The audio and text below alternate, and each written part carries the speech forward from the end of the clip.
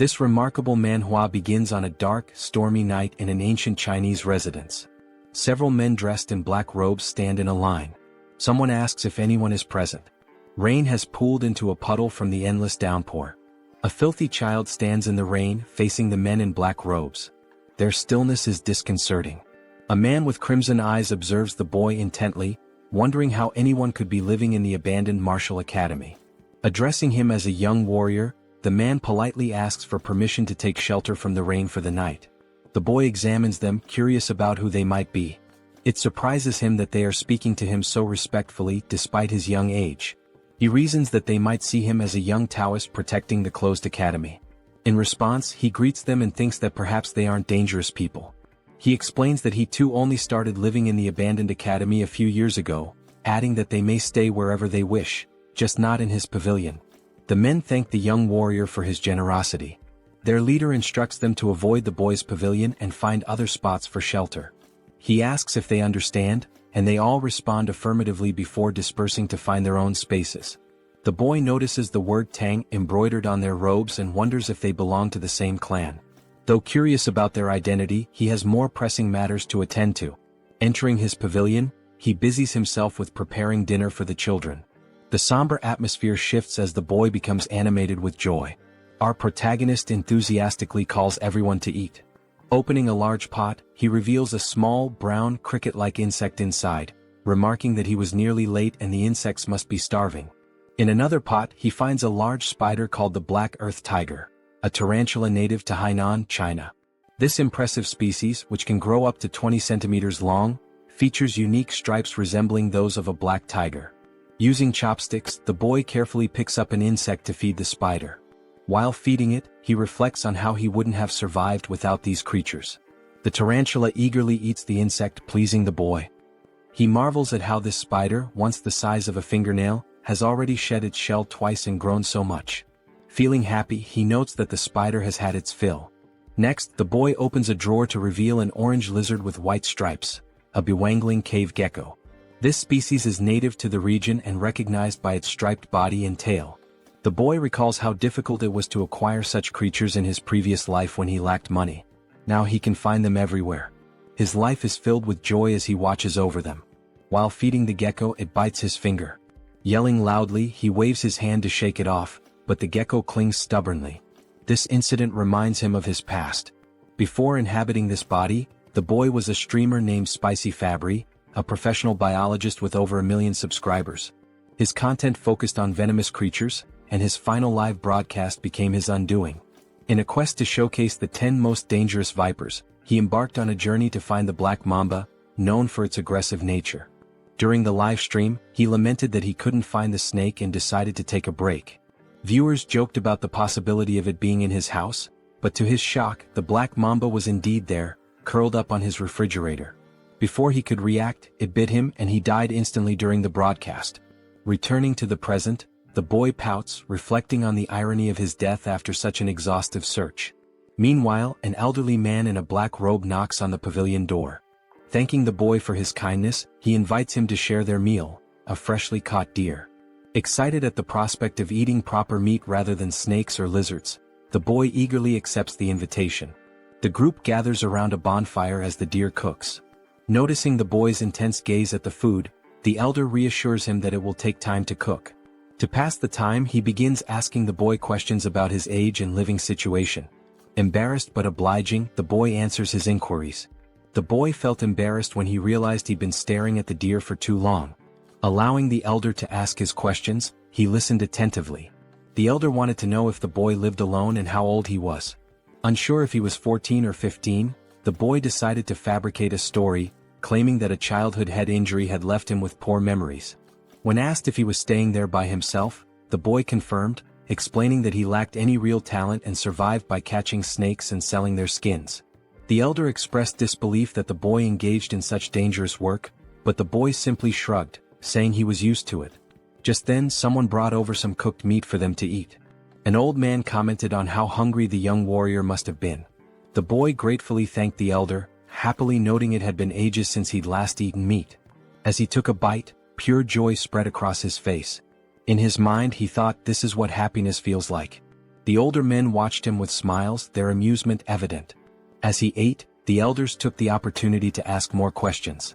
The elder explained that they were searching for something unusual and wanted to know if the boy had seen anything strange. Initially hesitant, the elder eventually decided it was safe to share the details since the boy lived alone and wouldn't cause trouble. The patriarch explained they were looking for a centipede with a blue spot on its body. Surprised, the boy asked how large the centipede was. The patriarch explained that an adult could easily swallow someone his size. Pale with shock, the boy realized his assumption that he'd been transported only a few centuries into the past might be wrong. He could be in an entirely different world. The white-haired elder reassured him, saying they were close to capturing the creature. Curious, the boy asked if they intended to keep it as a pet. The question amused the elders and the white-haired man burst into laughter. The patriarch chuckled, commenting on how funny the young warrior was. Through laughter, the elder clarified that raising the centipede wasn't their goal, they needed it for medicinal purposes. Confused, the boy probed further. Initially suspecting them of being traitors, he began wondering if they were involved in illegal drug making. He asked how a centipede could serve as medicine. The elder explained that his granddaughter was gravely ill, and only the inner core of the blue spot centipede could save her. Moved by their determination, the boy thought about the lengths parents would go to for their children. Though he felt sorry for the centipede, he decided to help them, especially since they had treated him to meat. The boy began discussing the centipede, and the patriarch eagerly asked if he had seen one. He admitted he hadn't but suggested he might know where they could find it.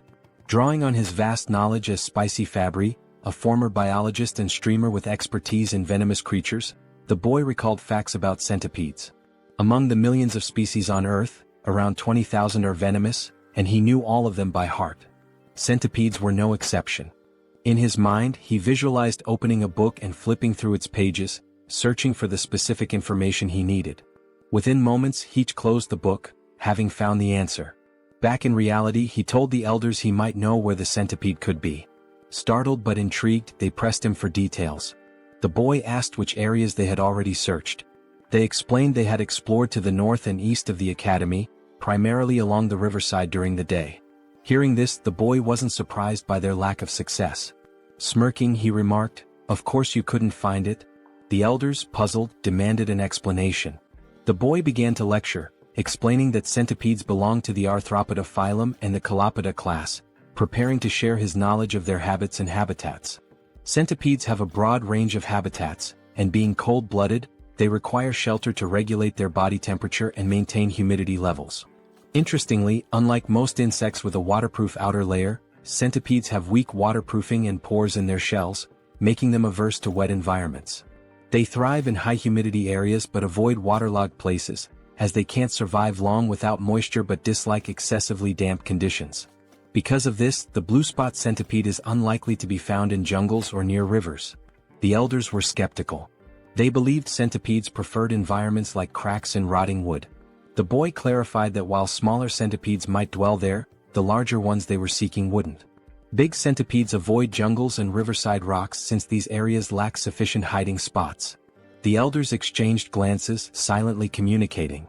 They then asked the boy where the centipede might be found. Promising a significant reward if he helped, the boy smiled and pointed westward, suggesting they search the Rocky Mountains in that direction. He explained that large centipedes rest under warm rocks during the day and come out at night. A few hours later, the search party scoured the Rocky Mountains. The patriarch climbed a tall, narrow rock, observing the surroundings. One of the men suggested that the young warrior might have been mistaken. The patriarch decided to end the search for the day, signaling the team with an arrow. As the men gathered around a bonfire, they were visibly exhausted but still clung to hope, trusting the boy's intelligence. The patriarch, deep in thought, eventually spoke, his voice heavy with emotion. He lamented that his daughter, Huayun, was the greatest talent in the Tang family's history and questioned why the heavens seemed to abandon her. Suddenly, a voice announced the Grand Patriarch's return. The patriarch welcomed him and they gathered around the fire. The Grand Patriarch confirmed that he too had failed to find the centipede. With Huayun's condition worsening and only a few months left, he doubted they could locate the creature in 10 days. A heavy silence fell. The patriarch suggested exploring the southern region the next day. The Grand Patriarch agreed but added that they hadn't found any traces so far. Hearing this, the patriarch suddenly burst into laughter, realizing something he had overlooked. He exclaimed that they were indeed in the right place. The Grand Patriarch was puzzled and asked if he had seen anything. The Patriarch replied no, but the Grand Patriarch elaborated. He explained that the complete absence of traces, no animals, droppings or markings, was a sign that the centipede might have cleared the area. The realization struck the Patriarch. Territorial animals might have fled or fallen prey to the centipede. Confident, the Grand Patriarch assured him that the blue spot centipede was definitely nearby. Their hope to save Huayan reignited. Suddenly the ground beneath them began to shake. Cracks appeared and the bonfire area started to crumble. To their horror, a massive limb emerged from the earth, followed by another. The men froze in terror as the enormous blue spot centipede revealed itself. Even the Grand Patriarch looked unsettled. Back at the academy, the boy grumbled about the chaos. He wondered how massive the centipede must be to cause such a commotion. Being a venomous animal enthusiast, he was both annoyed and curious, wishing he could see the creature himself. At the Rocky Mountains, the battle against the centipede raged on. The men eventually triumphed, though not without sustaining injuries. They successfully retrieved the centipede's core, a shimmering blue gem safely stored in a wooden box. Overcome with emotion, they wept, knowing they could finally save Huayan. The Patriarch instructed the Grand Patriarch to lead the injured warriors to Sichuan for treatment. When asked why he wasn't coming, the Patriarch explained, "Grudges are carved in blood, but favors are carved in stone. That's the way we live." In summary, they still had matters to resolve. The Grand Patriarch finally understood and admitted how he had nearly made a grave mistake by focusing solely on Huayan. He agreed it would be appropriate to welcome the young warrior as a guest and grant his requests. The Patriarch instructed the injured warrior to receive treatment in the village while he went to visit the young warrior. He considered that the young warrior might also be curious about the recent events. Meanwhile, the young warrior was casually enjoying the company of 3 small yellow Pokemon-like creatures. The young warrior found himself in a peculiar situation. He had unexpectedly become the father to 3 blue spot centipedes. These tiny creatures, resembling caterpillars, were undeniably cute, especially as they affectionately rubbed against his face.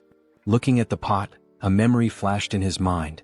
When he had brought the eggs home, he cleaned them and placed them on his nightstand. By the time he woke up, they had all hatched. 1 centipede happily rested on his head. Although the young warrior had anticipated the eggs might hatch, he hadn't expected it to happen so quickly. He tried to remove the centipedes clinging to his shoulders, but they refused to let go, treating him as their parent. A flashback revealed what had transpired the previous night. Driven by curiosity about the massive blue spot centipede, the young warrior had ventured into its lair, despite knowing the risks. During his search, he accidentally kicked an insect in frustration, causing him to lose his balance and drop his torch. Thankfully, the 3 eggs he had collected remained safe.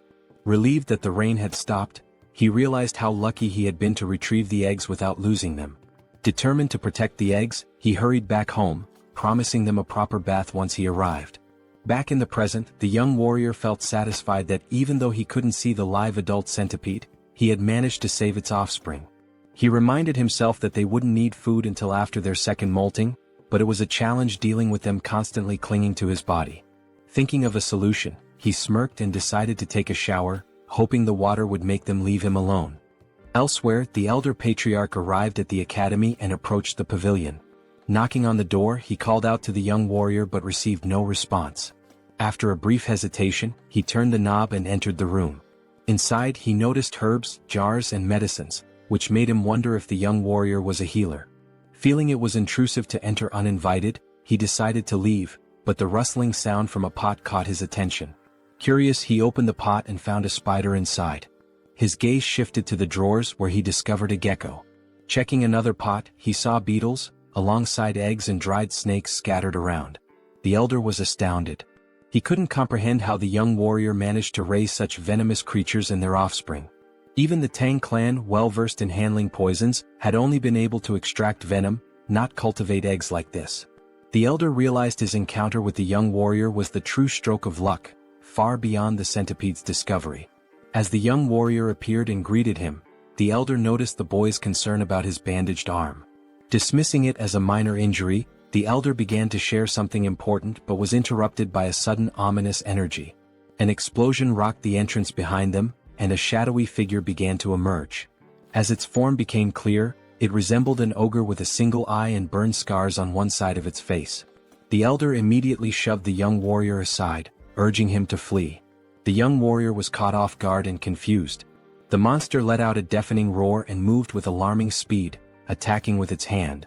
The elder blocked the strike with his uninjured arm, enduring immense pain. The monster retaliated, throwing the elder back and sending him crashing into the ground. The area filled with dust as the elder struggled to catch his breath, coughing up blood. He realized the monster's strength rivaled that of his own father. He desperately told the young warrior to escape, but when the dust cleared, the scene revealed the young warrior being held in the air, choking as the monster gripped him tightly. The young warrior gasped for air as the monster roared with laughter. The creature mocked him, claiming he had heard that members of the Tang clan had arrived in Hainan. It sneered, saying no one could have imagined that the son of the myriad poison's divine sovereign would end up wounded and alone. The elder calmly retorted that he had no idea who the monster was and demanded to know why both he and the young warrior were being targeted. The creature scoffed, asking if its disfigured face and powerful fists didn't make it obvious. It then introduced itself as Takenyang, the blood hand Rakasa, and blamed the elder's father for its mutilated appearance. The elder recognized the name. He recalled hearing that Takenyang had been struck by a poison palm and fallen off a cliff, presumed dead. Yet here he was, alive and seething with vengeance. The elder tried reasoning with him, pleading for the release of the young warrior and offering his own life in exchange. But Takenyang refused, vowing to annihilate anyone associated with the Tang clan. Inwardly, the elder cursed this relentless demon, a term used for martial artists who sow chaos and destruction. It was clear Takenyang had no intention of sparing the young warrior. As the warrior's face grew pale from suffocation, Takenyang sneered and prepared to end his life. Desperately, the young warrior begged for mercy, his strength waning with every passing second. Just then, 3 pairs of fierce eyes flashed. The tiny centipedes lunged onto Takenyang's arm. The once adorable creatures revealed their ferocity, biting into the monster's skin with unrelenting force. Takenyang was taken aback, shouting angrily that mere centipedes couldn't harm him. But as he spoke, his neck turned violet, and he coughed up blood before collapsing in agony. The young warrior, now free, stumbled backward, staring in disbelief. He cautiously asked the elder if Takenyang had been a bad person. The elder, equally stunned, watched as the lifeless body of Takenyang lay on the ground. Slowly, his shock turned into a wide grin as he realized the young warrior was far more extraordinary than a mere guest. The elder thought to himself that this boy must join the Tang clan. A few days later, the elder was recovering, and the young warrior diligently cared for him, placing a damp cloth on his forehead. The elder expressed his gratitude, but the young warrior suggested instead that he tell him the whereabouts of his companions so he could check on them. Realizing he couldn't leave the elder alone and that calling for a doctor wasn't an option, the warrior stayed. The elder reassured him, saying he would recover with rest, but the warrior remained skeptical, bewildered at how calm the elder could be after such severe injuries. When the elder explained that martial artists had extraordinary resilience, the young warrior was incredulous. He asked if martial artists could fly and shoot fireballs. The elder chuckled and admitted that while not everyone could, it wasn't entirely far-fetched. The young warrior marveled at the strangeness of this world, acknowledging that things like giant centipedes only made sense here. The elder formally introduced himself as Tang Kailson of the Sichuan Tang Clan, and the young warrior introduced himself as Wei Soryang. Kailson noted the meaning of Soryang's name, small dragon, and remarked that it was fitting. Curious, Kailson asked if the centipedes on Soryang's body were venomous. Soryang casually rubbed one of the centipedes' bellies and confirmed that they were blue spot centipedes. The revelation made Kailson leap from the bed in shock. He asked if Soryang had tamed them and how he had managed such a feat. Soryang smiled and replied that it was a long story. When Kailson insisted he didn't mind, Soryang began recounting how he had raised the centipedes from eggs. When the story concluded, Kailson could hardly believe it and asked for confirmation. Soryang proudly affirmed that he had indeed raised them from eggs, predicting their hatching with precision. Still reeling, Kailson watched as Soryang opened a drawer and pulled out 2 lizards. The young warrior eagerly displayed them, pointing out the differences. One had a brown body with yellow and white stripes, while the other, a product of selective breeding, had a plain brown body and a white tail. Kailson asked if Soryang had intentionally bred the lizards for their coloration. Blushing slightly, Soryang happily admitted that he had, simply because he found it beautiful. Kailson gathered his composure and asked if the young warrior could breed the most venomous creatures to produce even deadlier ones. Soryang responded with a surprised, "Huh? In his mind he considered the possibility, it was theoretically feasible. He then explained to Kaleson that if they could determine which creatures had the most potent venom, it might be possible. Before he could finish, Kaleson exclaimed with excitement, "Really? That's possible?" His enthusiasm startled Soryang. Without hesitation, Kaleson declared that Soryang should join his family immediately. This left Soryang completely bewildered. Kaleson sweetened the offer, promising that by joining the family, Soryang would gain access to their martial arts techniques, rare elixirs, herbs, and any poisons he desired. Kaleson further tempted him, saying someone of Soryang's skill could even capture or tame the legendary 10 great venomous creatures of the Central Plains. And if that wasn't enough, Kaleson casually mentioned one of the 3 flowers of the Central Plains, his daughter.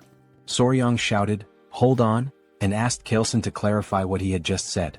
Amused, Kaleson teased that while Soryang might be young, he was still a man. He continued talking about the flowers, but Soryang quickly interrupted, telling him to drop the subject. Shifting the topic, Soryang inquired about the 10 great venomous creatures, asking if they were as incredible as the blue spot centipede.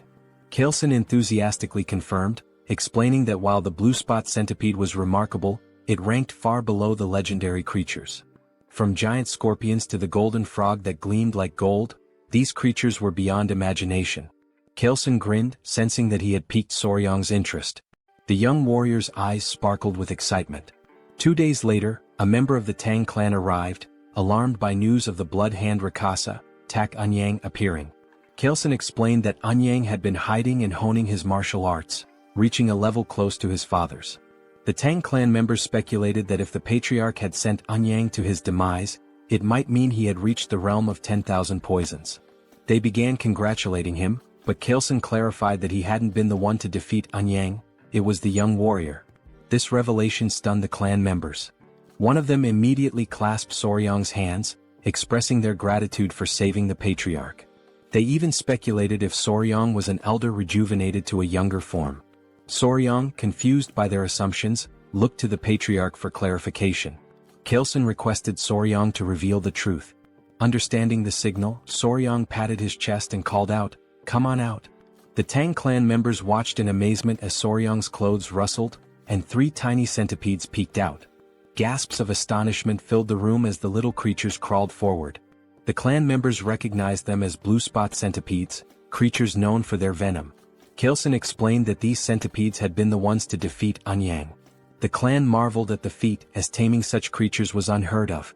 Kaleson then declared his decision to formally accept Soryang into the Tang clan, but Soryang hesitated, saying he needed more time to think. A clan member encouraged Soryang, emphasizing the great opportunity, while Kaleson urged him to prepare quickly, hinting at something important they couldn't delay. Kaleson then explained the sinister nature of Anyang's martial art, the blood hand poison claw, a dark technique requiring human blood and bone marrow to reach mastery. Soryang found it grotesque. Kaleson continued, stressing that if Anyang had left behind secret scrolls or disciples, they needed to eliminate them to prevent the resurgence of such dangerous martial arts. He also mentioned the possibility of rescuing any captives. The patriarch then asked if Soryang would assist, considering his familiarity with Hainan Island. Soryang appeared pensive, realizing that joining the Tang clan would be a lifelong commitment. He thought to himself that before committing, it was essential to observe the clan's dynamics, just like assessing a workplace during an internship. Soryang agreed to help once the patriarch recovered.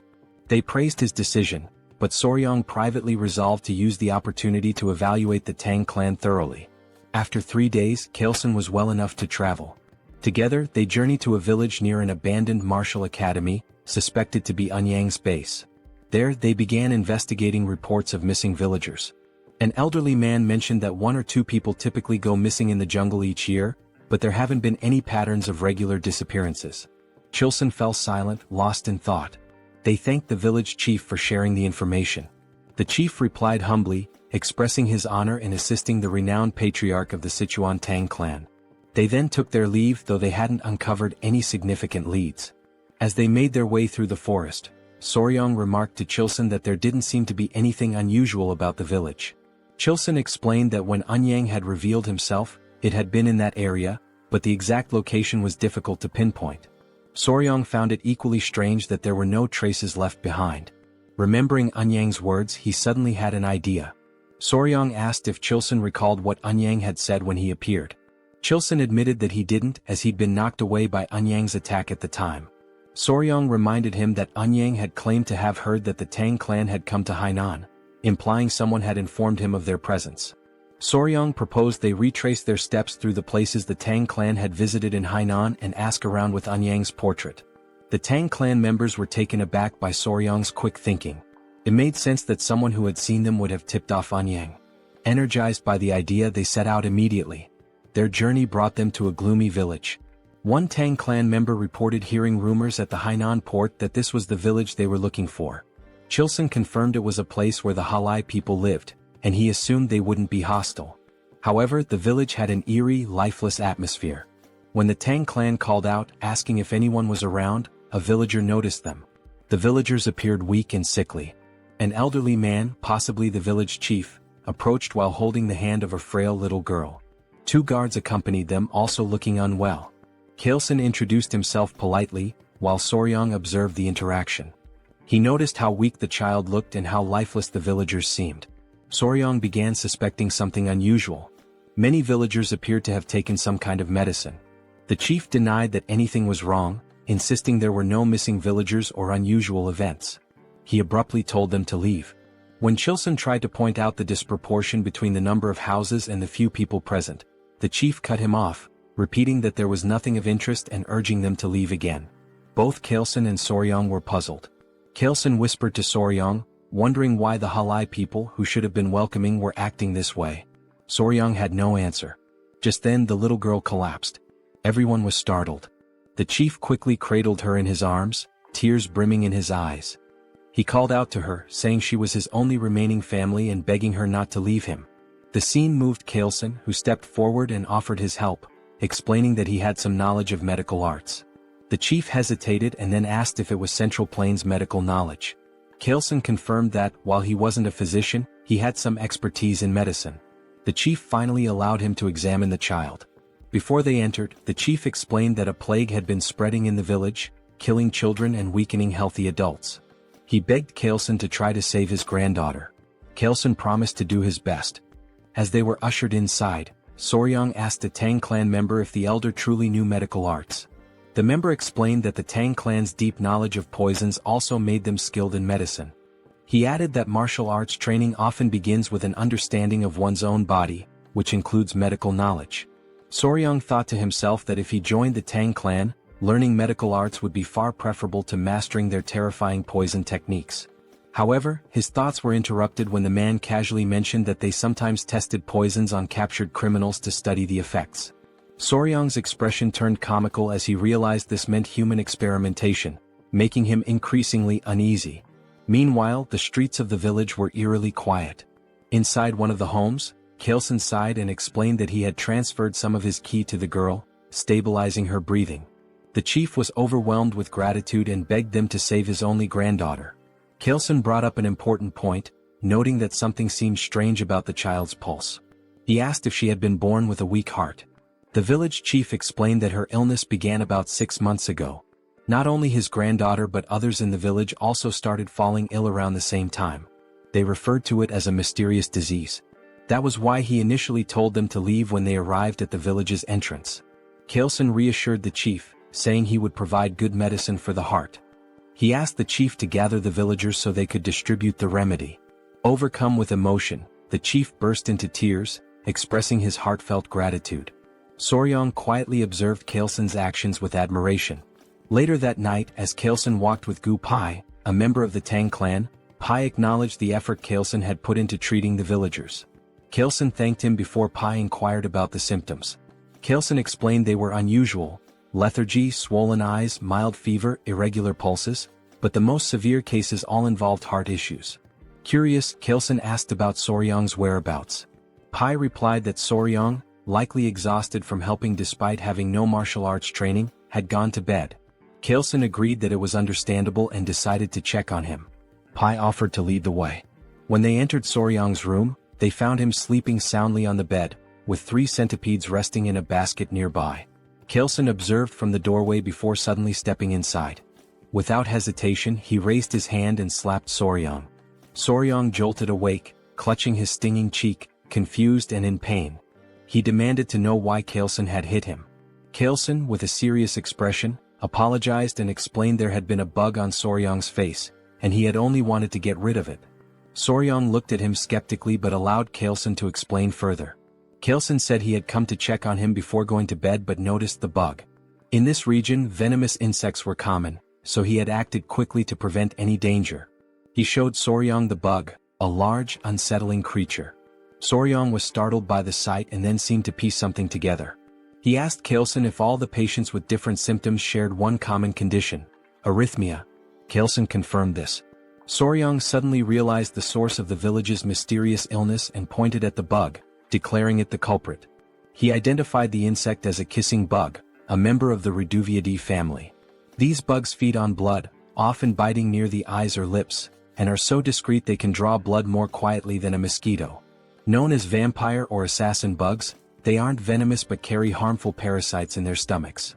When they bite, their excrement can transmit diseases like Chagas disease, a deadly illness that ranks high among animal-caused human fatalities. Soryong then asked the village chief if the village's dogs exhibited symptoms similar to those of the sick humans, such as shortness of breath. The chief confirmed they did and asked if the bug was to blame. Soryong affirmed this, adding that with proper medicine, his granddaughter and others could be saved. Kaelson grinned and asked Pai what he thought. Pai commented on Soryong's perceptiveness, praising him as a young warrior of great potential.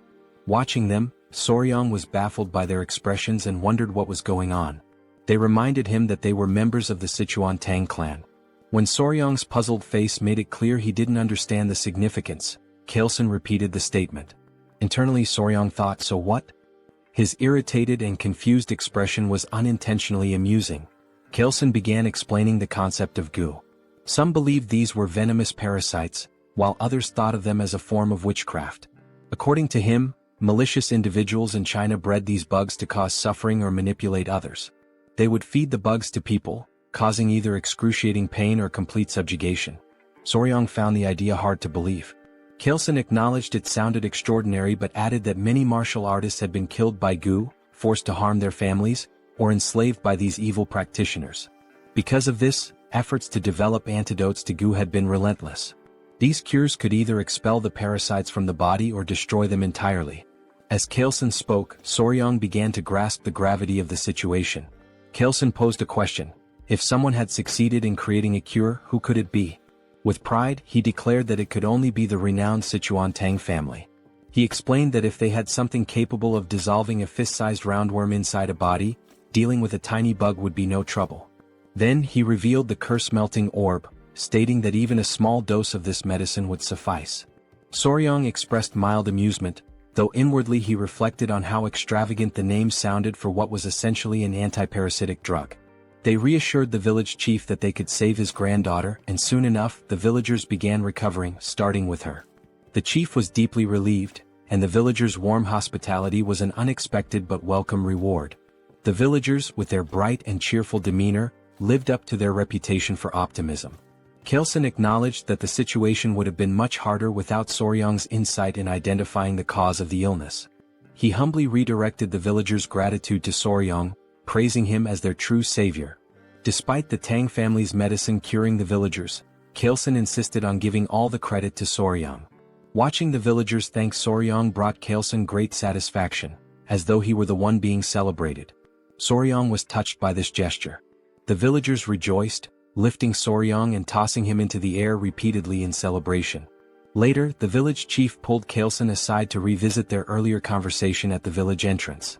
When Kaelson asked what it was about, the chief mentioned the villages where people had gone missing. Intrigued, Kaelson asked for more details. The chief explained that one of the women in their village, originally from another settlement, had shared a troubling story. Years ago, her hometown suffered a tragedy where several villagers mysteriously disappeared. They believed they had finally uncovered the truth. Kaelson inquired about the village's location, and the chief pointed them westward. Upon arrival, the stench of decay was overwhelming, confirming they were in the right place. The scene was grim. Corpses, refuse and insects littered the area, with poison lingering in the air. Pai warned Soryong not to look, but Soryong had already seen it all. Amid the carnage, a man spotted something unusual, a golden chicken foot peeking out of a pile.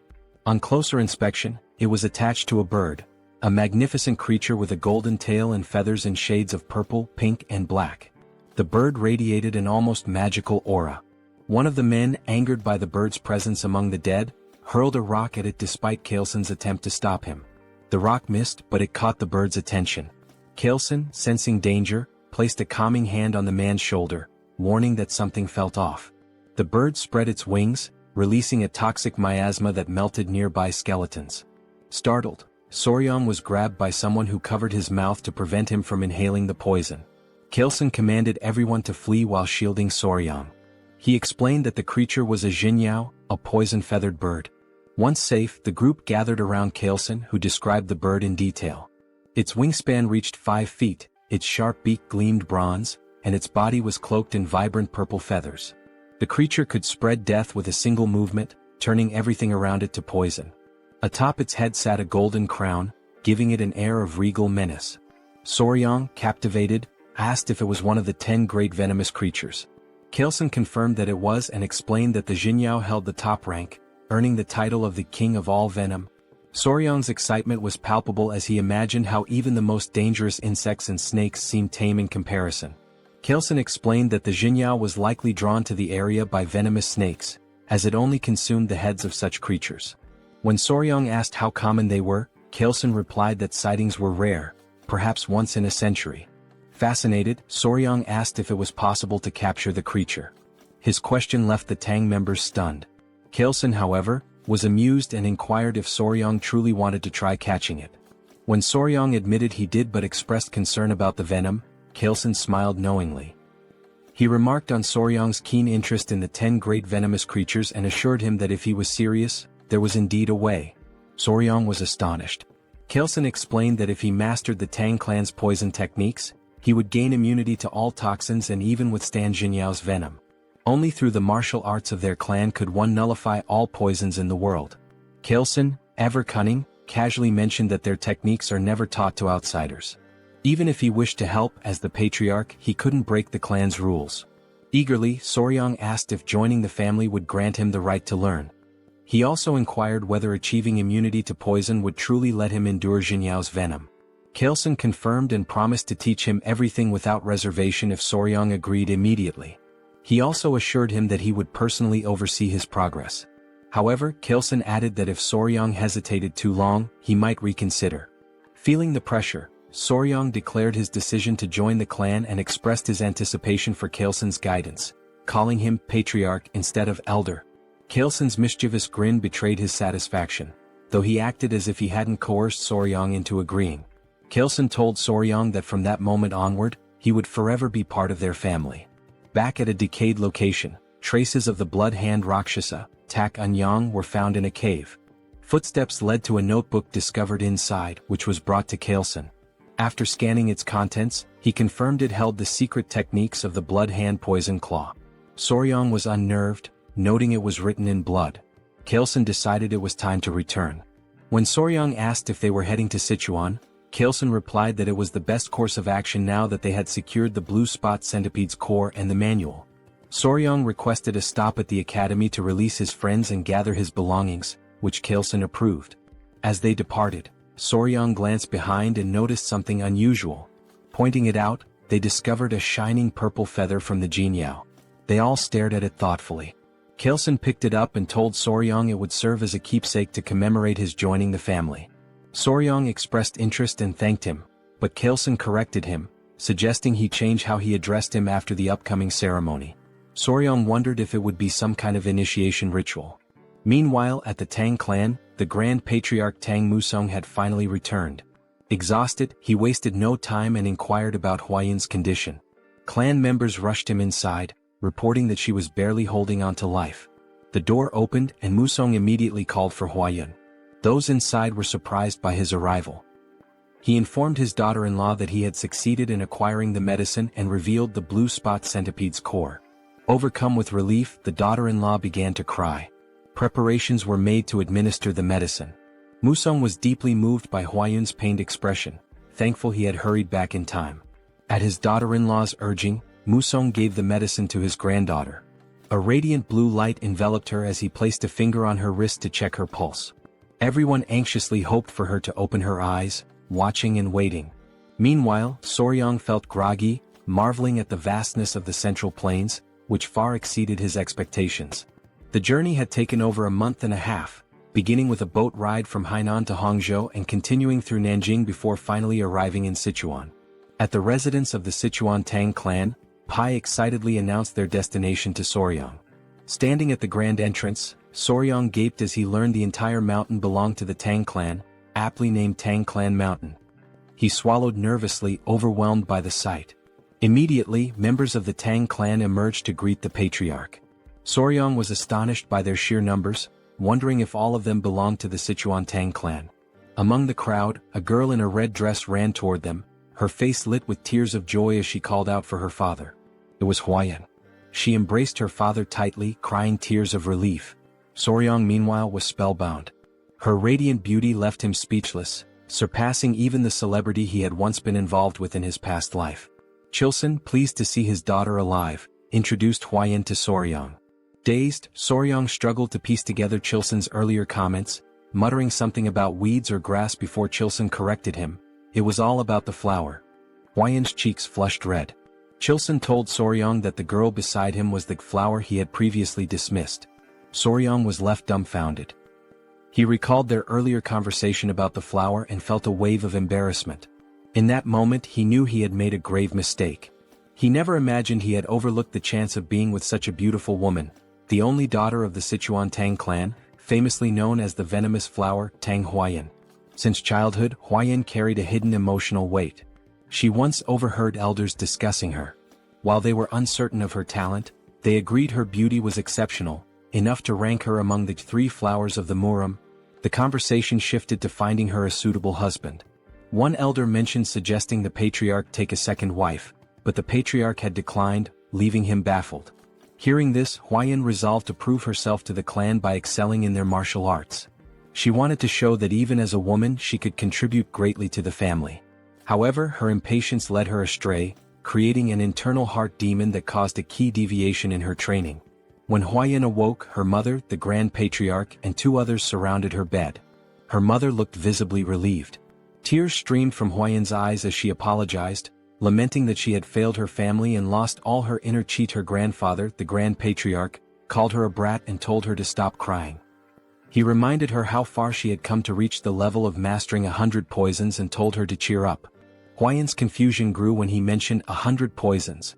She noticed her aura glowing and asked for clarification. The Grand Patriarch revealed a story about a mysterious young warrior who had not only saved her life but also endowed her with the inner chi of 1,000 poisons, far surpassing what she had previously achieved. In the present, Huayan asked about weed, leaving Soryang utterly embarrassed. His earlier flippant remark comparing her to weeds resurfaced in his mind. He berated his past self for such thoughtlessness but tried to dismiss the moment by joking that the patriarch had taken the comment too seriously. Gathering himself, he greeted Huayan formally, stating how glad he was to see her healthy. Huayan introduced herself as Tang Huayan, also known as the venomous flower. She expressed her gratitude, promising never to forget the life-saving favor he had done for her. Soryang, entranced by her beauty, struggled to form coherent thoughts. Chilson interrupted, asking Soryang what he thought of his daughter. To Soryang's shock, he heard a voice in his head, realizing it was some form of sound transmission. Chilson teased, asking if Soryang agreed that Huayan was stunning and hinted at the possibility of them growing closer. Later, Soryang rested in a large bath, feeling utterly drained. Nearby, the centipedes he had cared for were sleeping peacefully in a basket. He noticed one waking up and, surprisingly, smiling at him. Despite their intimidating appearance, they seemed to understand his words when he warned them about the hot water, willingly staying in the bucket as he suggested. Amused by their behavior, Soryang recalled Pai's mention that centipedes were spiritual creatures. He made a mental note to learn more about them later. However, Chilson's earlier remarks about Huayan lingered in his mind, leaving him restless. At another pavilion, the family gathered around a large table. The Grand Patriarch, the Patriarch, his wife, and Huayan. Chilson announced his decision to give Soryang the East Wing Room, a space traditionally reserved for couples in Chinese residences. The Grand Patriarch questioned if Soryang was truly that talented. Chilson confirmed, explaining that Soryang's remarkable abilities went far beyond mere chance encounters. He elaborated that Soryang not only possessed unparalleled knowledge of venomous creatures but also defeated Ouyang, encountered legendary spiritual creatures, and even hatched the blue spot centipede eggs himself. The Grand Patriarch commented on the Patriarch's luck in finding such a treasure. The conversation then turned to Huayan. Kaleson told his daughter that he wished to make Soryang his son-in-law, asking for her opinion. As Huayan processed her father's words, realization dawned on her. She grew quiet.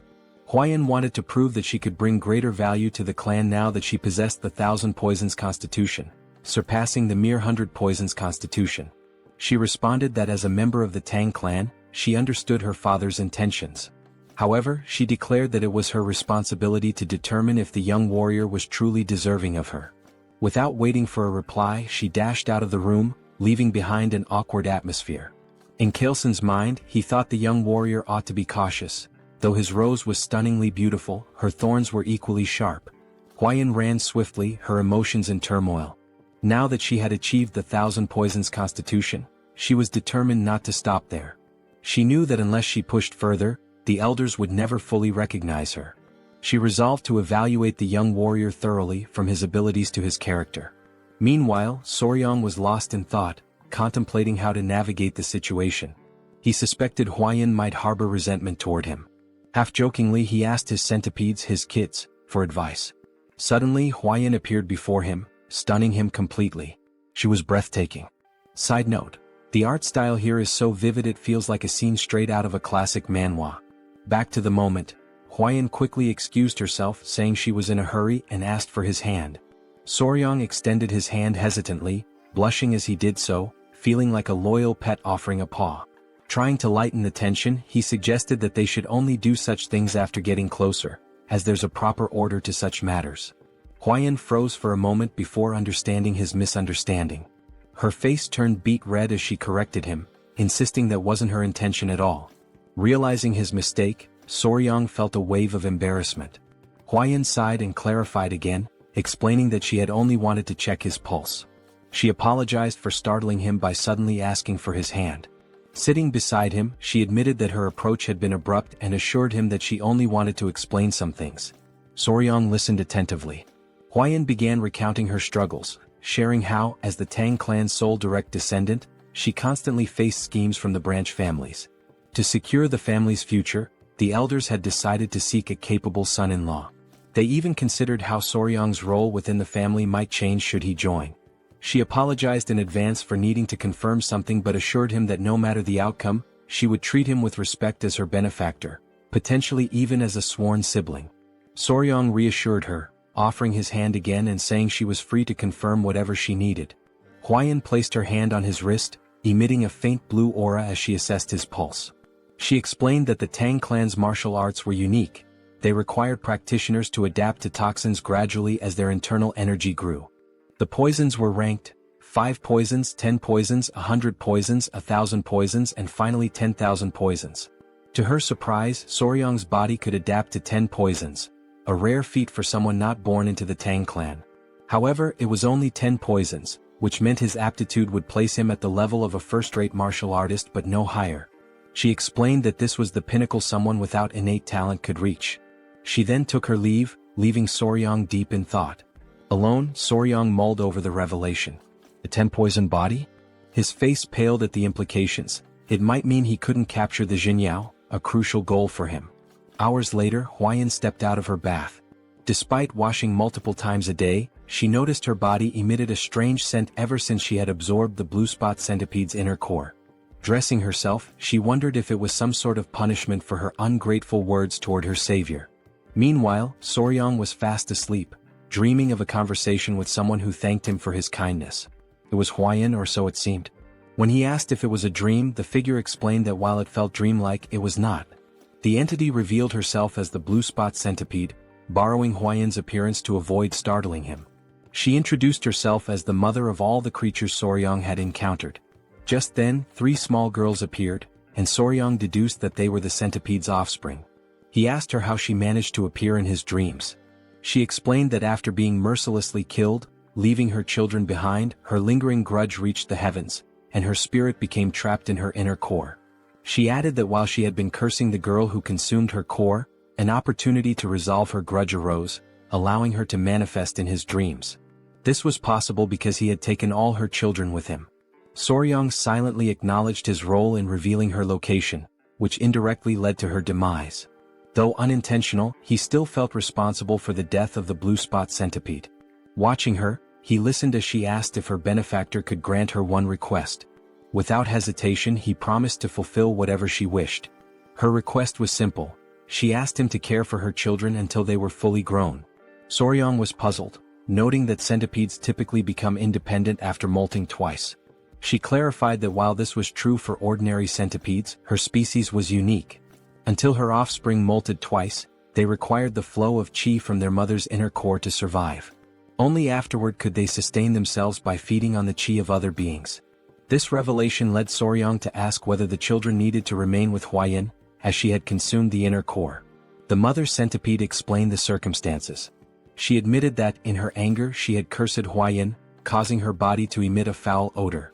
The curse ensured no man would approach her, preventing her from ever having children.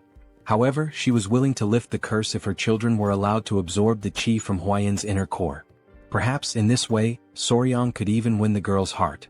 Soryang considered her words carefully before smiling and responding that it didn't feel right. He couldn't take advantage of Huayan's predicament. The mother centipede admired his integrity and asked how he planned to handle the situation. She reminded him that Huayan sought strength in a man, and she couldn't magically procure the inner cores of the 10 great venomous creatures to aid him. This sparked an idea in Soryang. He asked her to trust him, assuring her that everything would work out. The next day, Soryang and Huayan sat side by side. Huayan now understood that the strange smell emanating from her body was due to the blue spot centipede's inner core. Soryang explained that by attaching the centipedes to her body every few days and letting them absorb the qi, the odor would naturally fade away. Huayan hesitated before asking if he was truly okay with helping her without asking for anything in return. She knew he could easily demand compensation for his assistance. Soryang smiled and told her he couldn't bring himself to exploit a woman's difficult situation, refusing to act shamelessly. Huayan was surprised by his response and felt guilty. She told him she couldn't continue accepting his kindness without offering something in return. Her father's words began to weigh more heavily on her. Seeing Soryang's selflessness made her realize that qualities beyond talent or martial prowess were important. Soryang then shared his own thoughts. Referring to her earlier remark about his 10-poison body, he revealed an ambitious plan. Since he could only absorb 10 types of toxins, he resolved to fill those slots with the toxins of the 10 most venomous creatures in the Central Plains. Huayan was shocked, interpreting his words as a bold declaration to become the strongest under the heavens, all for her sake. The thought made her cheeks flush. For Tang Huayan, one of the 3 flowers of Murim and the venomous flower of the Tang Clan, this was the first time a man had made such an audacious confession to her. Blushing, she asked if he realized what he had just said. Soryang, confused, replied that he didn't. Huayan told him the path he spoke of would be incredibly difficult and demanding, potentially requiring 10, 20, or even a lifetime of effort. Soryang's face fell as he worried aloud about how long it might take, amusing Huayan as she continued to blush. Then, with growing embarrassment, Huayan brought up that Soryang was only 15 years old. She told him that in 3 years, when he came of age and was ready for marriage, if he succeeded in defeating even one of the 10 great venomous creatures by then, she would consider it. Blushing deeply, she admitted that if he succeeded, there might even be a possibility of a wedding. She cheered loudly, saying she would be rooting for him, then bolted away. Soryang was confused and called out to her. She stopped, turned around, and asked if there was anything else he wanted to say. He suggested that she get some rest and stay for a couple of hours. Embarrassed, she hesitated but eventually returned. He reassured her there was no need to worry since the little centipedes wouldn't bite. Gathering his kids, he told them to go to their mom instead of their dad. Hearing this made Huayan's face flush as red as a tomato. She asked him what he meant by calling them mom and dad, but Soryang quickly clarified that it wasn't what she thought. Meanwhile, Chilson, his wife, and Muziang were seated at the table discussing the young warrior's exceptional talent and how it seemed to have failed to win their daughter's heart. Muziang asked if anyone had seen them earlier that morning. He remarked that it seemed like something was developing between the two. Huayan's mother speculated that her daughter might have rejected the young warrior. The men pondered deeply. Muziang commented that forcing a marriage wouldn't be right and suggested allowing their feelings to grow naturally.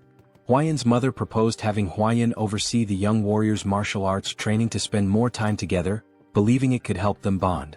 Chilson agreed it was a solid plan. Muziang added that they could consult the elder healer sage to see if he could bestow the purifying elixir of marrow and essence to enhance the young warrior's aptitude. Chilson was surprised, noting that such an opportunity hadn't even been extended to Huayan, so they shouldn't get their hopes up. Muziang acknowledged the point. At that moment, Huayan appeared outside the door announcing herself. Chilson invited her in and asked what brought her there at that hour. She blushed, surprised to see the three of them together. She said she had something to share, blushed again and then all at once, declared she would do as her father had suggested. Chilson was taken aback and asked what she meant. Her mother invited her to sit and asked if she was implying that the young warrior had caught her interest. Embarrassed, Huayan couldn't respond.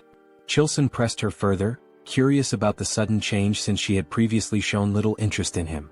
Gathering her courage, Huayan explained that Soryang had told her he would become the greatest in the world for her. He had promised. Chilson, astonished, asked her to elaborate. She added that although Soryang's innate talent was limited to a 10-poison body, he vowed to make up for it by defeating the 10 great venomous creatures for her sake. Muziang laughed heartily, calling the young man bold. Chilson was stunned, while Huayan's mother was impressed, remarking that it was rare to find such a determined suitor. Huayan admitted that although her heart was inclined, she had told Soryang she would only agree to marriage if he could capture one of the 10 great venomous creatures before coming of age. Her father joked that she should have raised the bar to 3 creatures, while her mother commented that men often miss subtle hints. Huayan asked if she should go explain it to him. Her mother advised against it, reasoning that if Soryang didn't realize their tacit approval, he would only work harder. Muziang suggested treating him as a prospective son-in-law while pretending they were undecided, confident that his efforts would naturally lead him to become part of the family. Meanwhile, the mother centipede praised Soryang, telling him he had completely won Huayan's heart. Soryang replied that success came down to determination and persistence. She smiled warmly at him, calling him her benefactor. She then informed him that her lingering resentment had been resolved and her soul would soon ascend to the afterlife. Before departing, she offered to grant him one last request, within her ability to fulfill. Soryang paused to think and then asked if he could examine her body. The request made her feel shy, though she believed it was to be expected from a man. She assumed he was succumbing to human desires and reluctantly began revealing her shoulder, preparing to undress.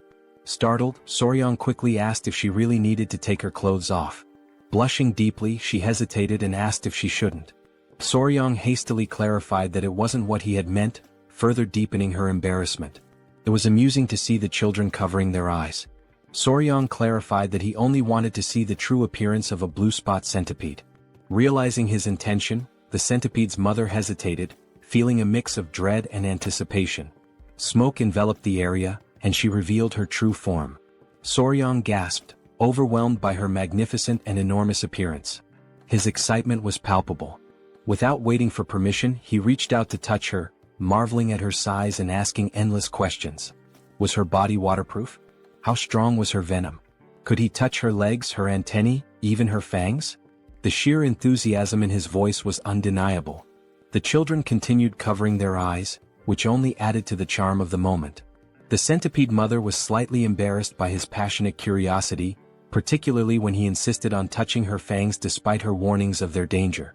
She began to wonder if her daughters would truly be safe with a man like Soryang, whose touch carried an unusual energy.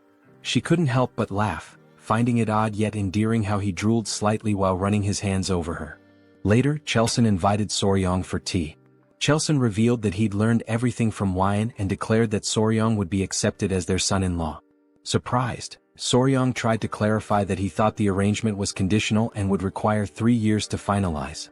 Chilson dismissed his concerns, stating the marriage would naturally happen when he came of age. Huayan's mother warmly welcomed Soryang into the family, referring to him as her son-in-law. Mu Seong expressed his satisfaction, noting that Huayan had found an exceptional partner and that their clan would thrive even more. Soryang glanced at Huayan, perplexed by how quickly things had progressed. Despite his confusion, he decided to play along and replied politely that he looked forward to their guidance. When Mu Seong suggested getting started immediately, Soryang grew curious. Chilson explained that before Soryang could learn the Tang clan's poison arts, he must first experience the Hall of 10,000 Poisons. With a sly grin, Chelson assured him it was something he would undoubtedly appreciate. The family led Soryang to the hall, a place of great significance to the Tang clan. Soryang, excited by the prospect, assumed it was a treasure trove of poisons. However, as they walked, his attention drifted to Weian's side profile. He couldn't help but admire her beauty, likening the moment to a living portrait.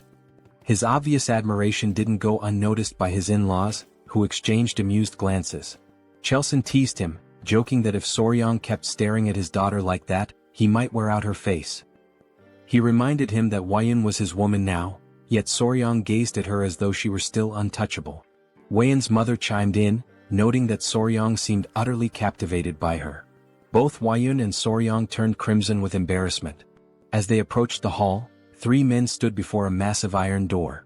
2 muscular guards flanked a Tang clan official, who welcomed the Grand Patriarch and his grandson-in-law. At Musian's command, the gates were opened. The guards strained against the weight of the colossal doors, forged from rare Kunyu steel sourced from the southern wilderness. As the doors creaked open, Soryang observed the immense effort required. Though the gates finally yielded, the guards were visibly drained. Amused by their struggle, Soryang couldn't help but think how over-the-top the security was for something reminiscent of the Middle Ages. Chelson, noticing Soryang's concern, explained that the Kunyu steel was renowned for its unmatched durability. The Hall of 10,000 Poisons lay before them, and Soryang braced himself for what awaited inside. Even opening the gate was considered a privilege. Once inside, they arrived at the treasure vault where the Tang clan of Sichuan safeguarded its vast collection of poisons. This remarkable repository, known as the Hall of 10,000 Poisons, housed an incredible variety of toxins. Musian cautioned Soryang to be careful and avoid touching anything recklessly. Soryang nodded, affirming his understanding, but he couldn't help confirming whether the hall truly contained 10,000 poisons. Chelson chuckled, explaining that the poisons were meticulously classified into categories like paralysis poisons, sleep poisons and countless others. The elders, always playful, decided to tease the young pair. Chelson suggested that Weian explain the poisons to Soryang, knowing he would enjoy learning from her. The suggestion made both Weian and Soryang blush with embarrassment. Despite her awkwardness, Weian accepted the task. Taking Soryang by the hand, she guided him to see the Tang clan's most potent poison. Weian's discomfort was evident, while the elders watched the two with amused expressions. She began her explanation by pointing out the chi-dissipating poison, which rendered a martial artist's energy unusable with just a single inhalation. She advised Soryang to handle it with extreme care. She then introduced other deadly poisons: the alimentary canal necrotizing poison, the spirit-destroying poison, the bloody pulp poison, and even the infamous 7-step soul-snatching poison. Each was immensely powerful, but Weian emphasized that the strongest poison of the Tang clan was something far beyond these. She handed Soryang a tiny seed. Confused, he noted to himself that it resembled a tiger bean. Weian explained that this seed, though small, contained the most powerful poison known, apart from the venoms of the 10 great venomous creatures. She revealed it as the seed of the castor plant, a symbol of the Tang clan. Soryang immediately recognized its significance. He thought of ricin, a deadly toxalbumin, lethal in minuscule amounts, infamous for its use during the Cold War and assassinations. Soryang muttered that the seed came closest to the Tang clan's ideal of a perfect poison: colorless, odorless, tasteless, and invisible. Weian elaborated, calling it golden poison. When used, its victims experienced what the Tang clan referred to as a golden death. She emphasized that the strongest poison wasn't about causing the most excruciating pain or the bloodiest death. It was about silent, swift, and untraceable lethality. The Tang clan's poison arts, she explained, embodied the principles of stealth and certainty. To Soryang, it felt like he was learning the methods of an assassin's guild. Muxiang interrupted, saying it was enough for now and suggested they move on to see the venomous creatures Soryang had been so eager to encounter. He even offered Soryang the chance to oversee their care, with full support from the clan. In Soryang's mind, this translated to the clan indulging his passion as a hobby. His excitement was obvious. Before they could proceed, a messenger named Pai arrived, panting heavily. He urgently informed the patriarch of a situation at the Black Tortoise Pavilion. The patriarch asked what had happened, and Pai hesitated before mentioning 2 issues. First, the medicine sent to the Sichuan city lord had failed to achieve the desired effect, prompting a letter of complaints. Pai hesitated again before revealing the second issue, glancing at Soryang. Soryang sighed knowingly. Pai finally explained that it concerned the Hall of 10,000 Poisons. Muxiang guessed that rumors were already spreading and decided they needed to address the matter immediately. He ordered Soryang to accompany them. At the Black Tortoise Pavilion, the elders wasted no time voicing their grievances to the patriarch. They were outraged by his unilateral decision to pair Wuyun with an orphan of unknown origins. This remark infuriated Chiu-san, who began to emit a green aura as he questioned whether they were insulting his son-in-law. Despite Chiu-san's anger, the elders persisted, claiming their concerns were valid. Muxiang silenced them with a sharp rebuke, declaring that the decision was his alone. He demanded to know if they had any objections to his authority. The elders, caught off guard by his outburst, sought support from the Grand Patriarch, urging him to intervene. They argued that entrusting the Hall of 10,000 Poisons to an outsider with unproven skills was reckless. Muxiang, however, firmly reiterated that his approval was final. Meanwhile, Wuyun, conscious of Soryang's discomfort, quietly whispered an apology to him. In Soryang's mind, his initial reaction was simply goodness. He sighed as it dawned on him that his actions had caused her to worry. He thought to himself that it was she who should be apologizing. Everyone was taken aback when Soryang suddenly spoke up. "Excuse me," he said, "sorry to interrupt your discussion." He then proposed addressing the issue himself, stating that since the problem stemmed from his perceived lack of ability, he would prove his skills to the clan elders. The elders were stunned into silence, and Soryang went on to suggest resolving the Sichuan city lord's troublesome complaint as a demonstration of his capabilities. Wuyun, whispering in disbelief, asked what he was trying to achieve. Though Soryang was not one to draw attention or make a scene, he couldn't stand by while his peaceful life as a pet owner was being disrupted. His boldness left the elders momentarily speechless before their indignation erupted. They scolded him for interrupting the elders' discussion and demanded if he even knew the contents of the Sichuan city lord's letter before barging in. Calling him insolent and irrelevant, they complained to the patriarch about his interference. The elders seized the opportunity to argue for a son-in-law from a reputable martial family instead. Chao Sen's wife, however, was visibly annoyed by their tirade. Meanwhile, Soryang internally remarked on how absurd these old codgers sounded the longer they spoke. Recalling his days as Spicy Fabre, a streamer with over 1 million subscribers and thousands of viewers per session, he likened the elders' complaints to the nonsensical trolling he used to deal with. Addressing the group, Soryang pointed out that they still refused to acknowledge him as the Sichuan Tang Clan's son-in-law, meaning he was merely a guest. With his streaming experience, Soryang was well versed in handling chaos. He reminded them that he had saved the clan's beloved Lady Huayun, defeated the bloodhand Rakshasa Takanyang, and saved the patriarch's life. He then challenged them, asking if it was part of the clan's etiquette to insult a guest and benefactor to their face. The elders, embarrassed by his pointed remarks, admitted to speaking rashly out of desperation. Inwardly, Soryang thought of them as pathetic. The Grand Patriarch, however, appeared impressed by his composure and cleverness. One elder tried to downplay the significance of defeating Takanyang, claiming it was overstated. The patriarch quickly silenced the objection by presenting a document, none other than the secret manual of the blood sect's blood-hand poison arts, written in blood. The elders gasped in shock. Their astonishment deepened when the patriarch asked Soryang to reveal his companions. Tapping his chest gently, Soryang summoned the 3 baby spotted centipedes, which emerged happily. The elders grew visibly uneasy at the sight of the creatures. The patriarch proudly explained that these were the offspring of the blue-spotted centipede, and Soryang had been raising them. He further revealed that these centipedes were the ones that had killed Takanyang. One elder, still in disbelief, confirmed if Soryang had truly managed to control a blue-spotted centipede. Soryang and the patriarch shared knowing grins, teasing the elders. Chao San added that addressing Soryang as a young warrior instead of recognizing him as the clan's son-in-law was telling. Soryang even joked, warning the centipedes not to bite anyone unless they wanted to end up as lifeless as Takanyang. The elders, thoroughly flustered, began backtracking.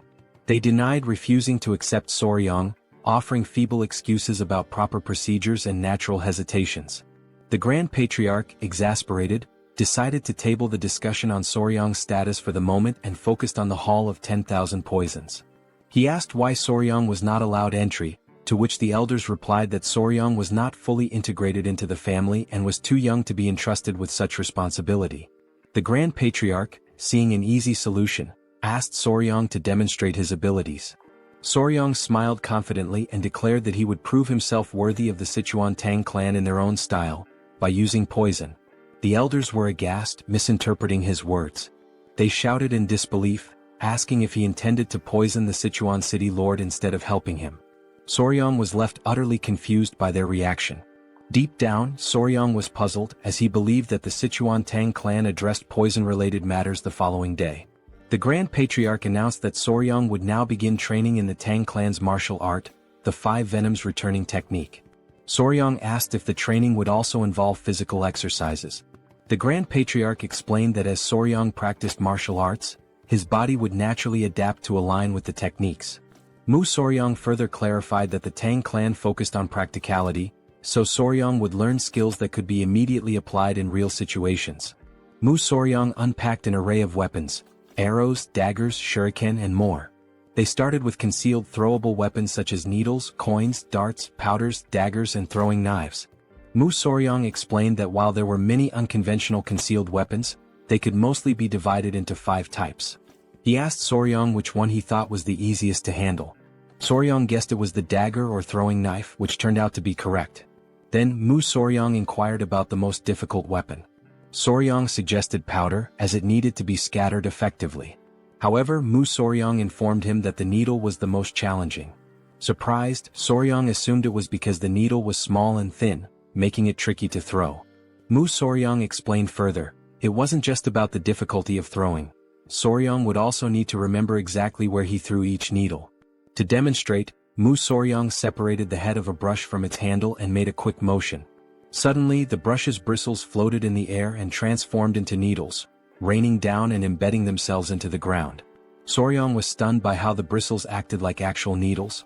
Mu Soryong revealed this was part of the Tang Clan's hidden weapon technique called Sky-Obscuring Flower Rain, a secret art where hundreds or thousands of needles fall like flower petals, covering an area.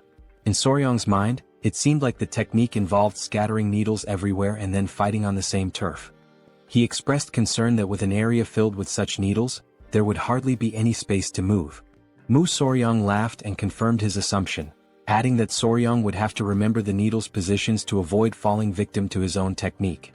To Soryong this seemed almost unbelievable. He broke into a sweat as he confirmed with Mu Soryong that he would need to remember the positions of needles that deflected opponents as well as those that missed their mark. Mu Soryong affirmed this, informing him that with the 5 Venoms body, he'd need to memorize at least 100 positions just to begin. Soryong turned pale at the thought. Afterward, Soryong collapsed face first onto the ground. Lady Huayan arrived, wearing a beekeeping suit, and asked if she looked ready. She explained that she had heard he was planning to catch a hornet and wondered if the suit was unnecessary. Soryong assured her it wasn't, her suit would allow them to catch one themselves instead of waiting for it to come. Huayan asked if he knew where the hornet's nest was, and he replied that she'd understand once they arrived. Huayan informed him she had spotted a nest nearby, so they headed out together. As they walked, Huayan brought up the letter sent to the Sichuan city lord and asked if Soryong had read it. Soryong confirmed he had. Blushing, Huayan expressed concern that he might not fully understand the letter's contents due to his young age. Soryong responded confidently, remarking that yang qi, a man's vital energy, was indeed important. Embarrassed, Huayan quickly told him that was enough, but it was clear he already understood. The great issue troubling the Sichuan city lord, as Soryong revealed, was erectile dysfunction. His rod was no longer functioning. Huayan grew suspicious of Soryong's knowledge on the subject, given his age. Soryong brushed it off, explaining he had lived alone for some time. Embarrassed, Huayan quickened her pace. A few hours later they arrived at the forest.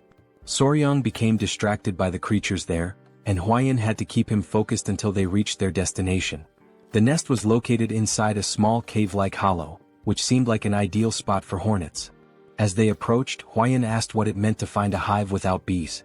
They put on their headgear as Soryong explained that while they were looking for hornets, they wouldn't be capturing any bees. Huayan was confused but followed his lead.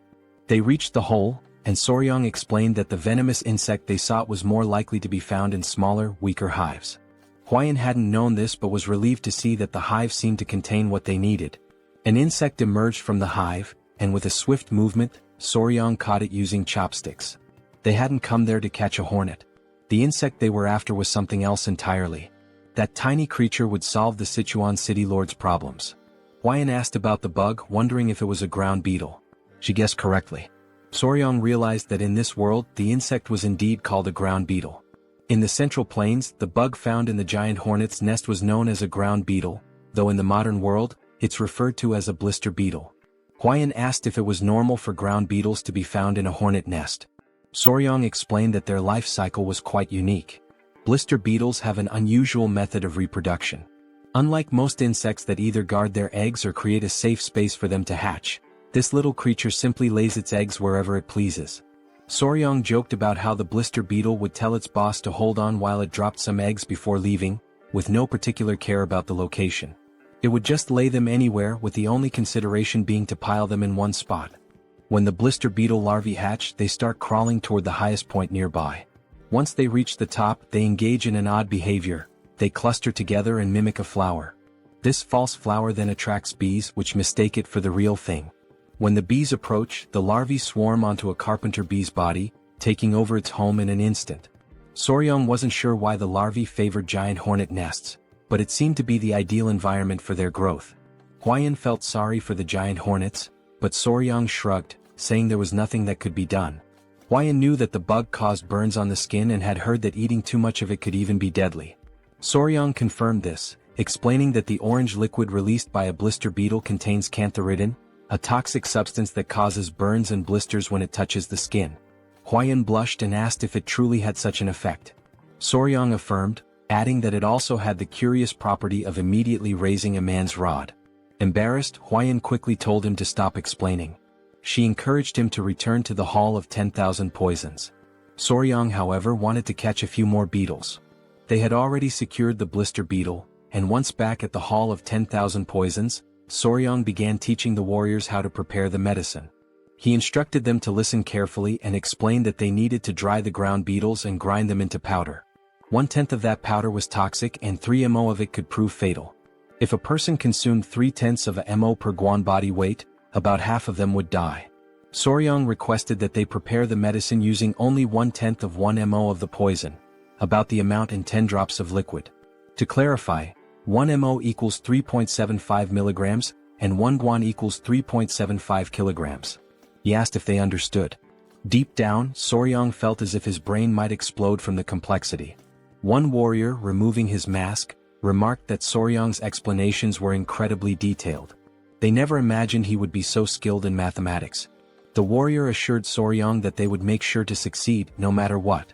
Soryong thanked them, saying he relied on their efforts. Later that evening, Musong was talking to Huayan about how surreal it was that ground beetles had such effects. He mentioned that this made him want to reconsider the poisons in the Tang clan's arsenal. Huayan agreed. Musong then brought up Soryong's remarkable talent in math. Huayan shared how Soryong had calculated the solution's concentration and estimated it to match the weight of 10 drops of liquid. Musong admitted that while he considered himself knowledgeable about poisons, Soryong was on an entirely different level. The more he learned about him, the more he realized what a gem the young man was. Teasing Huayan, Musong asked if she liked Soryong even more now. Huayan blushed, feeling flustered. She admitted that she regretted her hasty judgment in the beginning. Musong replied that as long as she made up for it going forward, that was what mattered. Musong then asked how they planned to test the medicine once it was ready. Huayan turned bright red, almost as if she were a tomato. She mentioned that the branch family elders were saying Soryong had been too insolent. Soryong responded confidently that he'd test it by confronting the clan elders directly. Musong was left speechless, his jaw hanging open in shock. He laughed loudly, finding the boy amusing. The next day, everyone gathered in the hall. The clan elders were doubtful. A warrior handed Soryong a wooden box and explained that he had mixed licorice powder and honey to make the medicine sweeter and easier to consume. Soryong was impressed by how much attention the man had paid to the smallest details. He asked the warrior if he had followed the instructions exactly. The warrior confirmed that he had done so carefully. Other clan members scoffed, saying they were making too big a deal out of it. They even questioned how amazing it could truly be. The patriarch silenced them and then asked Soryong how he planned to prove the medicine's effectiveness. Soryong feigned surprise at the question.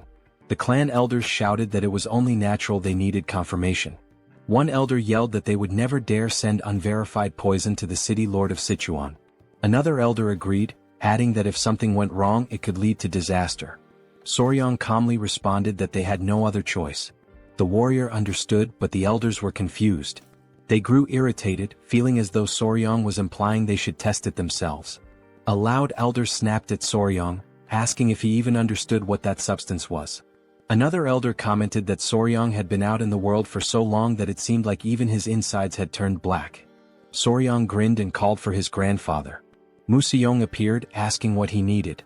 Soryang brought up Museong's earlier statement that those who mastered the Tang clan's martial arts were never afraid of poison. Museong agreed with Soryang's plan and confirmed the statement. Soryang pointed out that the elders' reaction seemed to imply they were afraid. Museong agreed once more. Soryang taunted the great elders of a clan that was surely skilled in mastering 100 poisons.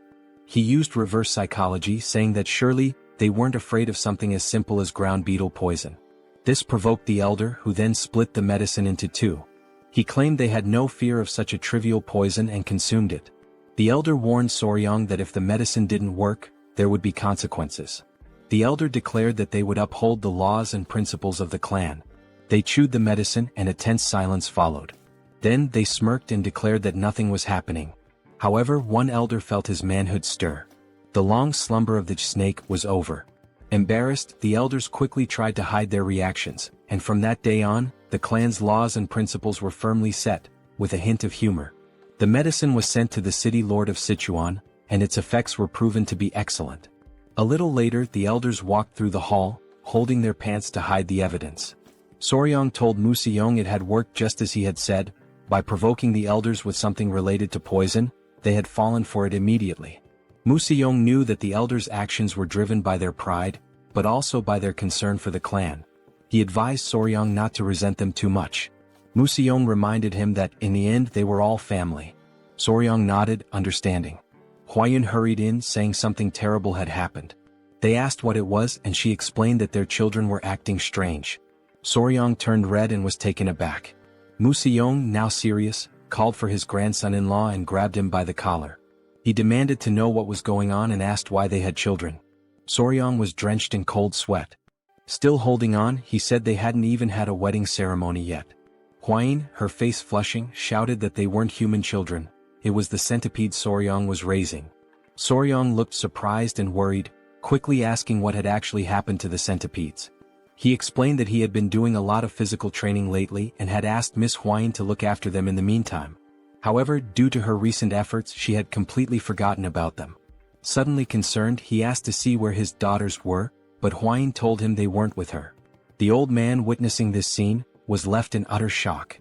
Some time later, the three small centipedes were shown looking sickly.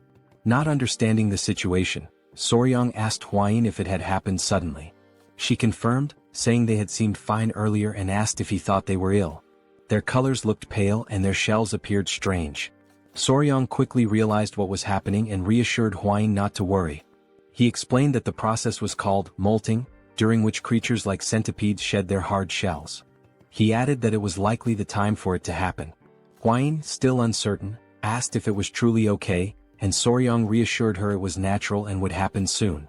The first centipede started moving within its shell, and moments later, it broke out, revealing something unexpectedly adorable. Everyone was amazed at what they had just witnessed, and Huayun noticed the other two centipedes were also starting to crack their shells. Seconds later they emerged as well. Now gathered together, all three appeared twice as large and even more charming, leaving everyone captivated by their beauty. Huayun asked Soryang if he had names for them yet, but he admitted he hadn't thought about it. After a brief pause, he suggested calling them number 1, number 2, and number 3. Without hesitation, Huayun rejected the idea, saying such generic names wouldn't do. She explained that centipedes of this species could transform into dragons after living for 1,000 years and deserved names worthy of such grandeur. Soryang, skeptical, dismissed the notion that a centipede could become a dragon, even after a millennium.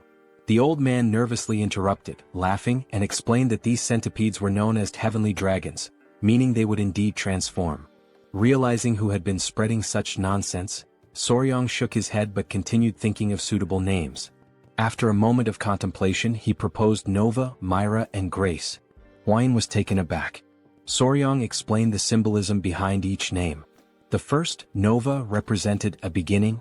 The second, Myra, symbolized fragrance. The third, grace, stood for elegance or kindness. Huayin was charmed by the names and their meanings, agreeing that the father should indeed name his children. Sometime later, while strolling through the city, the now larger centipedes clung to Soryang's body again. As he sat down to rest, he noticed that although his training had strengthened him, it wasn't enough for their increased weight, but at least he could still move. Opening his mouth to comment on their added heaviness, one of the centipedes suddenly jumped and hit him square in the face. Now lying flat from the impact, he realized they were clinging to his entire body. As he mulled over the situation, he overheard a conversation nearby that caught his attention. Two men, carrying a bag of money, remarked on how extravagant the Tang clan of Sichuan was, planning to visit a brothel that night. They added that earning money had never been easier, sparking Soryang's curiosity. Later, the patriarch shared good news with Soryang. He asked if Soryang remembered the medicine they had sent to the elders some time ago. Soryang confirmed he did. The patriarch explained that the medicine had worked exceptionally well, mentioning that the Lord had sent a message of gratitude along with a generous reward, which delighted both Soryang and Huayin. The father-in-law praised Soryang for achieving something remarkable, admitting he hadn't expected to reap benefits so quickly from accepting him as a son-in-law. Soryang was pleased by the compliment. Finally, the patriarch suggested granting him one of his elixirs, urging him not to refuse out of modesty. Soryang pondered the benefits an elixir might bring. Excited, Huayin asked her father what type of elixir he was offering. He replied that it was the honey of the golden king bee. Soryang assumed it was just ordinary honey, but thought he should probably accept it since it might boost his internal energy and help him become a martial master. With a serious expression, Huayin called out her father, asking why he had mentioned giving a reward when in reality, it was just honey. Gripping Soryang's arm, she sternly said her father shouldn't be so stingy, emphasizing that Soryang's accomplishments weren't trivial. She also pointed out that the honey was a low-grade elixir. The patriarch, now looking downcast, explained that even though it was low-grade, it had been expensive to acquire. Huayin, visibly fuming, retorted that regardless of its cost, it was far too insignificant compared to what Soryang had achieved. The patriarch silently lamented how difficult it was to have a daughter. Unbothered by the argument, Soryang asked more about the golden king bee they were discussing. After a moment of thought, the father-in-law described the golden king bee as a venomous, mid-level creature found in forests. He explained that its size was comparable to that of a small dog. He added that consuming its honey provided internal energy equivalent to 2 full months of meditation. Soryang's eyes lit up, marveling at the idea of a bee as large as a dog. Meanwhile, Huayin excused herself, frustrated on Soryang's behalf. Thinking quickly, the father-in-law fabricated an excuse, saying he thought Soryang might enjoy seeing the golden king bee in person. The suggestion instantly lifted Soryang's mood, and he grew excited at the prospect of seeing the bee for himself. The father-in-law gave an approving nod, and Soryang became euphoric. He recalled how in his past life he used to harvest honey alone while filming videos for YouTube. Wasting no time, he ran off, proclaiming himself an expert on bees. The father-in-law followed, commenting that this had turned out to be a good idea. Huayin sighed deeply, realizing she would have to deal with this new situation. Thus began the journey to harvest the honey. Despite their advanced knowledge, when they arrived, they found two groups arguing over who had the right to collect the honey from that area. One group claimed they had purchased the information fairly, while the other argued that they had arrived first and had also bought the details from a man with messy hair and a large wart on his face. Soryang recalled having seen someone with those exact features before. One of the members of the Tang clan of Sichuan grew furious and shouted that those swindlers had insulted their clan. Upon hearing the name Tang clan, the entire opposing group was struck with fear. Moments earlier, the patriarch had gathered with the couple, warning Soryang to be cautious on his first journey outside. He reminded him not to forget that he was now a member of the Tang clan family. Soryang nodded, saying he understood. Huayin, already aware of the topic, remained silent, while Soryang, surprised, glanced to the side and noticed a group of Tang clan members awaiting leadership. The patriarch explained that Soryang now needed to learn how to manage others. Soryang protested that Huayin would be with him, but the patriarch called him foolish, stating that now that she was his wife, it made him the highest authority. Stunned and confused, Soryang froze when the patriarch referred to Huayin as his wife. Meanwhile, in the background, Huayin reassured him that he would do just fine. Desperate, Soryang promised to do his best. Returning to the current scene, tension filled the air as the two groups glared at each other, vying for the right to harvest the golden king bee's honey. Soryang asked Wolfgang, the leader of the Venomous Blood Unit, if they should share information with the other group. After a moment's thought, Wolfgang questioned who had dared to leak information about the Tang clan of Sichuan. Huayin remarked that whoever had the audacity to sell information bought by the Tang clan must be very bold. Upon seeing her, the opposing group grew visibly uneasy. Recognizing her as the poison flower of the three flowers of Murim and a direct descendant of the Tang clan, they were struck with fear. Realizing their mistake, the leader of the other group apologized, introducing his faction as the Central Wind Sect and announcing their withdrawal. He insisted they had no intention of interfering in Tang clan affairs. The other sect members also apologized, vowing to track down the scoundrels who had sold the information. They quickly departed, leaving Soryang amazed and giving him a glimpse of the Tang clan's influence. Naively, Soryang asked if everything was now resolved. However, Wolfgang, with his seasoned experience, responded that it wasn't over yet, explaining that groups with their reputations wouldn't back down so easily. Wolfgang then instructed his men to set up camp nearby and organize shifts for keeping watch, suspecting that the sect members were hiding and waiting for the right moment to strike. He ordered one of his subordinates to gather intelligence on the enemy. Huayin, noticing Soryang's uneasy expression, reassured him with her experience, but Soryang could only think about the honey. The scene shifted to the group observing the golden king bees from a hidden vantage point. The bees were indeed larger, about the size of small dogs. Soryang was captivated by their appearance, and Huayin admitted it was also her first time seeing such bees. The two noted how adorable the bees looked, with their golden fur making them appear even cuter. This was likely the reason they were called golden king bees. Soryang observed that their colony seemed quite small but reasoned that, considering their size, it made perfect sense. He explained that a small hive would usually house around 5,000 to 7,000 bees. This information caught Huayin off guard, prompting her to ask how he knew this without even entering the hive. Soryang replied that, based on his experience, he could deduce it simply by observing the number of bees entering and exiting the hive. Suddenly, someone approached them from behind. They turned to find it was the man sent to gather intelligence. He reported that he had located the sect, who had established themselves on the opposite side and appeared calm, likely waiting for the right moment to act. Wolfgang speculated that they were waiting for nightfall to use the Tang clan's technique to harvest the honey. Curious, Soryang asked about the technique. Wolfgang explained that it involved burning artemisia leaves, whose smoke would calm the bees, providing enough time to collect the honey. Soryang found the method ingenious. The scout then made an observation that left everyone tense. The wind was blowing in their direction. In the silence that followed, Soryang had an idea, pointing out that if the wind was blowing toward them, it would also mask their scent. Huayin agreed. Excited, Soryang leapt up, announcing he would make a quick visit to the hive. Huayin, alarmed, grabbed him to prevent him from approaching the venomous mid-level creatures.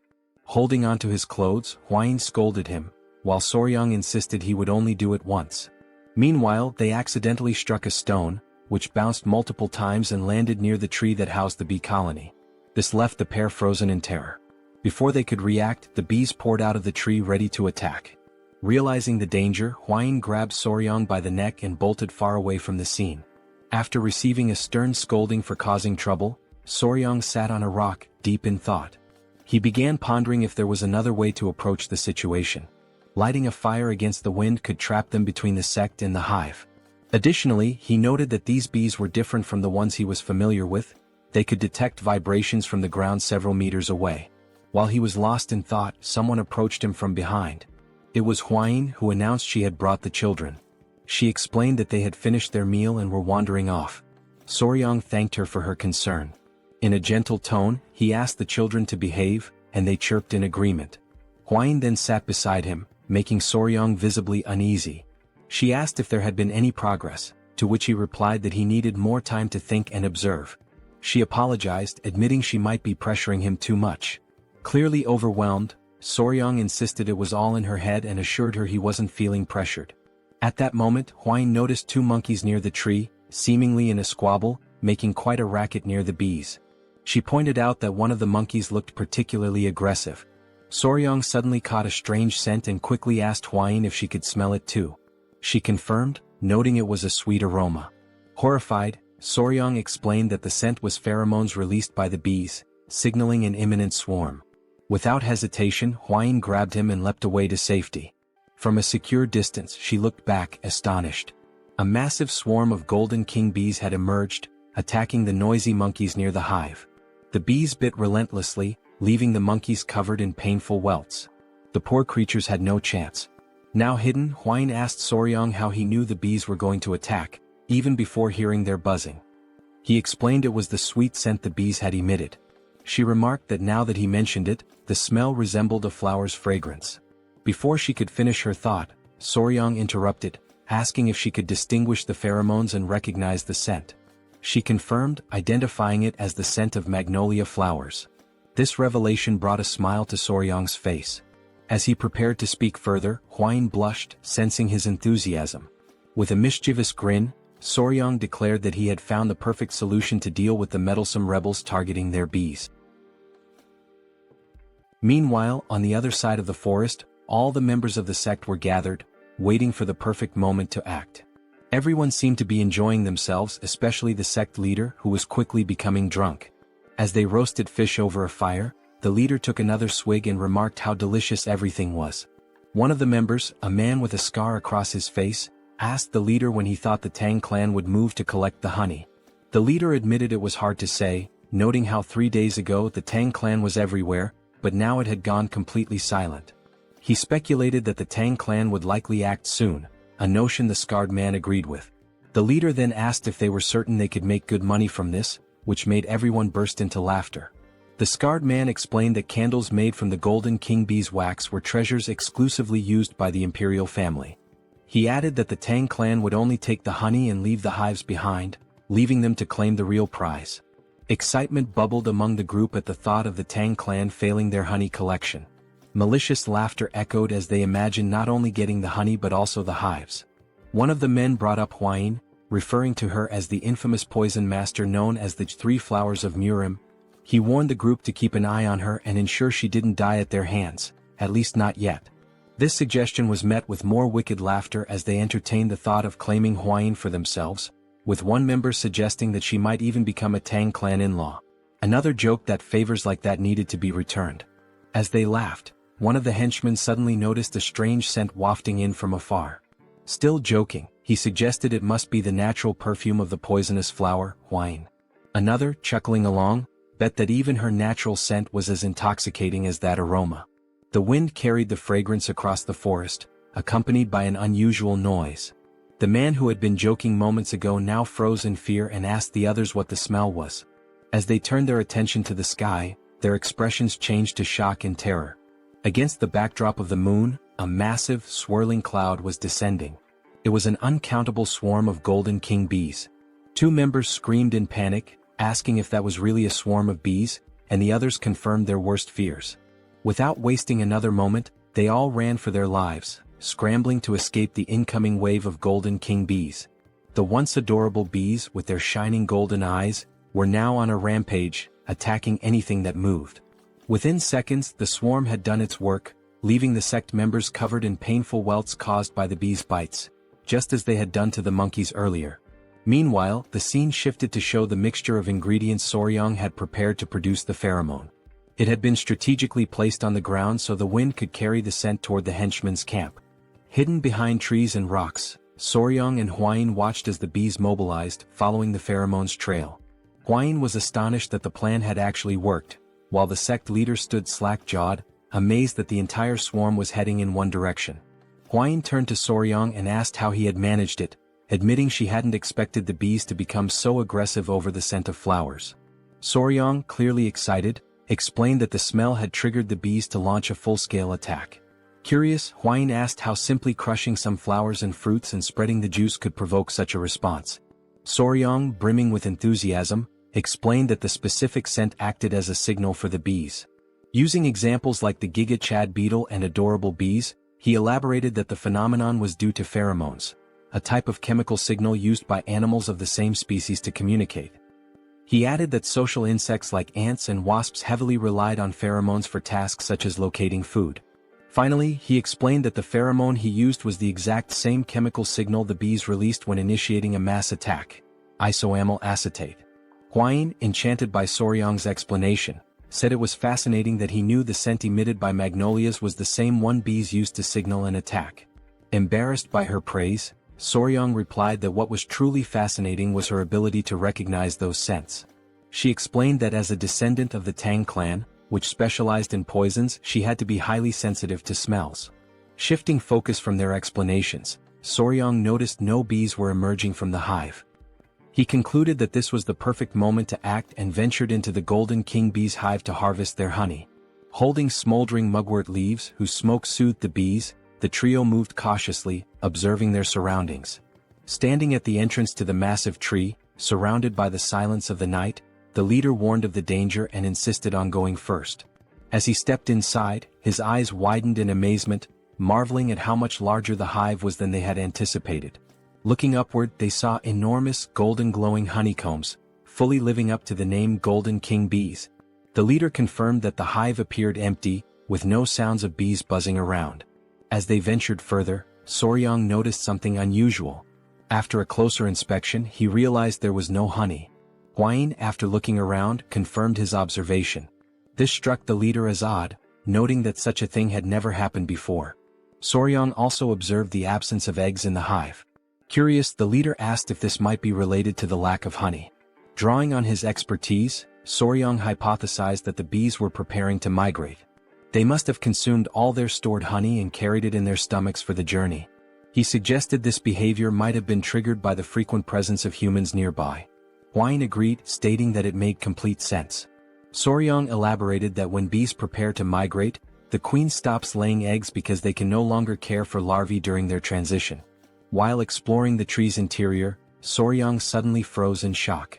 Hidden and camouflaged among the hive's remains, he spotted a lone golden king bee that had been left behind. With a sly smile, Soryang turned to the leader and asked how long he could sustain his mobility techniques without resting. The leader, confused by the question, estimated he could manage about half a day. Before he could ask why Soryang wanted to know, a scout interrupted, urgently announcing that the Golden King bees were returning and they needed to leave immediately. On high alert, the leader ordered everyone to retreat. He told Soryang to abandon his search and get out of the hive. In the background, Soryang continued inspecting the hive until Hwain came to retrieve him. Grabbing him by his clothes, she insisted they leave immediately. They all dashed to safety, knowing that even the Tang clan's techniques to calm the bees wouldn't be enough to prevent an attack. As Soryang was dragged along, it became apparent that he had taken the Golden King bee and hidden it inside his clothes. Moments later, the group finally breathed a sigh of relief, grateful to have narrowly escaped a potential mass attack. Hwain expressed her relief at having made it out before the bees returned, only to pause when she noticed something moving inside Soryang's clothing. Horrified, she demanded to know what he was carrying. With a sheepish smile, Soryang revealed the Golden King bee queen and nonchalantly explained that, since they couldn't retrieve the honey, he had brought the one who could produce it. Everyone stood speechless, processing the situation. When the gravity of what he had done sank in, they were thrown into a panic, unsure of what to do next. The Golden King bee queen, ever adorable, emitted a soft sound that only emphasized her charm. Soryang, now grinning, turned to the squad leader and warned that the bees would soon realize their queen was missing and start chasing them. As if on cue, a massive swarm of Golden King bees, willing to sacrifice themselves for their queen, appeared on the horizon, heading straight for them. With an innocent smile, Soryang cheerfully stated, "We need to run, now." And so began a life-or-death chase. Wolfgang carried Soryang on his back, running as fast as his legs would allow. The queen bee was restless, her wings trembling with unease. Soryang gently stroked her head, trying to soothe her, and promised that he would take her to a place where no one could disturb her. It had been several days since their desperate escape from the swarm of honeybees began. During this grueling journey, the group pushed themselves to their limits, sacrificing sleep and using their mobility arts to the fullest. Exhaustion was etched on the faces of every member of the team. By the time they reached their destination, several warriors from the Venom Blood unit had fallen behind. Silently, Soryang vowed that as soon as they returned, he would demand proper mobility arts training for everyone. As they pressed forward, one warrior stumbled and fell to the ground. Alarmed, another member shouted, drawing attention to their fallen comrade. The downed warrior was Huang Duryong of the Venom Blood unit. His condition was critical, half-conscious, with dark circles under his eyes, and both drool and snot dripping from his slack mouth. Soryang wasn't faring much better, dark circles shadowing his own eyes. Yet, he clung to the hope that once the queen bee was far enough from her colony, the relentless pursuit of the swarm would cease. Wolfgang, however, began to lose faith. He questioned Soryang, asking if they could truly escape. Soryang's answer was vague, offering no definitive assurance. 3 days later, another warrior collapsed, falling face-first onto the dirt path. Weakly apologizing, he admitted he could no longer continue. Soryang grew increasingly worried about Wolfgang's condition. Before he could act, Hwain stepped forward, insisting she would carry Soryang in Wolfgang's place. Soryang protested, suggesting he could run on his own. Despite her disheveled and exhausted appearance, Hwain declared with unshakable resolve that a member of the Tang clan never gives up. When they finally reached the gates of the Tang clan estate, 2 guards were stationed there. They quickly noticed the approaching figures and immediately recognized Hwain, their young lady. Leaning on Soryang for support, Hwain staggered forward. The guards were stunned by their battered state and wasted no time calling for assistance. The commotion drew the attention of the clan elder and Chai Olsen, who hurried out to see what was happening. Both men froze in shock at the sight of Hwain's weakened condition. Chai Olsen gently placed her head on his lap, using his healing arts to tend to her injuries. Furious, he demanded an explanation from Soryang. Soryang pleaded for calm, explaining that Hwain was merely exhausted from 10 consecutive days of using mobility arts without rest. However, he didn't dwell on explanations and urged them to move immediately to the training grounds, insisting there was no time to waste. The elder, confused, asked for clarification.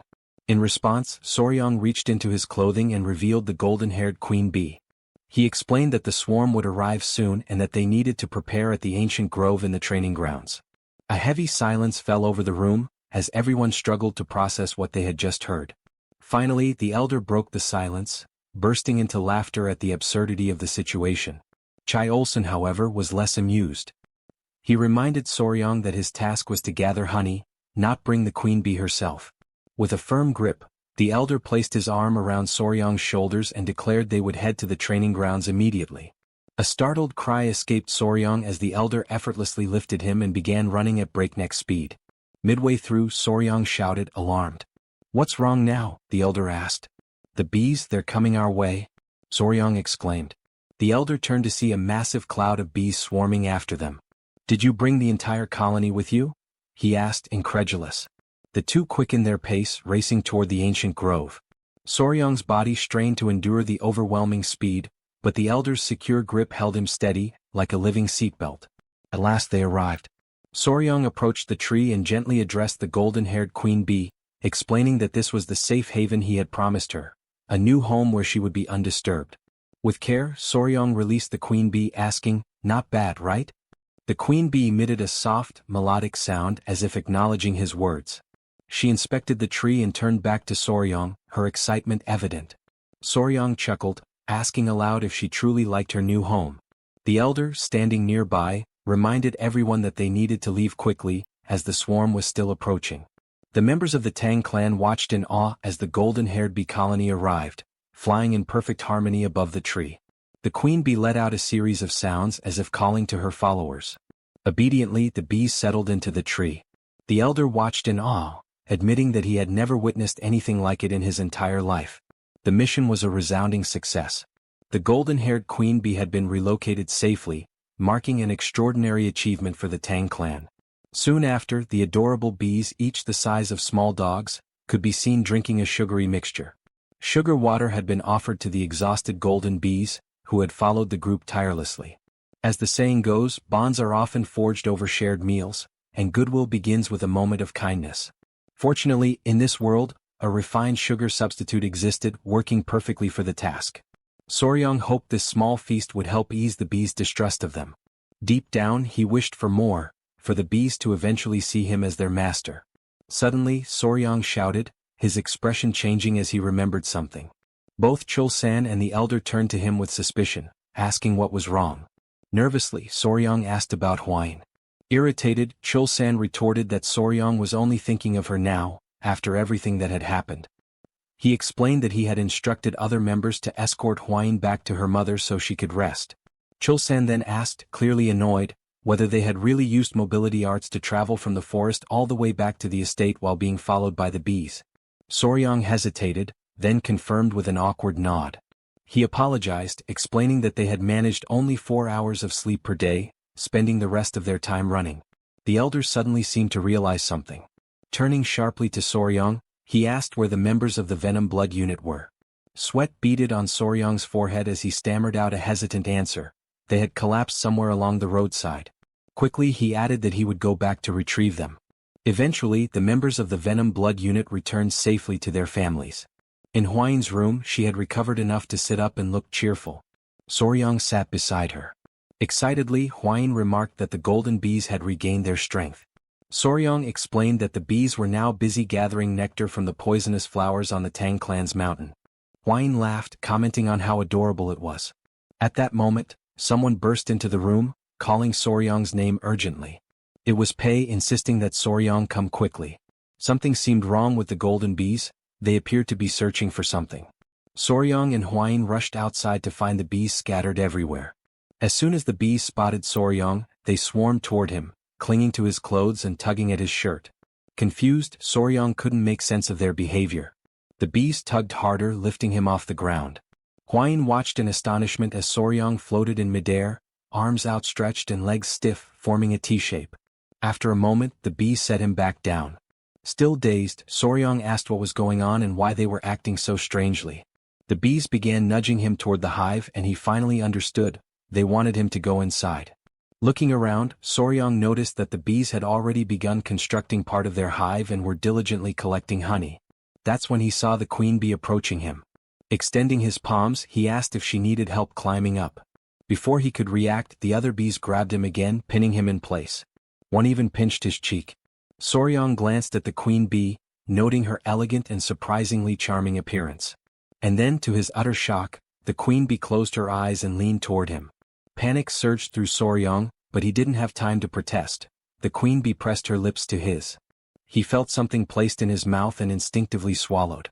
Immediately the other bees released him and the queen bee stepped back.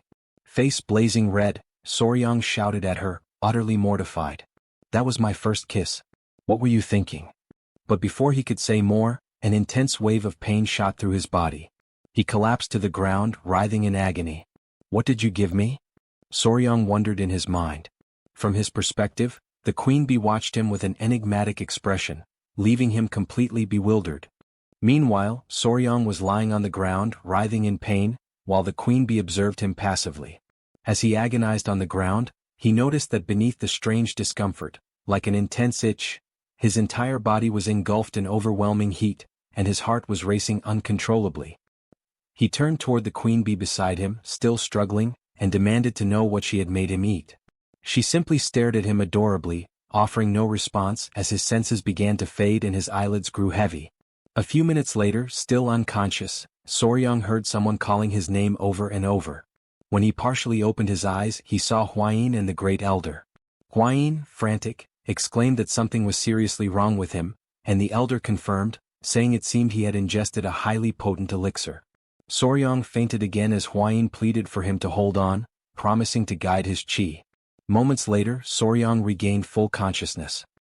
He woke to find Hwayin beside him, worry etched across her face as she asked if he was okay.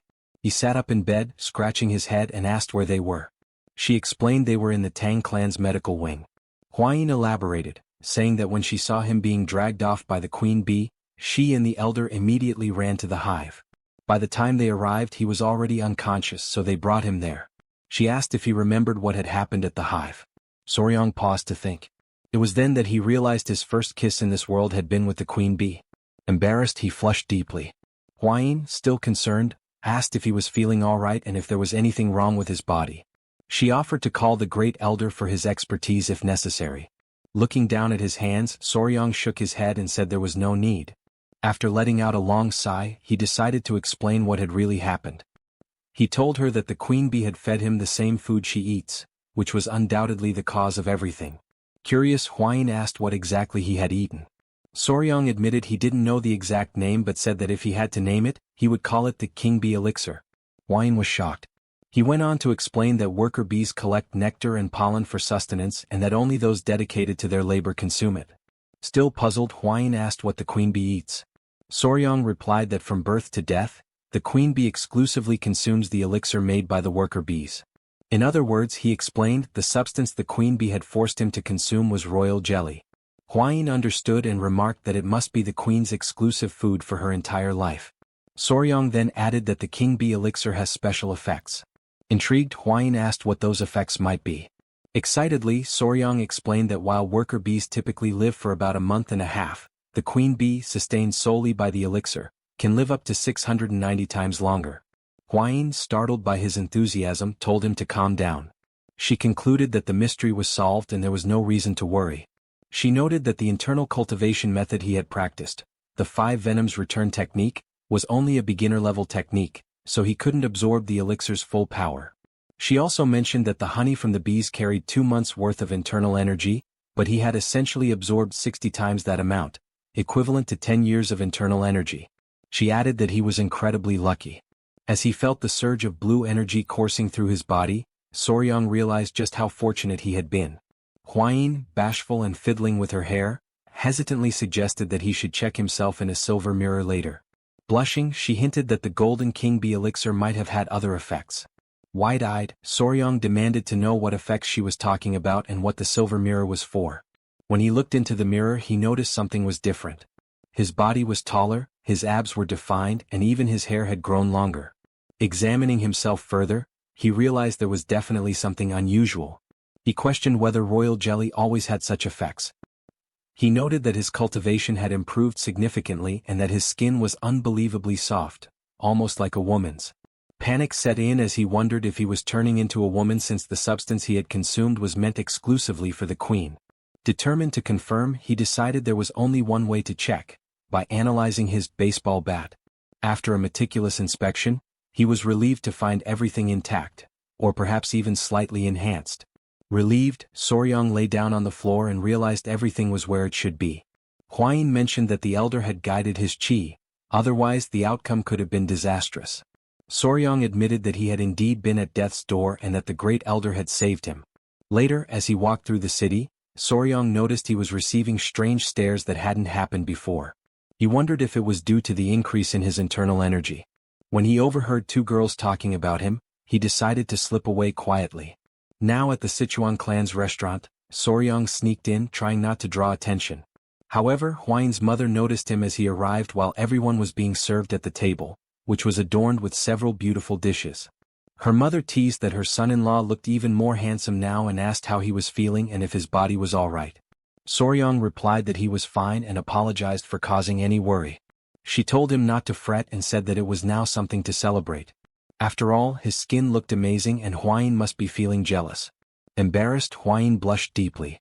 Flustered, she urged everyone to stop teasing and to take their seats. With everyone gathered around the table, the servants began serving the meal. Huayin's father asked if Soryong was feeling better, to which he replied yes and apologized again for causing concern. Soryong also took the opportunity to thank the elder, saying he had heard how well he had taken care of him. The elder graciously acknowledged the gratitude and commented that Soryong seemed to have had a stroke of good fortune. At this, Huayin's father and the elder turned to Soryong and asked if he could explain what had happened. Huayin had mentioned the king bee elixir, but they wanted to hear the story directly from him. Soryong paused, reflecting on what had truly happened and how to convey it. He began by explaining that it seemed the queen bee had been so pleased with her new home that she decided to reward him for his kindness. She dragged him into the hive and fed him the king bee elixir, which started all the commotion. Everyone at the table was shocked, marveling that even mid-level venomous creatures could show gratitude. It was truly fascinating. The elder then asked Huayin's father if there was any way to obtain the elixir again, noting how it could greatly benefit the Tang clan. Huayin's father responded that while the honey alone was an incredible treasure, the king bee elixir would indeed be an extraordinary blessing. Excited by the idea, Huayin's mother turned to Soryong and asked if it would be possible for him to acquire more of the elixir. The question silenced the entire table as everyone waited for his response. Huayin herself addressed him directly, asking if it was truly possible to get more. Soryong thought about it, considering that with ordinary bees, it might be feasible to create multiple queen cells and trick the worker bees into producing royal jelly for them. However, he concluded that attempting such a trick with the highly intelligent king bees would likely result in them turning everyone into a hive. He explained that royal jelly was essentially baby food produced by worker bees, but what he had consumed came directly from the queen herself, raising the possibility that it wasn't even the same substance. Debating whether to be fully honest and risk dashing their hopes, Soryong finally said he didn't think it was possible. The elder and Hwain's mother immediately asked why not. Soryong replied that even if someone could eat it, he wasn't sure they would want to. Confused, Hwain's father asked if the issue was with the taste or the smell. Soryong clarified that it wasn't about either. The king bee elixir came directly from the queen bee's mouth, and the only way to receive it was through direct contact with her. He went on to explain that the process involved forming a bond by joining lips, with the queen's tongue entering the recipient's mouth to transfer the elixir. The entire table froze in shock at the revelation that Soryong had kissed the queen bee, especially with his wife sitting right beside him. Still stunned, Hwain's father concluded that it was best to assume acquiring more was impossible since the queen bee had only favored Soryong, making it unattainable for anyone else. At that moment, the sound of chopsticks dropping broke the silence. It was Hwain, her face serious, who asked Soryong about this so-called kiss. With a look of disbelief, she demanded to know if he had really kissed the queen bee.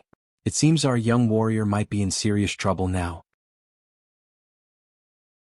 Meanwhile, night had fallen, and the full moon illuminated an otherwise calm and serene place.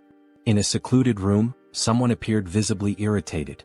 His hand, scarred and veined, rested heavily on the table. This hand belonged to none other than Ju Young-hak, the leader of the Murim Martial Alliance and known as the Emperor of the Fist. Suddenly, from outside the room, a voice announced the arrival of tea. Young-hak allowed the person to enter, and a young woman with brown hair stepped in, carrying a tray with a tea set. She mentioned that she had prepared Seosan Bikro tea, which startled Young-hak, as it was the tea of his homeland. He commented on the coincidence and she smiled, explaining that she was aware of its origins because the tea was famous. Grateful, Young-hak thanked her and promised to savor it. As she poured the tea, he prepared to take a sip, the woman watching him intently. Just as the tea neared his lips, another voice interrupted, identifying itself as General Jigul Hu. Young-hak asked what brought him there at such an hour and invited him to enter. Jigul, full of respect, apologized for disturbing the leader's rest and explained that he had received an urgent message from the Sichuan Tang Clan that he believed required immediate attention. Young-hak assured him it was fine and urged Jigul to share the news, assuming its urgency meant it was important. Jigul stepped forward, placed a scroll on the table and began explaining the situation. He revealed that the message concerned Rakshasa blood hand, Tak Anyang. Jigul detailed how the Tang clan had recovered not only Tak Anyang's head but also the secret manual of the blood hand poison art, which had been in his possession. Upon hearing this, Young-hak's rage boiled over, and he slammed his fist onto the table, shattering the teacup the woman had just served. Still trembling with anger over the blood hand poison art, he demanded to know where and how the manual had been retrieved. Jigul explained that years ago, Tak Anyang had disappeared after being struck by the myriad poison's palm of the divine elder. Subsequently, he had fled to the Hainan Islands where he lived in seclusion. With a slight smirk, Jigul added an even more fascinating piece of news, that the infamous demon Tak Anyang had been defeated by a young poison master. This piqued Young-hak's curiosity, and he asked for confirmation, wondering aloud if there truly was a young poison master. Sitting directly across from the leader, Jigul said the story surrounding this event was quite intriguing and suggested that Young-hak would find it fascinating. Smiling slyly, Jigul asked permission to recount the tale in full detail. In the background, the woman silently observed Jigul with an enigmatic expression, clearly displeased by his presence. Elsewhere, in the grand hall of the Tang clan patriarch, a meeting was underway with the clan's most prominent members. One of the elderly men mentioned that there were individuals within the Tang clan who had sold secrets to outsiders. Another elder called it an audacious betrayal, lamenting that he never imagined anyone would tarnish the clan's reputation. Soryong whispered to Hwain that it was surprising no one criticized her father-in-law, to which she smiled and replied that it was only natural. While the room buzzed with heated discussions, the father-in-law, Tang clan patriarch, spoke up, demanding to know who would dare to disgrace the family's honor. He added that even the elders of collateral branches were furious, emphasizing that, at the end of the day, they were all one family. He informed everyone that he had already requested the beggars' sect to uncover the culprits and expected news soon. Moreover, he announced his intent to personally visit the Yingchuan commandery. One elder asked how he planned to handle the situation. The patriarch responded decisively, explaining that he would begin with the soul-annihilating poison, followed by the bloody flames poison and the intestine-paralyzing venom. He elaborated, describing in vivid detail how the culprits would writhe in agony as their blood boiled, their organs dissolved, and their very souls felt like they were being torn apart. Finally he would finish them off with the 7-step soul-cutting poison. Hearing this, Soryang was stunned by the sheer brutality of the poison mix. Without hesitation, the Patriarch gave orders to Wolfgang to summon the Poison Annihilation Unit immediately, declaring his intention to depart at once. Wolfgang promptly obeyed. Outside, the unit stood assembled, ready for deployment. Turning back towards Soryang, the Patriarch said he was leaving and entrusted him with overseeing matters in his absence. Soryang expressed his gratitude and asked his father-in-law to take care of himself. Smiling confidently, the Patriarch replied that Soryang need not worry. After all, it was others who should be concerned about his actions. With that, the group departed, and the Patriarch addressed the squad, declaring that they would ensure the punishment for those who leaked the information would be unforgettable. Watching them leave, Soryang turned to Hwayin and asked if those men belonged to the Poison Annihilation Unit, noting that he had never seen them before. She confirmed, explaining that they were assigned to handle slightly heavier tasks. With a knowing smile, she elaborated that their primary role was to eliminate people, which was why they were aptly called the Annihilation Unit. Soryang couldn't help but wonder what exactly slightly heavier tasks entailed for them. As they continued their conversation, a voice called out to them from behind. Turning around, Soryang saw it was the elderly elders approaching. Both Soryang and Hwayin greeted the elders respectfully. One of the elders mentioned they had heard rumors about Soryang's recent stroke of good fortune. Pausing for a moment to think, Soryang realized what they might be referring to and admitted it was true. As he pondered, his thoughts turned to the royal jelly of the Golden King bees. One of the elders coughed awkwardly and, now a bit sheepish, explained that the reason they had approached Soryang was to ask him for a small favor. Surprised, Soryang asked what kind of favor they had in mind. When he inquired if it was related to the Golden King bees, the elders quickly denied it, asking if he thought they would stoop so low as to covet such a thing. After all, they explained, miraculous elixirs and rare treasures naturally find their destined owners. Still puzzled, Soryang asked what, then, they wanted from him.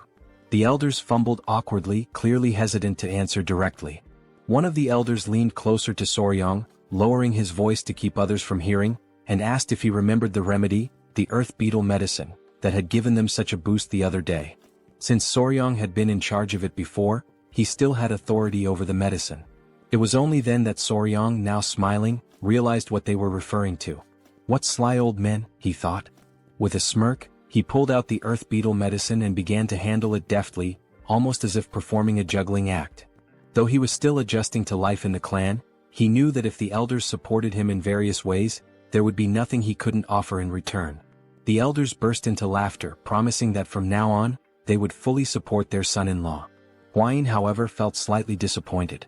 At that moment, the great patriarch emerged from the temple and noticed the elders laughing boisterously.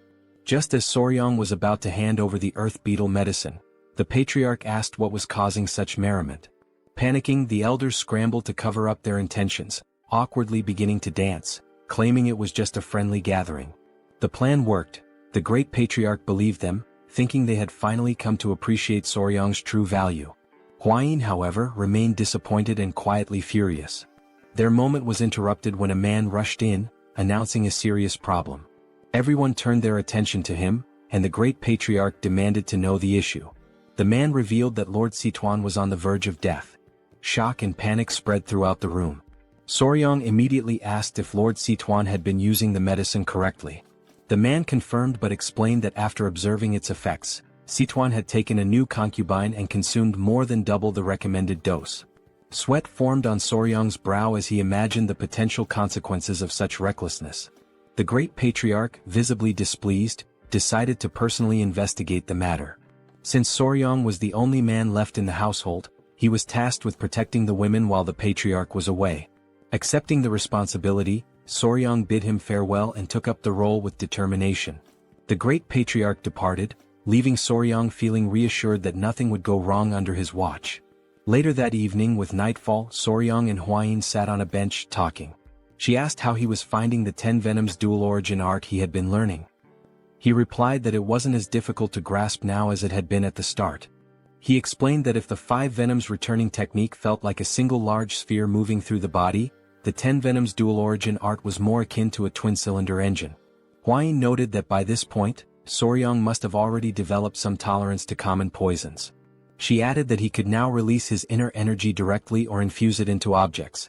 Soryong was speechless, intrigued by this revelation, and overwhelmed with an uncontrollable desire to test his new technique. They prepared a straw dummy for the test. Drawing a dagger, Soryong closed his eyes to focus. A powerful green energy began to emanate from his body, radiating with intensity. The first step was to move his internal energy from left to right and then rotate both spheres in the same direction. As soon as the chi energy circulated through his body, he opened his eyes and hurled the dagger forcefully toward the straw dummy. The dagger flew like lightning, piercing the dummy effortlessly. Soryong was pleased, and his fiancée praised him for successfully infusing his chi into the dagger. The knife, still radiating energy, embedded itself into the wall directly in front of two masked men. At first, the masked intruders thought they had been discovered and considered taking Soryong out. However, upon noticing the straw dummy, they realized it was just a coincidence. One of them was holding a book, the secret manual of the blood hand poison art. Although it was merely a copy, their task was complete, and they decided to leave quickly before the situation escalated. They mocked the Tang clan's negligent security, calling the guards fools for making their escape so easy thanks to the distraction. But then, something unexpected happened. A sweet, rosy aroma began to fill the air, putting the men on edge. The scent was pleasant, yet they couldn't determine its source. Hovering just above them was the king bee, glaring at the intruders with an intensity that confirmed they didn't belong there. As the rain began to fall, cries echoed through the area. Soryong froze, startled and unsure of what was happening. Elsewhere, Huayin turned toward the sound of the cries and spotted movement. Through the bushes she caught sight of men dressed like ninjas. Two were hidden while one stood in plain view. The king bee attacked the man who appeared confused, clearly not understanding why a bee was in the training grounds. Soryong and Huayin observed the scene and quickly realized they were dealing with intruders. With a furious expression, Huayin knew she had to act. She dashed toward the intruders and instructed Soryong to prepare the bow. She moved so quickly that a trail of dust followed her. Soryong shielded his face with his arms, stunned by her sudden action. He had no idea what she was planning. Meanwhile, the king bee bit the ear of one of the intruders. The man, desperate, tried to grab the bee, tears forming in his eyes as he called for help from his companions. One of the ninjas turned to Soryong and, noticing Huayin approaching rapidly, panicked and ordered the others to retreat. The king bee clung to the struggling intruder as the other two ninjas leapt away, scattering in different directions. Huayin sprinted after them, commanding them to stop. Determined, she pulled out a whip. With all her strength, she lashed it against the ground, causing a small explosion. Fortunately for the intruders, they managed to leap away in time, avoiding the attack. Huayin's eyes widened in surprise at their successful evasion. The man being attacked by the king bee unsheathed his sword and charged toward her. The king bee clung to his head in what might have seemed endearing under different circumstances. Soryong panicked, shouting for Lady Huayin to be careful. As the king bee sucked on the man's head, he swung his weapon with immense force. To his shock, Huayin blocked the attack effortlessly with her whip. She locked her piercing gaze on the man, who barely had time to react before she counterattacked. The next thing he knew, the whip was right in front of his face. The strike caused a small explosion on the man's body, sending the king bee flying away. After neutralizing her opponent, Huayin moved gracefully, appearing behind him. The man lost consciousness and collapsed to the ground. Soryong stood there, mouth agape, deeply worried about her. Huayin, her expression calm, turned to reassure him, telling him not to worry as she was fine. The man's body began to emit a sinister energy, causing him immense pain. The king bee landed on Soryong's shoulder as he stared at the body, unsure who the man was or whether he was dead. Huayin stowed her whip as she observed the strange energy emanating from the man's body. Within seconds he perished. Huayin explained that he had bitten into poison to end his own life, undoubtedly to conceal something crucial. Not far away, someone noticed the intruder's presence and shouted to alert the guards. Huayin turned and decided to organize a pursuit team to hunt down the fleeing enemies. Soryong began to sweat, overwhelmed by her determination. Huayin ordered him to follow her along with Gu Pei, the leader of the blood poison unit. The night was dark, but the forest was lit by the flickering glow of torches. Soryong, Pei, and several other members of the clan chased the intruders through the dense forest. Leading the group, Pei was confident that the masked men couldn't have gotten far. With a determined expression, he declared that they must capture them at any cost. While the others seemed tireless, Soryong was already showing signs of exhaustion. Sweating and short of breath, he focused on activating his dual-cylinder engine technique. As he did, he stomped the ground with great force, causing it to shatter beneath him. The earth gave way under his feet, and Soryong let out a loud yell as his body sank into the ground. From his clothing, small centipedes began to crawl out. Pei turned around with a confused expression and asked if Soryong was all right. Soryong had created a large hole in the ground. Pei and the others halted their pursuit, rushing to the edge of the hole to help him. With their assistance, Soryong managed to climb out, thanking them profusely as he genuinely thought he wouldn't survive. But as he turned his head back, something caught his attention. Beneath him was a cluster of green snakes staring up at him intently. Soryong couldn't stop himself from sweating even more as fear gripped him upon realizing he was standing in the middle of a snake nest. Pei studied the serpents carefully and explained that they usually gathered in areas with strong Inkai energy, particularly during this time of year. He added that these snakes were unusually aggressive and warned Soryong to stay vigilant. Soryong, overwhelmed by fear, continued sweating profusely. One of the snakes opened its mouth, preparing to strike. This behavior was odd to him since striped tiger water snakes were typically not this hostile. Dark clouds loomed over the sky, signaling the arrival of a storm. Soryong admitted that it was his fault they were delayed. Knowing that rain was imminent, he suggested they move quickly. Pei and the others agreed, resuming their chase. They couldn't afford to lose sight of the intruders. Not far ahead, a faint light became visible. Pei turned to Soryong, announcing that they had found the intruders. The masked men, visibly furious, found themselves cornered at a dead end. Behind them was a towering rocky mountain, cutting off any escape route. As thunder rumbled across the sky, Pei and his group arrived, encircling the intruders. Pei and his team reached into their robes, declaring that this was the end for the masked men. Soryong remained silent, while on the other side, one of the masked men glared at his companions and commanded them to tighten their formation. The blood poison unit members drew their kunai, prompting the masked men to unsheath their weapons in response. The blood poison unit advanced, ready for combat. One of the masked men wielded a sword and charged forward. Two members of the unit threw kunai at him, but the ninja skillfully deflected the projectiles with his dagger. He counterattacked fiercely, his sword clashing violently with the ninja's daggers. The ninjas were shocked by the man's strength, their expressions hardening in frustration. One of them moved swiftly and delivered a powerful kick to the man's face, forcing him to drop his weapon. They ordered him to step aside. Witnessing this, a member of the blood poison unit panicked. While the ninjas were distracted, something began approaching them rapidly. It was Pei who attempted a surprise attack. But the ninja ducked quickly, evading the strike with ease. Pei stood still, observing silently. The ninja retreated with small leaps, but Pei activated his skill, Triple Mirage Kill, and hurled kunai at the enemy. The kunai flew toward the ninja, exploding mid-air and splitting into 3 separate blades. The ninja was stunned by the unexpected attack. Luckily, he managed to block 2 of the blades, but the third embedded itself in his shoulder, causing excruciating pain. He clutched his wounded shoulder, grimacing. Pei approached, mocking him as a lucky bastard. By now, 2 of the masked ninjas were already down, leaving only one standing, injured and fatigued. Pei and his men began to close in on the last remaining enemy. The ninja was fortunate. The rain had diluted the venom on Pei's kunai, sparing him from a more severe fate. Pei glared furiously at the ninja, but suddenly, a chilling laugh echoed through the air, interrupting the standoff. The voice mocked the pathetic insects gathered there. Pei and the others froze, their confusion apparent. On high alert, Pei adopted a serious expression and demanded to know who was there. At that moment, a figure descended from the top of the rocky mountain, landing before the remaining ninja with enough force to crack the ground. The newcomer was an old man with a long, scraggly beard and a sinister smile. He scanned Soryong and the others with a murderous gaze, exuding an aura of malice. Feeling the man's powerful energy, Pei immediately became alert, recognizing him as a martial arts master. Without hesitation, Pei ordered his men to retreat. The old man's body began to radiate a sinister aura.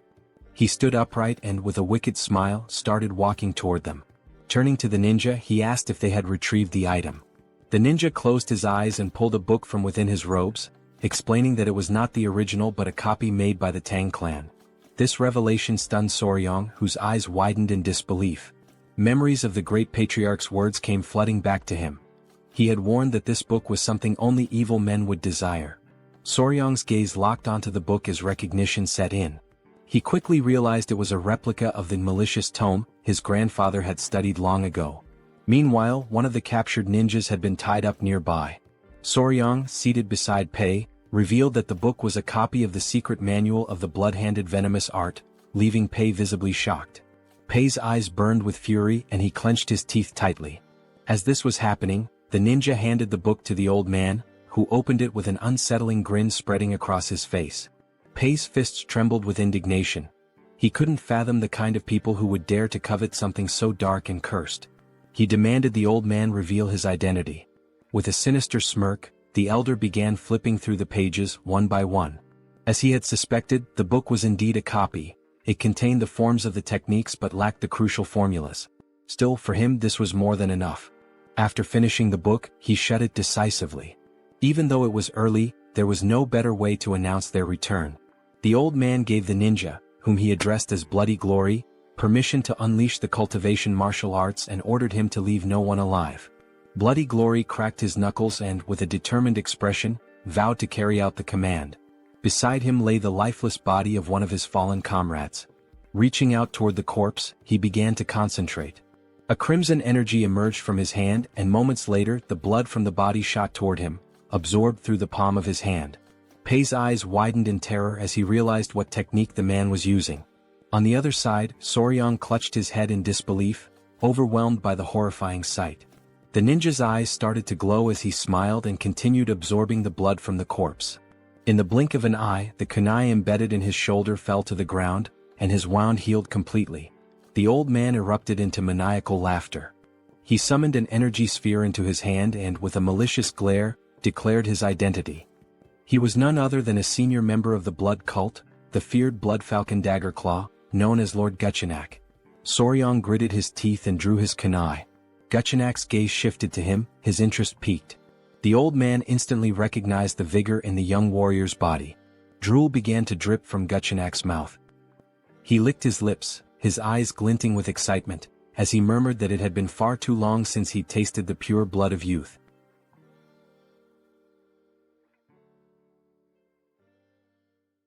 Lord Guchenak commanded ninja to capture their target, believing that nothing aids recovery better than the pure blood of a young boy.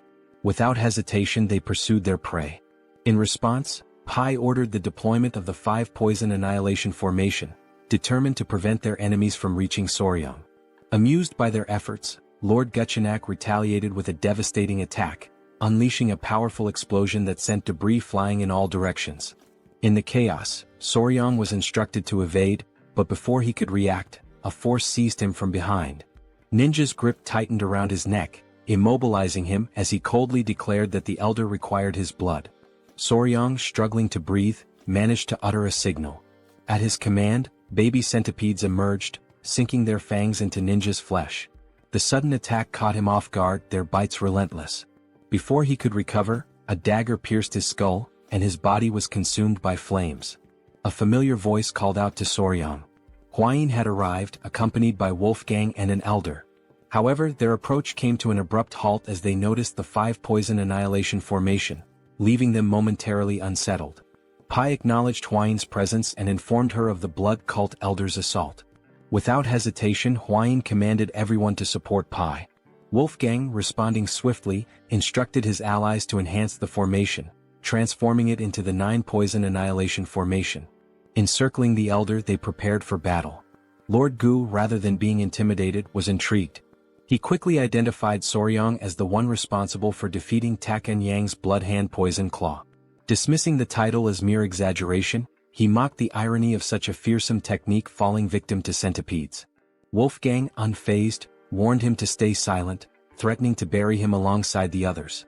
Lord Guchenak merely laughed, daring them to try, his expression twisted with anticipation. As the battle raged on, rain poured from the sky, explosions erupting across the battlefield. Amidst the chaos, Soryang attended to an injured warrior, urging him to hold on despite knowing deep down that their situation was dire. Their forces were growing weaker, while their enemy continuously replenished his strength by absorbing blood. A sudden crash broke his thoughts. Huayin had been thrown against a tree, wincing in pain. Rushing to her side, he asked if she was all right. Though coughing up blood, she reassured him before grasping his hand and advising him to return to the Tang clan to summon reinforcements. Their current numbers were insufficient. Soryang hesitated, torn between the truth of her words and the reality that he could do nothing to change the battle's course. Wolfgang and the others pleaded with him to go, vowing to hold their ground as long as possible. With a pained expression, he finally agreed, promising to return quickly, though he doubted his own speed. Before he could dwell on it, Huayin pulled him into an embrace, assuring him that he was capable. She reminded him of his hard training and promised they would search for more poisons together in the future. Entrusting him with their survival, she returned to the battlefield. Watching her leave, Soryang struggled with his emotions, feeling overwhelmed by the situation. Pushing forward, he sprinted as fast as he could, until he tripped, landing in a puddle. The baby centipedes emerged, offering him comfort, a gesture he found oddly touching. Then realization struck. Even if he ran at full speed, it would take nearly half a day to reach the clan, and most of their skilled fighters were away. Even if he called for help, they wouldn't arrive in time. Looking up at the sky, he understood the truth. They had sent him away not for reinforcements but to save him. The thought left him conflicted. Was it because he was the youngest or because they saw him as weak and in need of protection? Doubts crept in about the true nature of martial artist chivalry. Yet, as he recalled Kaelson's words, that he was part of the family, he reflected on the meaning of the word. He had never truly considered himself a member of the Sichuan Tang Clan. But as he recalled cherished memories with them, he realized that everyone had already accepted him as family. Everyone except himself. A small smile formed on his lips. For an assassin clan, they were surprisingly warm-hearted. Rising to his feet, his resolve hardened. With newfound determination, he whispered to himself, ready to act. He sprinted forward, driven by a singular goal, to save those who had risked their lives for him. His mind raced through possible solutions, considering every factor: blood cult regeneration, venomous creatures, poisonous beasts, and lethal herbs. Then he came to a halt. Before him lay a snake den, its eerie inhabitants slithering within. He turned to the baby centipedes, instructing them to wait before carefully setting them down. Without hesitation, he ran toward the den, leaving them puzzled by his actions. With unwavering resolve, he leaped into the pit of serpents, ready to embrace whatever lay ahead. The blood-stained snakes, known as flower snakes, appeared harmless at first glance, but they were highly venomous vipers. Unlike other venomous snakes with hooked fangs at the front of their mouths, these had smaller venomous fangs located in the molar area, making it more difficult to inject their toxin. However, their venom was among the most potent of any terrestrial snake in East Asia. As Soryang descended into the snake's nest, dozens of them immediately coiled around his body, biting his hands and legs. He remained composed, enduring the pain and even urging them to bite him harder. Though their venom exceeded that of a black mamba in strength, the Tang clan's internal energy techniques allowed him to resist its effects, ensuring his survival for the time being. The small centipedes, watching from a distance, became worried and called out to him. He reassured them, telling them to remain calm as he would be leaving soon. However, as he examined his arm, now covered in snake bites, he decided that he had acquired enough venom for his purposes. Just as he prepared to leave, he suddenly found himself unable to move. Looking down, he saw that the snakes had wrapped tightly around his legs. The unexpected situation unsettled him, and panic flickered across his expression. Before he could react further, the small centipedes leaped into the nest, landing on his head and shoulders. Their presence caught him by surprise, and their actions, though unexpected, struck him as oddly endearing. One of the centipedes, enraged by the snake's aggression, let out a tiny but fierce roar. Soryang watched with growing confusion as the confrontation escalated. A snake locked eyes with the centipede and began to hiss, provoking the small creature further. Its patience quickly ran out. With sudden intensity, the centipede lunged at the snake, biting it before slamming its body against the ground with surprising force. Soryang could only watch in disbelief. The tiny creature then turned its attention to another snake, continuing to fight with unexpected ferocity. Within moments, it had defeated its opponent, its eyes gleaming with triumph as it flashed a satisfied smile.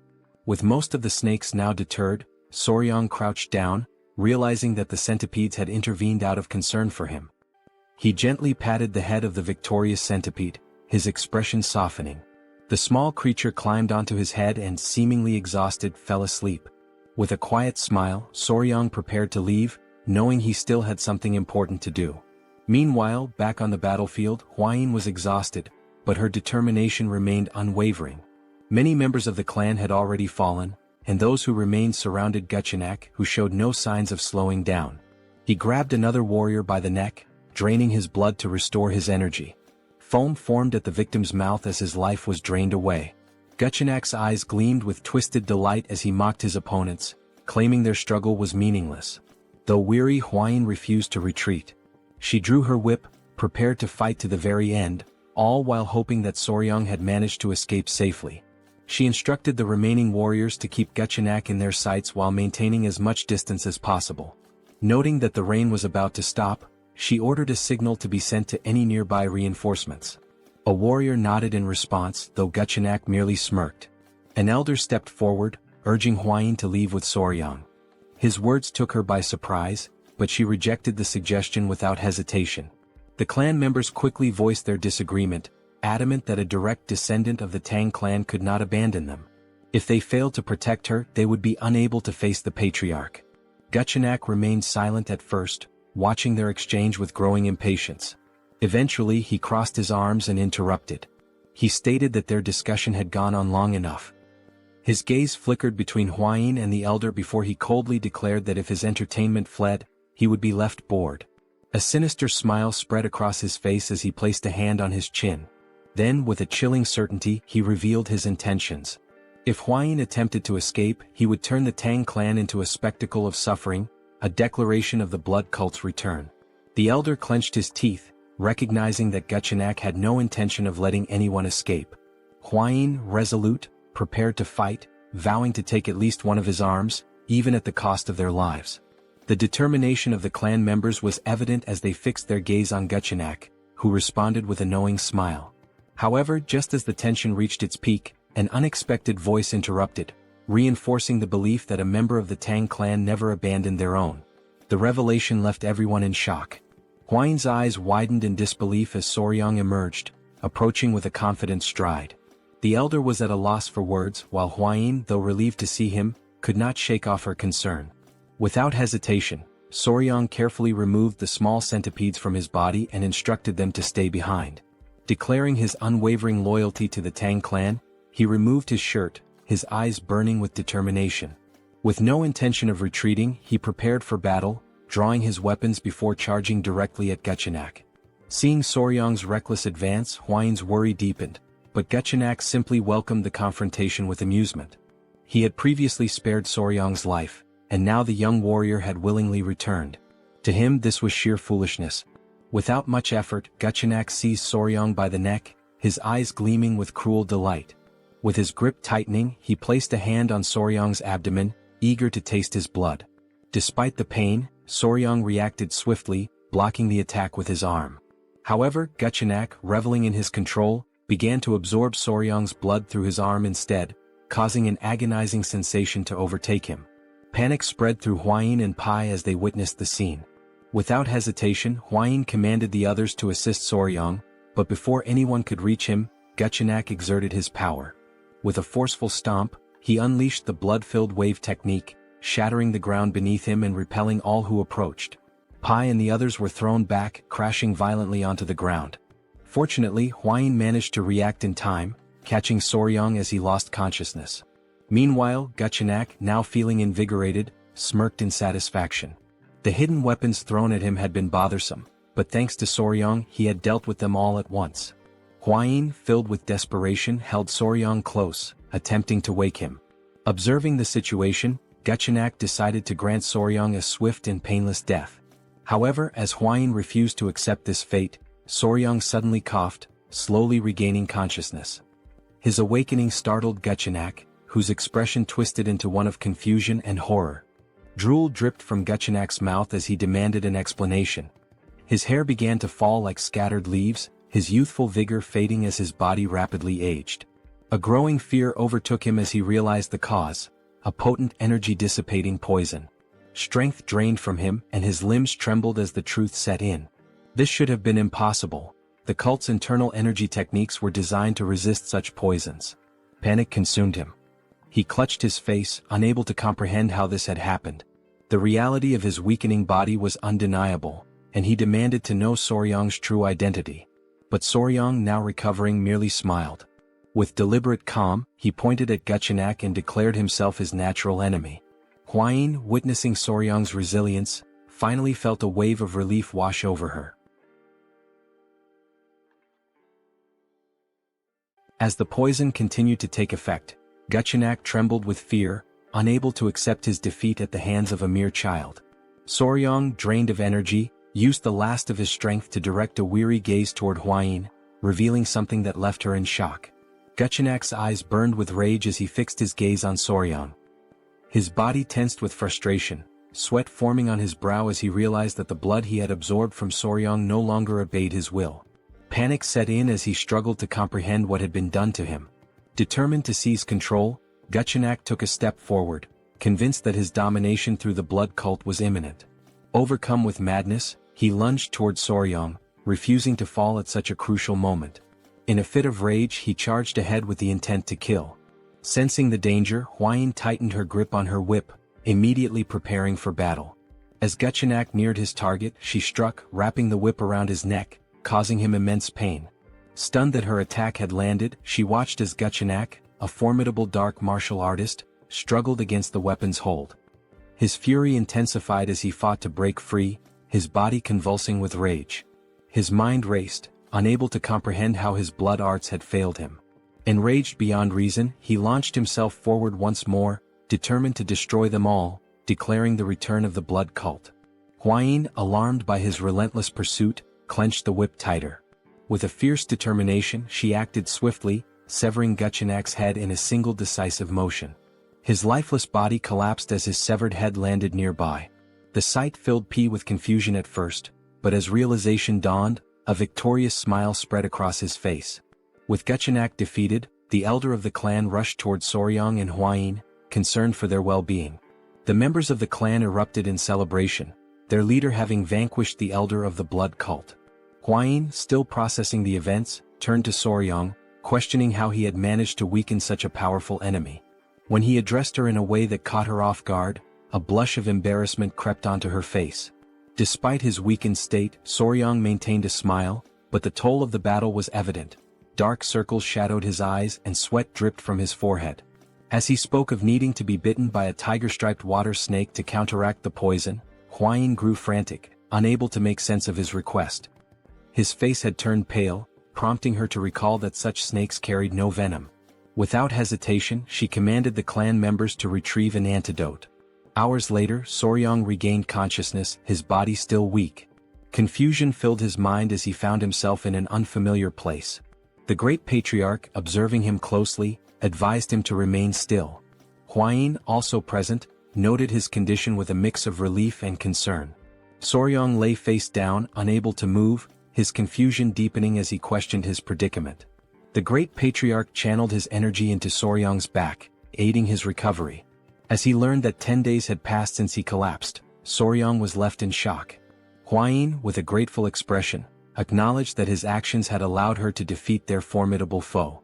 She explained how his condition had been dire, and without the timely return of the great patriarch, the situation would have been disastrous. The memory of being bitten by a snake in his past life resurfaced in Soryang's mind, sending a shiver of fear through him. With the treatment complete, the great patriarch assured him that he would recover. With Hwayin's help, Soryang managed to sit up and expressed his deep gratitude. The great patriarch then studied him carefully before deciding it was time to discuss something important. Placing his hands on Soryang's shoulders, he questioned whether the tiger-striped water snake truly possessed venom and sought to understand how Soryang had managed to defeat the elder of the blood cult. As Hwayin grew anxious and urged her grandfather to remain calm, Soryang, still feeling the lingering effects of the poison, prepared to explain everything.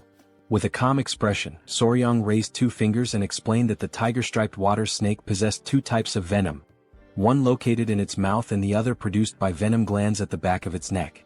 Hwayin and the great patriarch, seated near his bed, listened with growing curiosity, as this was information previously unknown to them. Soryang continued, stating that these snakes were naturally shy and typically avoided humans, and their fangs were too small to be easily noticed. In fact, it was not until the 1980s that people discovered their venomous nature. The great patriarch, quick-witted as ever, immediately connected this revelation to the dissipation of the elder of the blood cult's internal energy. However, he hesitated, recalling that the blood cult had long been known for its resistance to toxins. Soryong, turning toward him, clarified that while it was only a hypothesis, he believed that the elder's energy loss had resulted from exposure to the snake's venom. He elaborated that the primary component of the venom was hemotoxin, a hemorrhagic toxin capable of destroying red blood cells, blood vessel linings and tissue cells. He then posed a crucial question. What would happen if cultists who relied on blood for their martial arts were exposed to such a substance? The success of his plan became evident. Resting his hand under his chin, Soryong speculated that the cultists' blood, the very core of their strength, had likely been altered, leading to their downfall. He also revealed that although little known, the tiger-striped water snake's venom was 5 times more potent than that of a viper. If enhanced with Yin energy, it became a lethal weapon. Upon hearing this, the great patriarch's eyes widened in shock, and a cold sweat formed on his brow. The realization that such a powerful venomous creature resided near Sichuan left him deeply unsettled. Huayin turned to Soryong with admiration, a smile forming as she acknowledged his incredible achievement. The great patriarch then cleared his throat, drawing their attention. Crossing his arms, he recalled that the elder of the blood cult had referred to Soryong as the nemesis of heaven, his natural enemy. The title made Soryong uneasy as it sounded overly dramatic, almost like something from a high school fantasy. Embarrassed, he pulled the blanket over his face, looked away and blushed. Witnessing his reaction, Huayin and her grandfather placed reassuring hands on his shoulders, affirming that the title was fitting given how he had managed to seal the elder's martial arts completely. The great patriarch's expression then shifted to one of gratitude as he sincerely thanked Soryong for protecting his family. However, his gratitude soon turned into anger as he clenched his fist, unable to comprehend how the blood cult had dared to attack in his absence. With gritted teeth, he vowed to eradicate them entirely. Both Soryong and Huayin remained silent, their expressions serious. The great patriarch insisted that the blood cult must be completely destroyed, a sentiment Soryong fully agreed with. Now that their weakness had been discovered, the next step was to gather a significant quantity of venom from the tiger-striped water snakes. A fiery determination filled Soryong's eyes as he recalled Guchenak and his subordinates, viewing them as nothing more than pests that needed to be exterminated. Since the reappearance of the blood cult, the Tang clan had been in a state of emergency. Many warriors had been wounded and some had lost their lives. A message was tied to the leg of a messenger pigeon, which was then released into the sky. The great patriarch had sent it, summoning Murim's allied orthodox factions to the Tang clan to assist in the upcoming battle. Despite the minimal casualties considering they had faced an enemy at the pinnacle of martial arts, the great patriarch's expression darkened at the thought of the blood cult plunging Murim into chaos once more. The cult had never been satisfied with merely abducting victims to drain their blood. 30 years prior, they had carried out a massacre that cemented their status as sworn enemies of Murim. The severity of the situation weighed heavily on him. While Soryong remained lost in thought, the great patriarch placed a firm hand on his shoulder, pulling him back to the present. A confident glint appeared in the elder's eyes as he stated that this time, the situation was different. Soryong's curiosity was piqued and he turned to listen. The great patriarch then revealed the reason behind his confidence. The Sichuan Tang Clan was now the natural enemy of the blood cult. Hearing this, Soryong's expression twisted in frustration, sweat forming on his brow as he struggled to determine whether his grandfather had said this intentionally. The great patriarch turned to Soryong with a knowing smile, confirming his suspicions. Placing his hands behind his back, he spoke of a request, asking if Soryong would be capable of fulfilling it. With curiosity, Soryong immediately agreed, especially if it concerned the clan, vowing to do his best. The patriarch's expression grew serious as he revealed that members of the Murim alliance would soon arrive, including their military forces. He had decided to present them with the poison that Soryong had discovered, now that the blood cult's weakness had finally been uncovered. Soryong's eyes widened in surprise before he respectfully clasped his hands and, with a smile, expressed his agreement, believing it was for the greater good. Seeing this, the great patriarch smiled, having anticipated Soryong's response. Just as Soryong was about to leave, the patriarch mentioned something that would bring him great joy. Curious, Soryong turned back, eager to hear the news. With a warm smile, The patriarch announced that the modifications to the Hall of 10,000 Poisons had been completed and that, from that moment forward, Soryong would be officially responsible for managing it. A surge of joy overtook him, and he clenched his fists in excitement, already envisioning himself surrounded by poisonous creatures. His eyes sparkled with enthusiasm. The patriarch also added that, as per Soryong's suggestion, a sunlit pavilion had been prepared, a crucial step for properly raising tiger-striped water snakes. Interlacing his fingers, Soryong grew even more excited, determined to think of this as a duty for Murim's benefit and to give his best effort. As the messenger pigeon soared into the distance, hours passed before Soryong finally arrived at the Hall of 10,000 Poisons. Upon seeing it, his jaw dropped in amazement. It was magnificent, guarded by 2 sentries at the entrance. Walking toward the door alongside Hwayin, he noticed a particular room labeled the Toxic Creature Garden. Hwayin's attention immediately fixated on it, and confusion flickered across her expression. Crossing his arms, Soryong smiled as he explained that it was a space dedicated to gathering all the poisonous creatures of the Central Plains. Her expression tensed with apprehension as she questioned whether he truly intended to assemble them all. With unwavering confidence, he affirmed it, reminding her of his promise to one day collect the 10 great venomous creatures of the region. Upon hearing this, a deep blush spread across her face. She covered her mouth, averted her gaze, and without hesitation, rushed off with the excuse of investigating a nearby gathering. As Soryong stood there, momentarily puzzled, a familiar voice greeted him with enthusiasm. It was Gu Pei, who stood confidently with his hands on his waist. With a beaming smile, he revealed his new position as commander of the Poison Division. While Soryong's expression turned to one of confusion, Hwayin remained motionless, observing the scene. Gu Pei, still smiling, explained that the division had been newly established under the patriarch's orders. Behind him, several clan members stood in formation. Turning toward them, Gu Pei formally introduced them, stating that from that moment on, they would serve Soryong, acting as his hands and feet. Whether it involved locating poisonous creatures or raising them, he could rely on them completely. The realization of what was happening struck Soryong all at once. His mouth practically began to water at the thought, while Hwayin, standing nearby, felt a twinge of envy. His eyes sparkled with sheer joy as he processed the significance of the moment. This was like having an entire team from a pet store dedicated to supporting him. For Soryong, this was another step toward turning his dream into reality. Meanwhile, far from the Tang clan, the messenger pigeon reached its intended destination. A woman with long black hair received the message and carefully read its contents. As her eyes scanned the words, she came to a chilling realization: the blood cult had returned. Lifting her gaze toward the sky, she understood that the peace that once reigned over the Central Plains was about to be shattered. A violent storm was looming on the horizon. At dawn the following day, Jaegal and his men set out toward the Tang clan. As they traveled, one of the elders turned to the group with a smile, remarking that they would soon arrive and would likely spend the night at the Tang clan mansion. A sense of relief spread across Jaegal's face at the thought of avoiding another night outdoors. As he walked, his mind wandered to an image of Jeong-hak, the Emperor of the Fist and leader of the Murim alliance, his fist clenched and his eyes burning with rage. The thought made Jaegal uneasy, realizing the importance of bringing at least one valuable piece of news.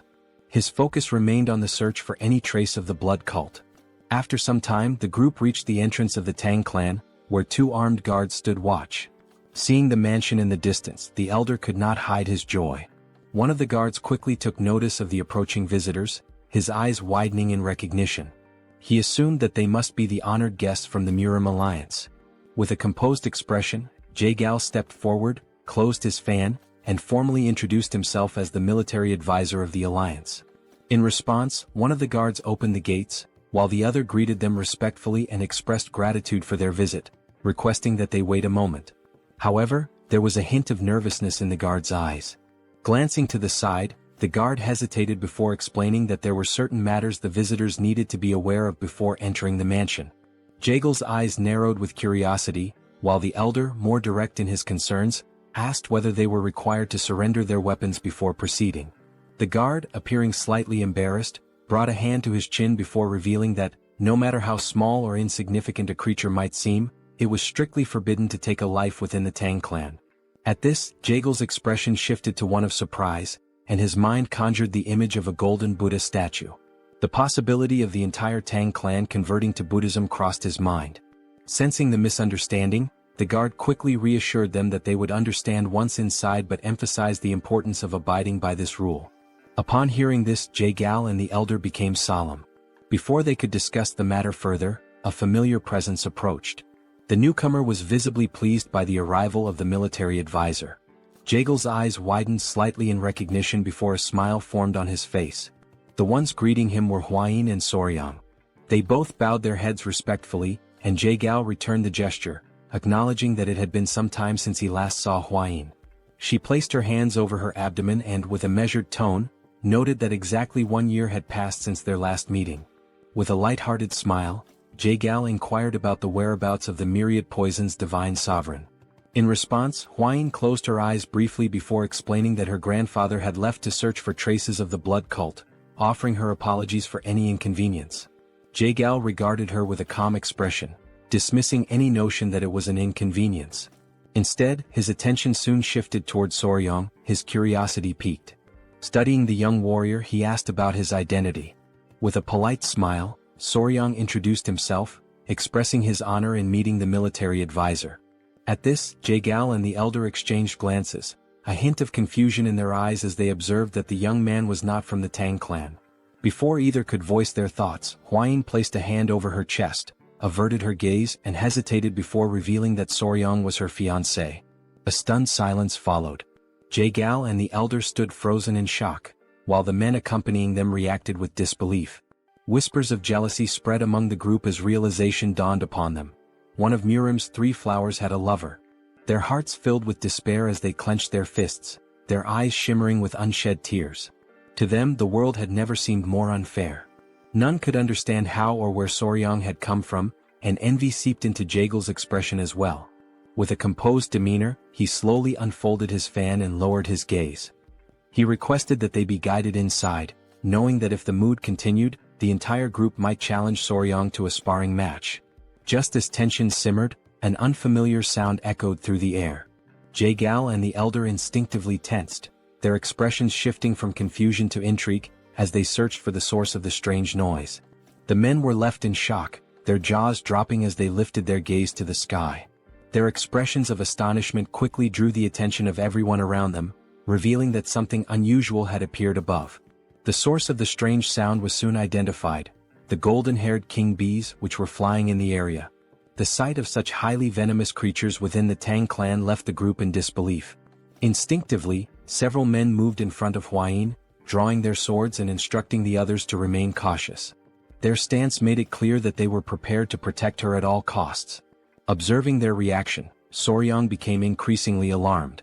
A sense of urgency flashed in his eyes as he urged them to put away their weapons. Fear crept into his expression as he stepped forward, placing a hand on one of the men's shoulders in an attempt to explain the new regulations of the Tang clan.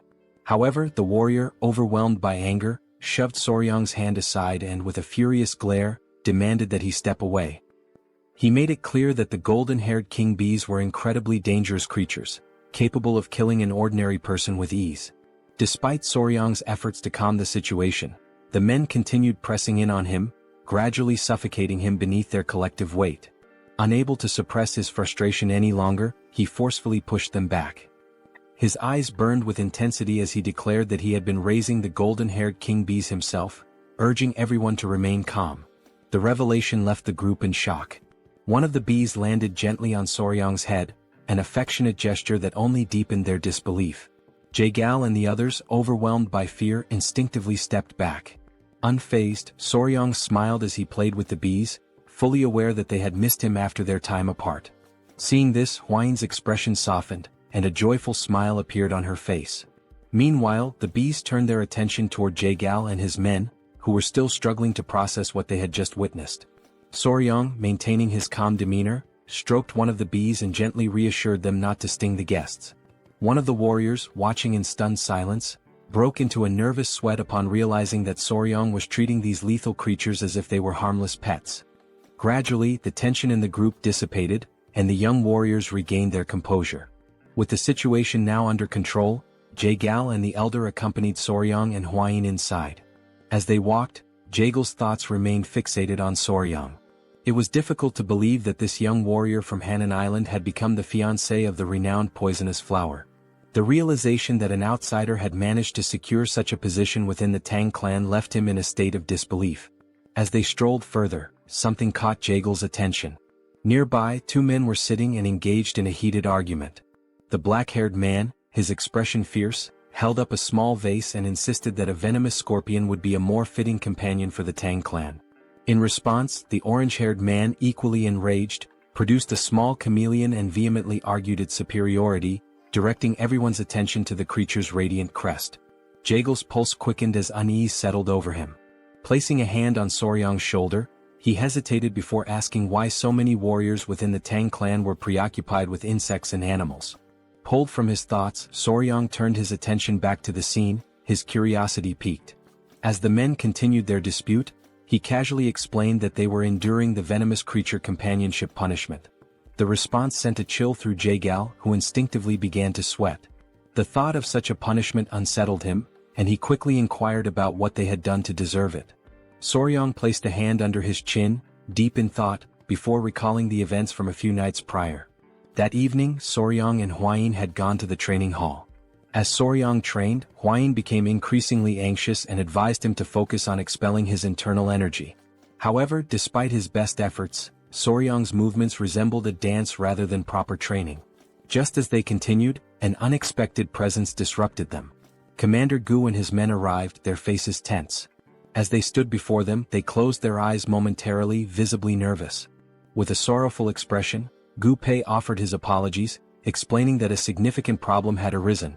More than half of the captured rat pups intended to feed the tiger-striped water snakes had perished. Hearing this, Soryang turned toward him, his gaze filled with sadness. Hwayin, on the other hand, appeared confused, uncertain about the situation. Soryang crossed his arms, closed his eyes and sighed. There was little that could be done, as rats were highly sensitive creatures. If the environment became too noisy, it was not uncommon for the mother to kill them. However, Gu Pei soon revealed the true cause of the problem. The warriors had not merely failed to preserve the rat pups, they had eaten them. A flicker of disbelief crossed Soryang's face as confusion settled in. Gu Pei continued, explaining that the men had consumed the young rats as snacks while drinking alcohol. The weight of this revelation left Soryang speechless. His eyes widened in shock, struggling to comprehend that the warriors had treated the rats as nothing more than side dishes to accompany their drinks. Soryang was overwhelmed by confusion, struggling to grasp the situation unfolding before him.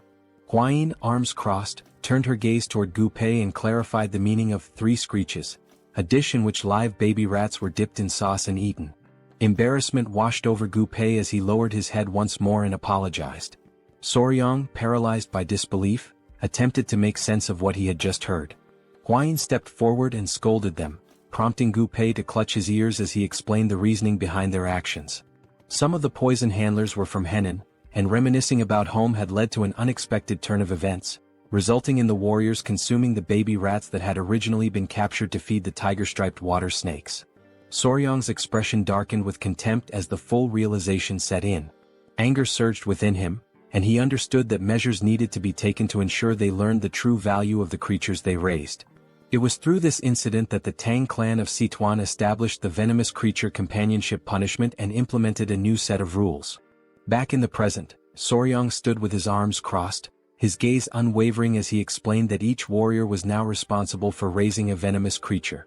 The warriors began to argue among themselves, their reactions varying, while Jaegal, unable to contain his unease, broke into a nervous sweat. The reason behind each warrior's association with a venomous creature had finally become clear to him. His curiosity intensified, and he focused his attention on Soryang, finding him increasingly fascinating. As Soryang observed the warriors with thinly veiled disdain, Jaegal came to a sudden realization. This young man was far from ordinary. When night fell, the great patriarch arrived, and the 3 of them sat together at a table for discussion. With a serious demeanor, the great patriarch recounted the series of events that had transpired.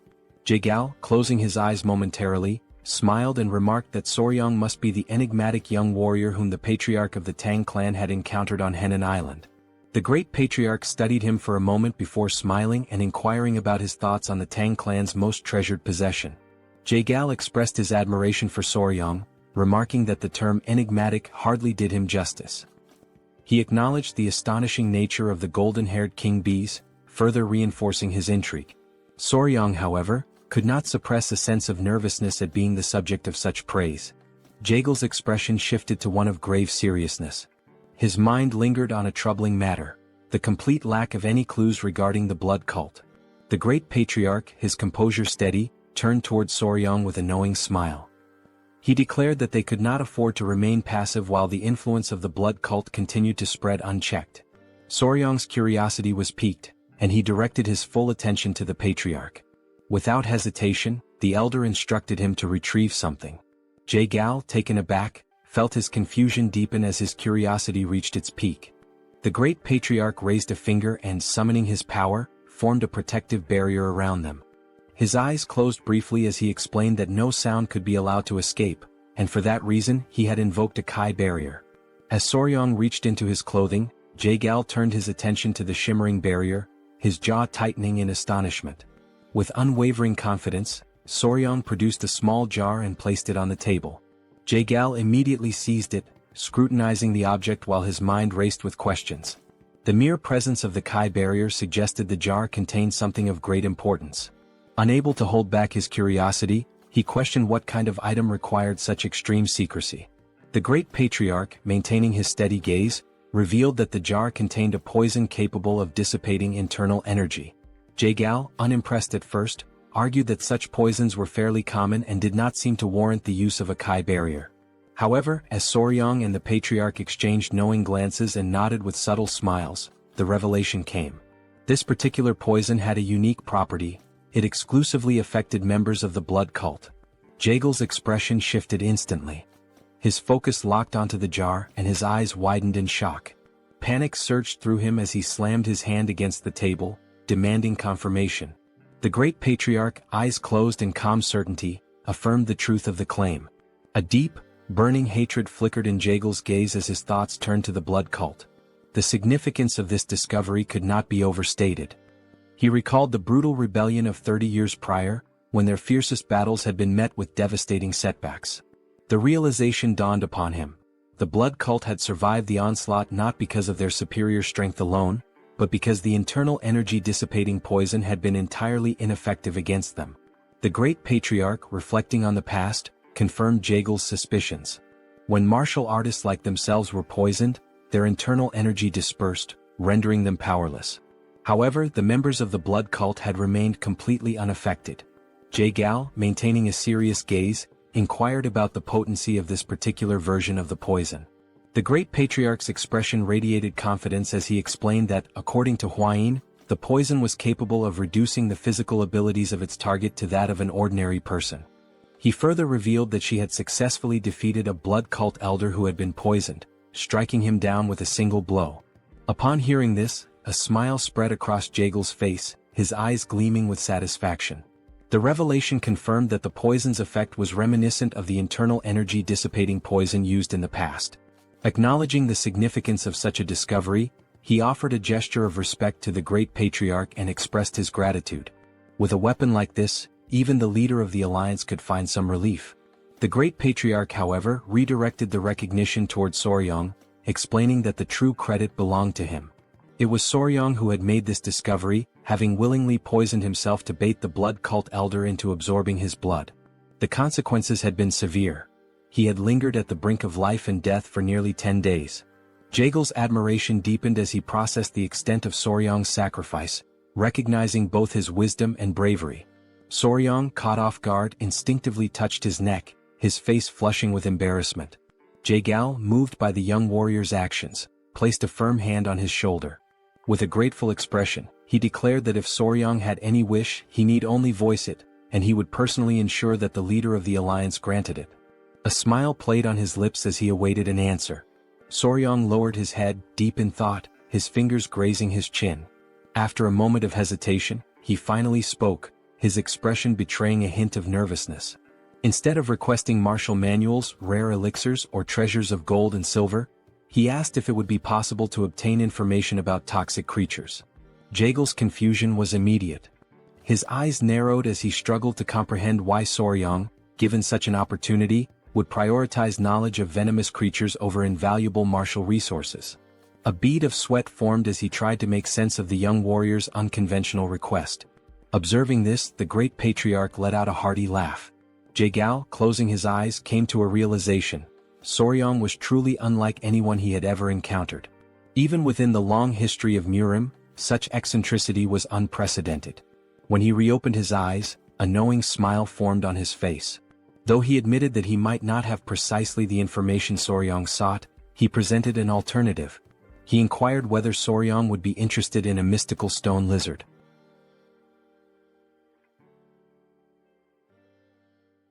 Jae-gal begins to recount how, during the day, they had arrived at a remote location on the island, where a majestic waterfall cascaded down the cliffs. Among them was Jae-gal's nephew, and he was the one who announced that they had finally arrived. They had reached Mount Gonga in Sichuan. His nephew, Cheon, remarked that it was exactly as their ancestors had described: the waterfall, the turtle-shaped rock, everything was identical. Furthermore, from that vantage point, they could also see the peak of Mount Gonga in the distance. Jae-gal stepped closer to the water, crouching down to touch it. Feeling its icy temperature against his fingers, he commented that this water undoubtedly came from the melting of the eternal snow, as it was extremely cold. Smiling, Jae-gal gave orders to his men to wait there and instructed Cheon to follow him carefully. The men obeyed, and Cheon's face lit up with excitement. Jae-gal then leaped forward, crossing the river toward the waterfall. Determined not to be left behind, Cheon mirrored Jae-gal's movements, closely following him. After some time they finally reached their destination. Jae-gal placed his hand on a rock, waiting for Cheon to catch up. The two of them then gazed beyond a cave hidden behind the waterfall. Observing the surroundings, Jae-gal remarked that, aside from the turtle-shaped rock, if they climbed along the waterfall on the cliffside, there should be an entrance to a cave near the fist-shaped stone. Still brimming with excitement, Cheon enthusiastically said that everything matched the records perfectly. Fixing his gaze on the cave entrance, Jae-gal declared that he would go in first and instructed Cheon to follow closely behind him. Cheon nodded in understanding. As they stepped inside, they found the cave walls covered with various herbs. Jae-gal and Cheon proceeded cautiously, mindful of any potential surprises lurking in the darkness. Upon reaching the heart of the cave, Jae-gal suddenly halted, his eyes widening. He murmured that this was truly incredible. A hole in the ceiling allowed sunlight to pour in, illuminating the entire chamber. Standing still with his hands behind his back, Jae-gal observed the breathtaking sight before him. Cheon, equally mesmerized, expressed his amazement, stating that such a mystical view was the last thing one would expect inside a cave. Still smiling, Jae-gal commented that this was the perfect environment for spiritual herbs to thrive. Then his eyes fell upon exactly what he had been searching for, a rare spiritual herb that had absorbed the extreme yin energy over time, the 100-year snow ginseng. Cheon took a step closer and remarked that now all they had to do was exchange this snow ginseng for the dark wool flower from the Namgung clan. Jae-gal nodded in agreement, adding that with this, the severed meridians of the Namgung clan's daughter should improve. Furthermore, they would obtain a 200-year-old dark wool flower in return. Stepping even closer, Jae-gal reached out toward the snow ginseng, his hand emanating a faint blue aura as he prepared to collect it. However, in that very moment he sensed a strange presence. Almost instantly, something shot out from between the rocks, leaping toward him. Reacting with lightning-fast reflexes, Jae-gal swiftly pulled out his fan and used it to defend himself, narrowly avoiding being struck. Having witnessed everything unfold in the blink of an eye, Cheon called out to his uncle, asking if he was all right. His voice carried concern, as it was now clear that there was more than just one creature attacking them. Amidst the flurry of movements inside the cave, Jae-gal reassured Cheon that he was fine but warned him to stay on guard, as these creatures were moving with astonishing speed. Seizing an opening behind Jae-gal, two of the creatures launched another attack. Sensing the danger, Jae-gal quickly turned around and blocked the strikes with his fan once more. But this time he noticed something unusual. These attacks carried a freezing effect as the tip of his fan was now coated in ice.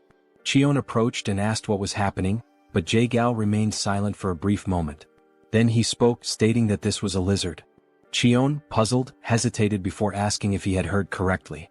Jae-gal confirmed, explaining that yes, it was indeed a lizard, an incredibly fast, blue-scaled lizard with piercing yellow eyes and dark skin. Returning to the present moment after hearing this story, Soryong questioned whether it was truly real, as naturally occurring blue lizards were extraordinarily rare. The great patriarch inquired whether these lizards were venomous and if Jae-Gao was certain that the situation was safe. Practically drooling with excitement, Soryong assured them that everything was fine and that they could leave it to him. Soryong mentioned that lizards carried venomous chi in their eyes. However, the great patriarch admitted that he had no idea what Soryong was talking about but trusted him nonetheless. Observing the entire exchange and Soryong's sheer enthusiasm, it became clear just how eccentric he was when it came to this particular subject. As night fell, Jae-Gao stated that if he came across any new information regarding toxic creatures, he would make sure Soryong was the first to know.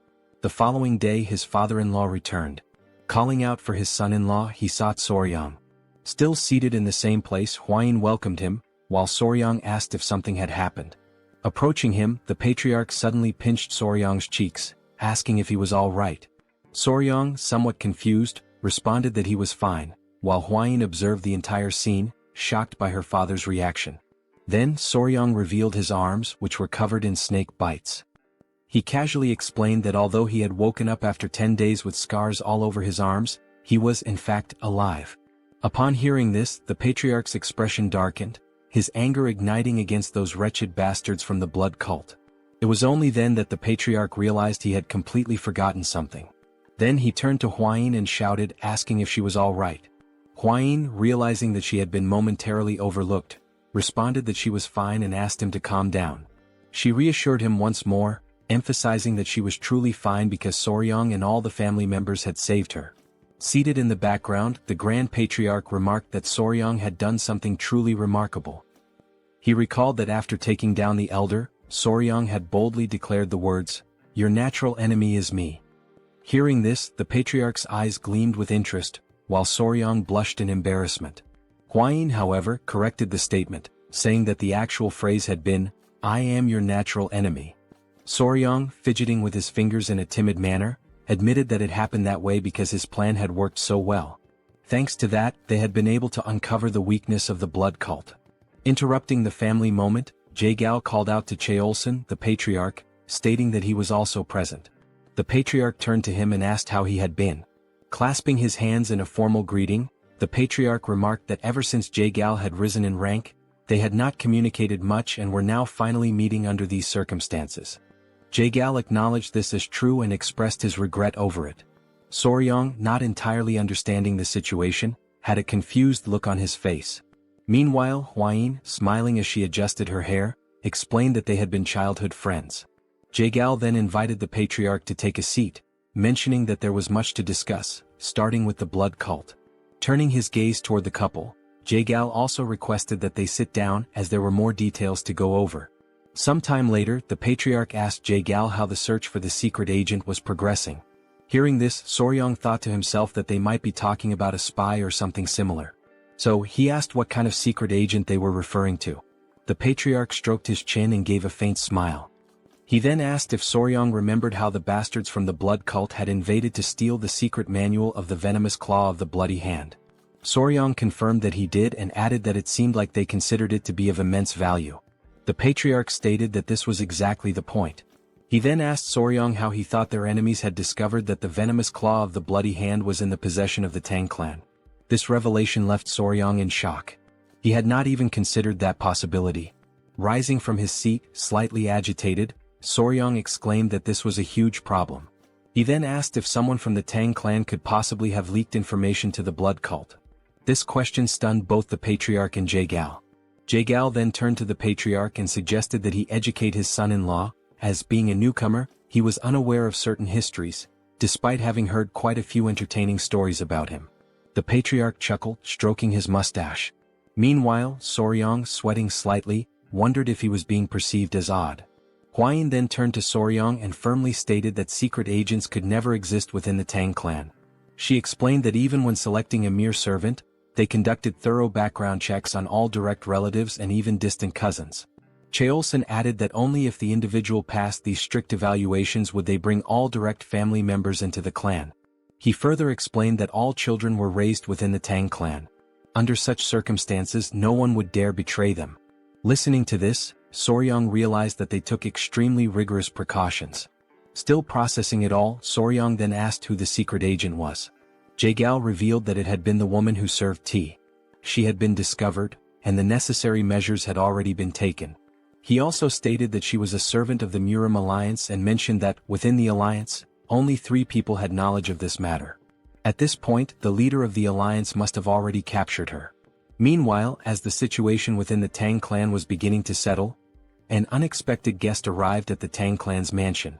The new visitor, standing at the entrance, requested that the guard inform the patriarch of his arrival. He stated that he had finally made it there and that running the entire way from Hebei without using mobility arts had been quite an amusing experience. Then, pounding his chest, the man introduced himself as Peng Muwen and asked the guard to announce that the leader of the Peng clan had just arrived. After he arrived, a signal in the form of an arrow was sent soaring through the sky. Without wasting any time, Soryong and Huayin immediately rushed to receive the new guests. As they ran, Soryong grew concerned and questioned Huayin about whether it was a good idea for only the 2 of them to go. She reassured him not to worry, reminding him that the others were engaged in an important discussion.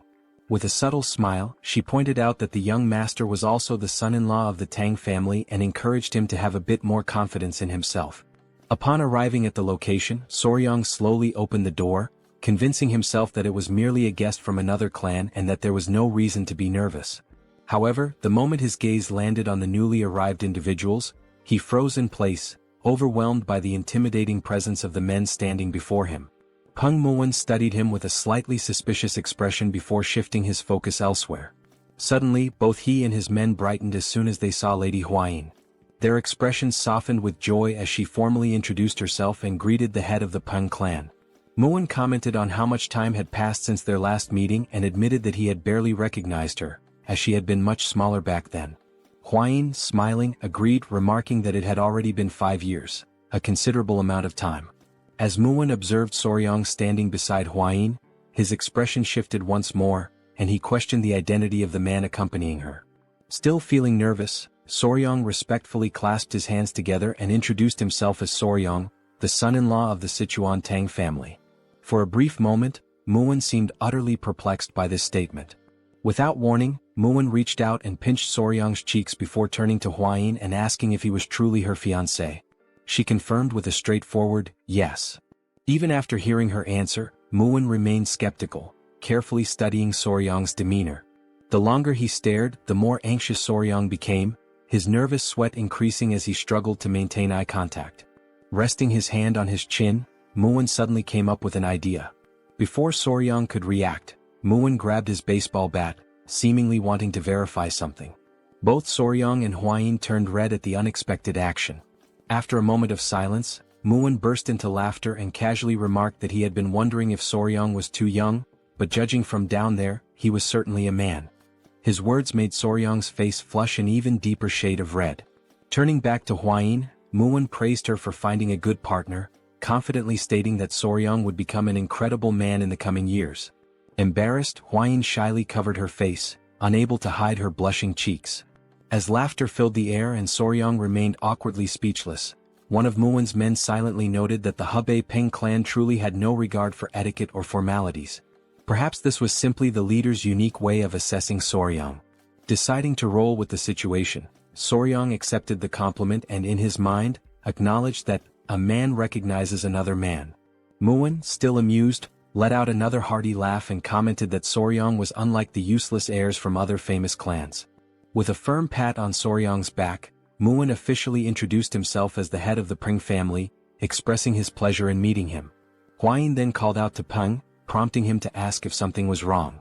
She inquired whether he had truly come all the way from Hebei to the Tang clan to offer assistance and, more importantly, how he had managed to arrive so quickly.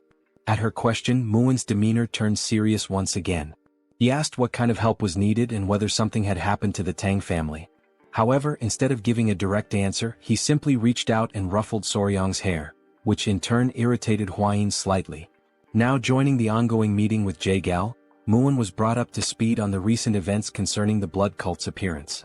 However, Huayin quickly reassured him that the cult members had already been eliminated. Hearing this, Muwen sighed, regretting that he hadn't arrived a little sooner. At this point, Wilson, the patriarch, took his turn to speak, questioning why the leader of the Peng clan had traveled all this way. Muwen, slightly embarrassed, admitted that in his anger toward the blood cult, he had completely forgotten to mention the real reason for his visit. He then revealed that, in truth, he had come to seek the Tang family's assistance. His words piqued everyone's curiosity, and the patriarch promptly asked what kind of help he needed. Scratching his head, Muin internally complained about the unnecessary formalities, finding them a hassle. Without further ado, he suddenly shouted for her to be brought in, saying that she needed to greet her elders. One of the scar-faced men who had arrived alongside Muin immediately stepped forward and opened the door. Both Huayin and Soryang were stunned, sharing the same thought. Muin had spoken about her needing to greet the elders, yet the person who entered was a massive brute of a man. The towering figure stood before the table and in a gruff voice, stated that she needed to come down now to properly greet the leaders of the Sichuan Tang Clan. A small voice, coming from somewhere on the man's back, sleepily muttered that it was still too early. As realization dawned upon Soryang, he was left utterly speechless, shocked that no one had noticed this presence the entire time. Slowly, something began sliding down from under the man's cloak. And before anyone could fully process what was happening, a tiny girl, sucking on a lollipop, emerged before them. The room fell into stunned silence as everyone at the table stared at the child, unsure of how to react. Calmly, the little girl clasped her hands together in a respectful greeting and introduced herself as Peng Ying of the Peng family. Muin pulls the little girl close and states that she is his daughter. Soryang and Huayin watch from the background, completely frozen in shock. Both of them, utterly astonished, can only think that this must be some kind of genetic miracle because she is incredibly adorable. Meanwhile, Muin proudly boasts that they look very much alike.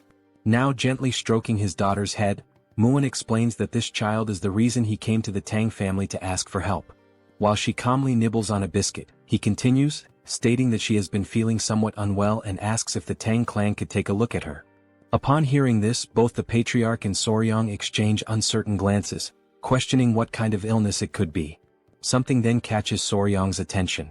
When he looks at her closely, he notices a faint aura surrounding the little girl as she continues to eat biscuit after biscuit with a calm expression. Time passes and now night has fallen. Soryang lies in bed, surrounded by his centipedes, deep in thought. After hearing about and analyzing Ying's symptoms, they were still unable to determine the exact cause. As he absent-mindedly pinches the cheek of one of his tiny centipedes, he recalls Muin's explanation regarding his daughter's condition. Muin had described how, at times, she suddenly becomes short of breath, and large red blotches appear all over her body. In severe cases she even loses consciousness. However, after some time she regains consciousness as if nothing had happened, and no one has been able to figure out why. Muin also explained that he had already tried everything to uncover the cause. He had even sought out disciples of Yaxian, but all of them insisted that the child was perfectly healthy. There was even one occasion when a disciple suggested it might be poisoning. Muin had nearly beaten him up on the spot. Shaking his head, Muin had firmly stated that such a thing was impossible, as there was no one in his family capable of doing such a thing.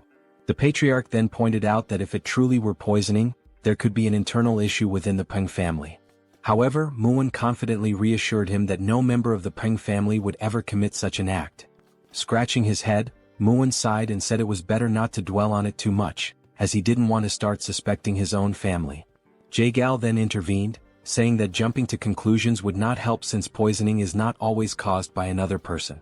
Looking at the little girl, the patriarch decided that they would provide an empty courtyard house where she could stay for some time, allowing them to observe her condition closely. After all, it was essential to confirm whether this was truly poisoning or something entirely different. Muin, feeling relieved, expressed his gratitude to the patriarch, acknowledging that from now on, they would be under the Tang clan's care for a while. Lying in bed, Soryang could only think that what was affecting the little girl might be juvenile diabetes since sugar seemed to be accumulating rapidly within her body. Sitting up, he tried to recall whether red blotches were a symptom of childhood diabetes, but he concluded that the best way to know was if more prominent symptoms appeared. At that very moment, someone knocked on Soryang's door. A voice called out, addressing him as young master, and informing him that a serious problem had arisen. Without hesitation, Soryang quickly opened the door and demanded to know what had happened this time. The woman before him wasted no time in explaining. The young lady of the Peng clan had just collapsed. In the dead of night, Soryang sprinted toward the scene as everyone rushed to verify what had happened. Upon arriving, he saw Muin crouched down, holding the unconscious girl in his arms, his expression filled with worry. He overheard Muwen explaining that she had been sitting in the pavilion when she suddenly started coughing and then collapsed without warning. The patriarch, analyzing the situation, commented that since she had collapsed here as well, it meant there were no spies within the Peng family. As soon as he said this, he noticed Muwen's face twist with anger and asked him what was wrong. Without a moment's hesitation, Muwen delivered a brutal punch to his own face with all his strength.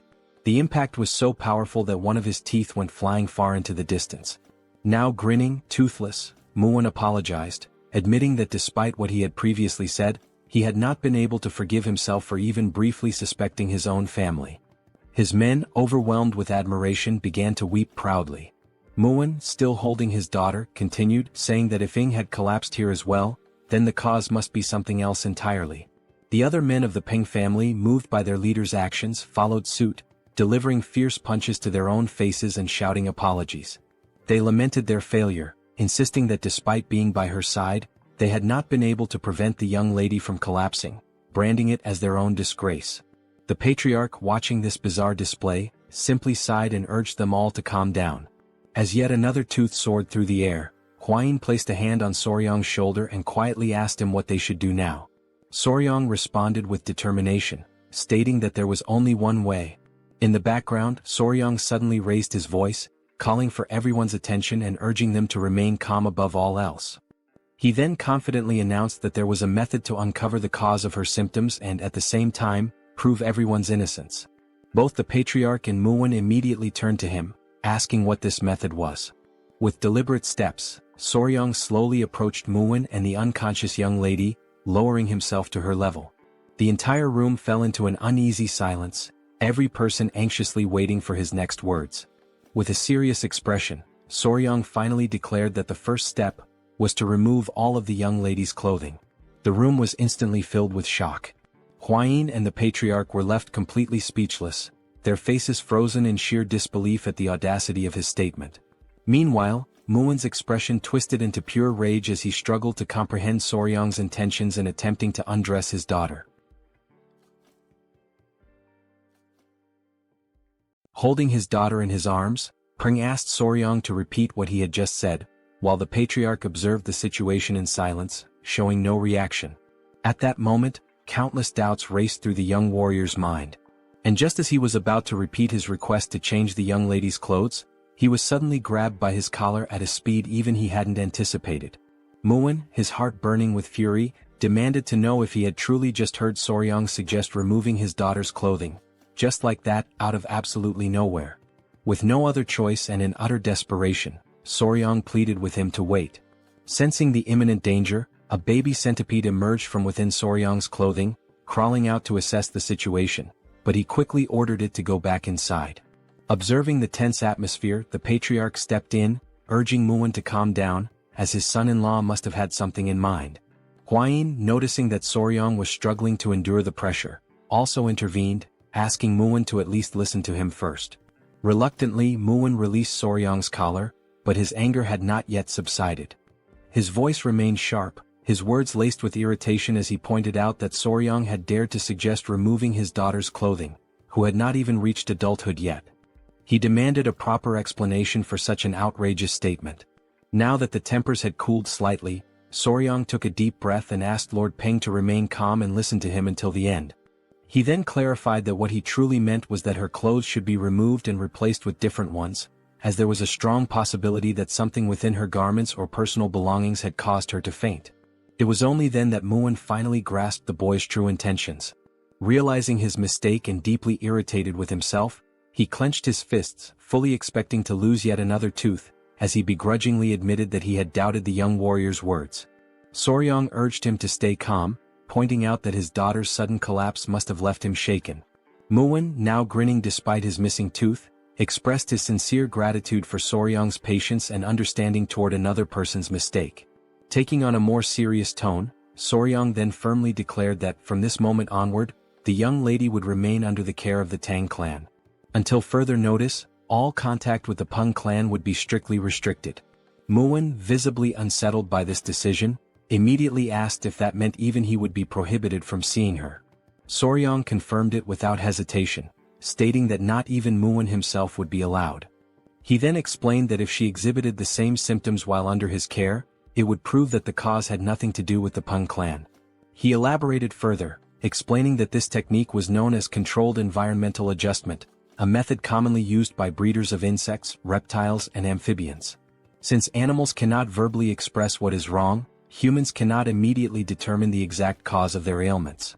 Therefore, breeders systematically alter aspects of the animal's environment, such as their food, feeding bowls, and even their habitat, to pinpoint the specific factor causing their illness. Soryong stated that he would apply this method to diagnose the young lady, completely resetting her environment and gradually reintroducing elements to identify the trigger.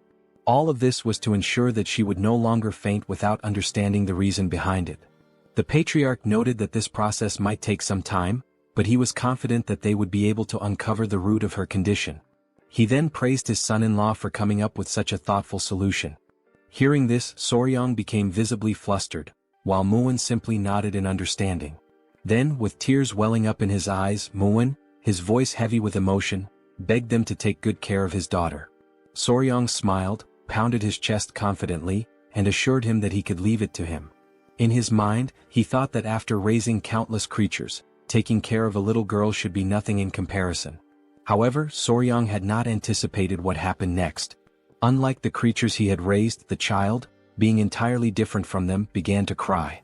Minutes passed, yet the little girl still hadn't stopped crying, and he had absolutely no idea what to do. From the moment she had regained consciousness, she had burst into tears and had not stopped since. Meanwhile, Hwayin and her mother were busy gathering essential supplies to care for the child, leaving Soryong completely alone with her, just the two of them. At a loss, he hesitantly asked her if she was hungry or sleepy, unsure of what else to do. Seeing that her sobbing did not subside, he tried another approach and asked if she was crying because Lord Peng was not there. Hoping to soothe her, he assured her that Muin had gone to fetch medicine for her and would return soon. However, to his surprise, the little girl pouted and firmly stated that this wasn't the reason for her tears. She was crying because she wanted sweets. Soryong could only sigh internally, realizing that she preferred sweets over her own father.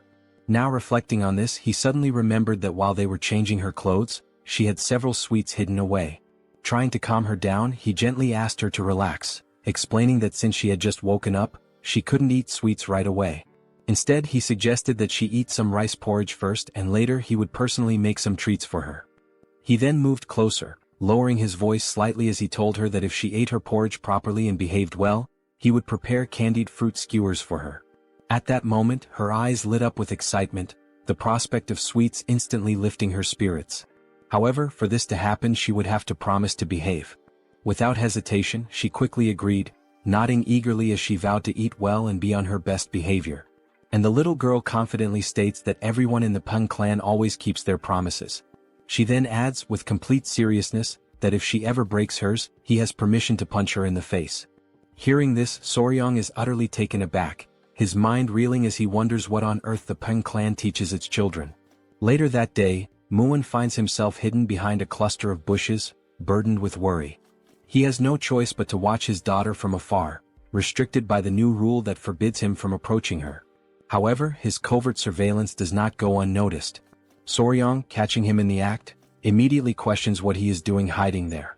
Before responding, Muin swiftly grabs Soryong by the collar and yanks him into the bushes as well, determined to maintain his cover. Lowering his voice, Muin anxiously asks how his daughter is doing. Soryong reassures him, stating that she is fine, she has been eating well and behaving properly. Muin, still skeptical, presses him further, demanding to know if she is truly eating on her own. He is bewildered as he asks how in the world Soryong managed to make that happen. Soryong simply shrugs, explaining that she is eating by herself naturally. He then turns the question back to Muin, wondering why he finds that so surprising. But before their conversation can continue, someone suddenly arrives, interrupting their hidden exchange. It is Hwayin, who greets the lord of the Tang clan with a polite nod. In response, Muin acknowledges her presence and thanks her for taking care of his precious daughter. Hwayin then mentions as if casually, that Miss Ing had been asking about where her elder brother Soryong had gone. At those words, Muin's temper flares once more. He clenches his fists in frustration, feeling slighted that he has barely been able to hold a proper conversation with his own daughter, and yet in such a short time she and Soryong have already grown so close. Recognizing the dangerous shift in atmosphere, Soryong quickly realizes that now would be an excellent time to make his escape. As he turns to leave, Muin, still fuming, demands to know when exactly his daughter started calling Soryong by that title. Ignoring him, Hwain instead asks if Soryong is heading to the training grounds again today. Soryong nods, explaining that when Ing spends time playing with the bees, she behaves much better. As he hurries toward the training grounds, he muses to himself that, oddly enough, the bees seem to have taken a liking to the little girl as well. Upon his arrival, he sees Ying happily holding one of the golden royal bees in her small hands. The moment she spots him, her face lights up with a genuine radiant smile, and she excitedly urges him to come over quickly. After watching her interact with the bees for a while, Soryong gradually realizes something. Thanks to these bees, he was able to form a bond with Ying in record time. The adorable golden royal bees were absolutely enamored with her. Most likely because while eating sweets she had managed to spill syrup all over herself and the surrounding area. At that moment, Ying points ahead, calling out to Soryong with excitement, saying that the queen bee is over there. Still seated at a distance, Soryong reminds her that the queen bee is busy and asks her not to disturb it for now. As he observes her, he thinks to himself that if he had a younger sister she would probably be just like this. Maybe, just maybe, taking care of children isn't as bad as he originally thought. However, Ying refuses to give up. She continues to call out to him, insisting that there are other bees there as well. Just as Soryong is about to explain that bees can sting if they feel threatened, his words barely leaving his lips, the inevitable happens. Ying is stung. In an instant, Soryong rushes to her side, his concern evident in his expression. Reaching her, he carefully inspects the sting mark on her arm and gently tells her that she needs to be more careful. Although it doesn't seem too serious, he decides to take her to the medicine hall just to be safe. After all, bee venom can sometimes cause people to become very ill. But then Soryong notices something strange.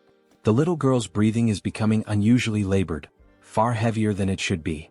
With panic rising in her voice, she weakly calls out to him, pleading for elder brother Soryong to help her. And then, right in front of his eyes, she collapses into his arms. His chest tightens with worry. He recalls Muin mentioning that sometimes Ying would develop red blotches on her body and lose consciousness.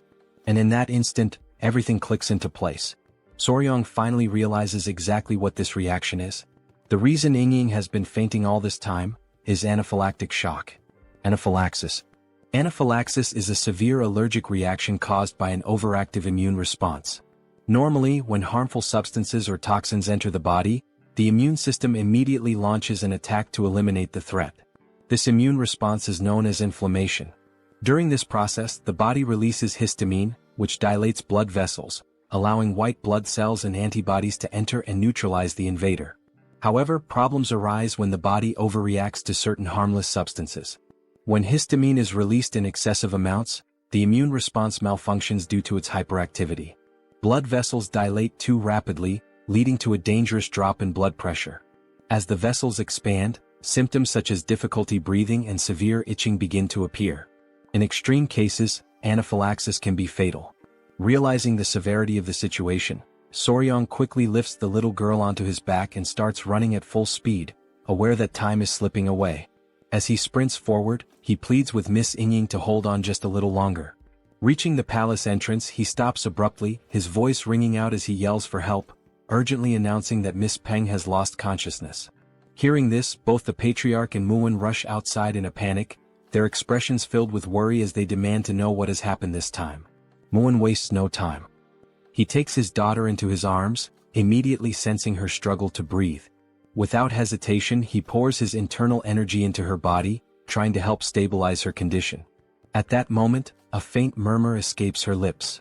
Soryong feels a wave of relief wash over him and silently thanks the heavens, realizing once again how truly remarkable internal energy is.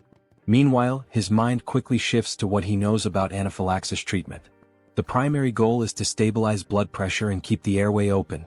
In modern medicine, various methods are used to achieve this, but in this world, qi-based techniques serve the same purpose. The patriarch, assessing the situation, notes that her symptoms appear to be the same as before and asks if Soryong saw what triggered it this time. Muin, equally curious, turns to him for an answer. Soryong states that young Ying collapsed after being stung by a bee. Both the patriarch and Muin react with immediate disbelief, asking if that is truly the case. The patriarch acknowledges that some people do faint from bee stings but argues that this does not explain the previous instances where she lost consciousness. Muin nods in agreement, pointing out that she had never been stung before. Already certain of his conclusion, Soryang takes a step forward, drawing their attention as he confidently states that he has already identified the true cause.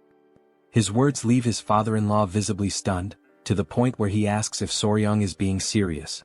Soryang affirms that the bee sting played a crucial role in helping him discover the real underlying issue.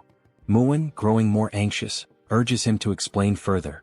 Taking a deep breath, Soryang prepares to share his findings, though he already anticipates the reaction his next words will cause.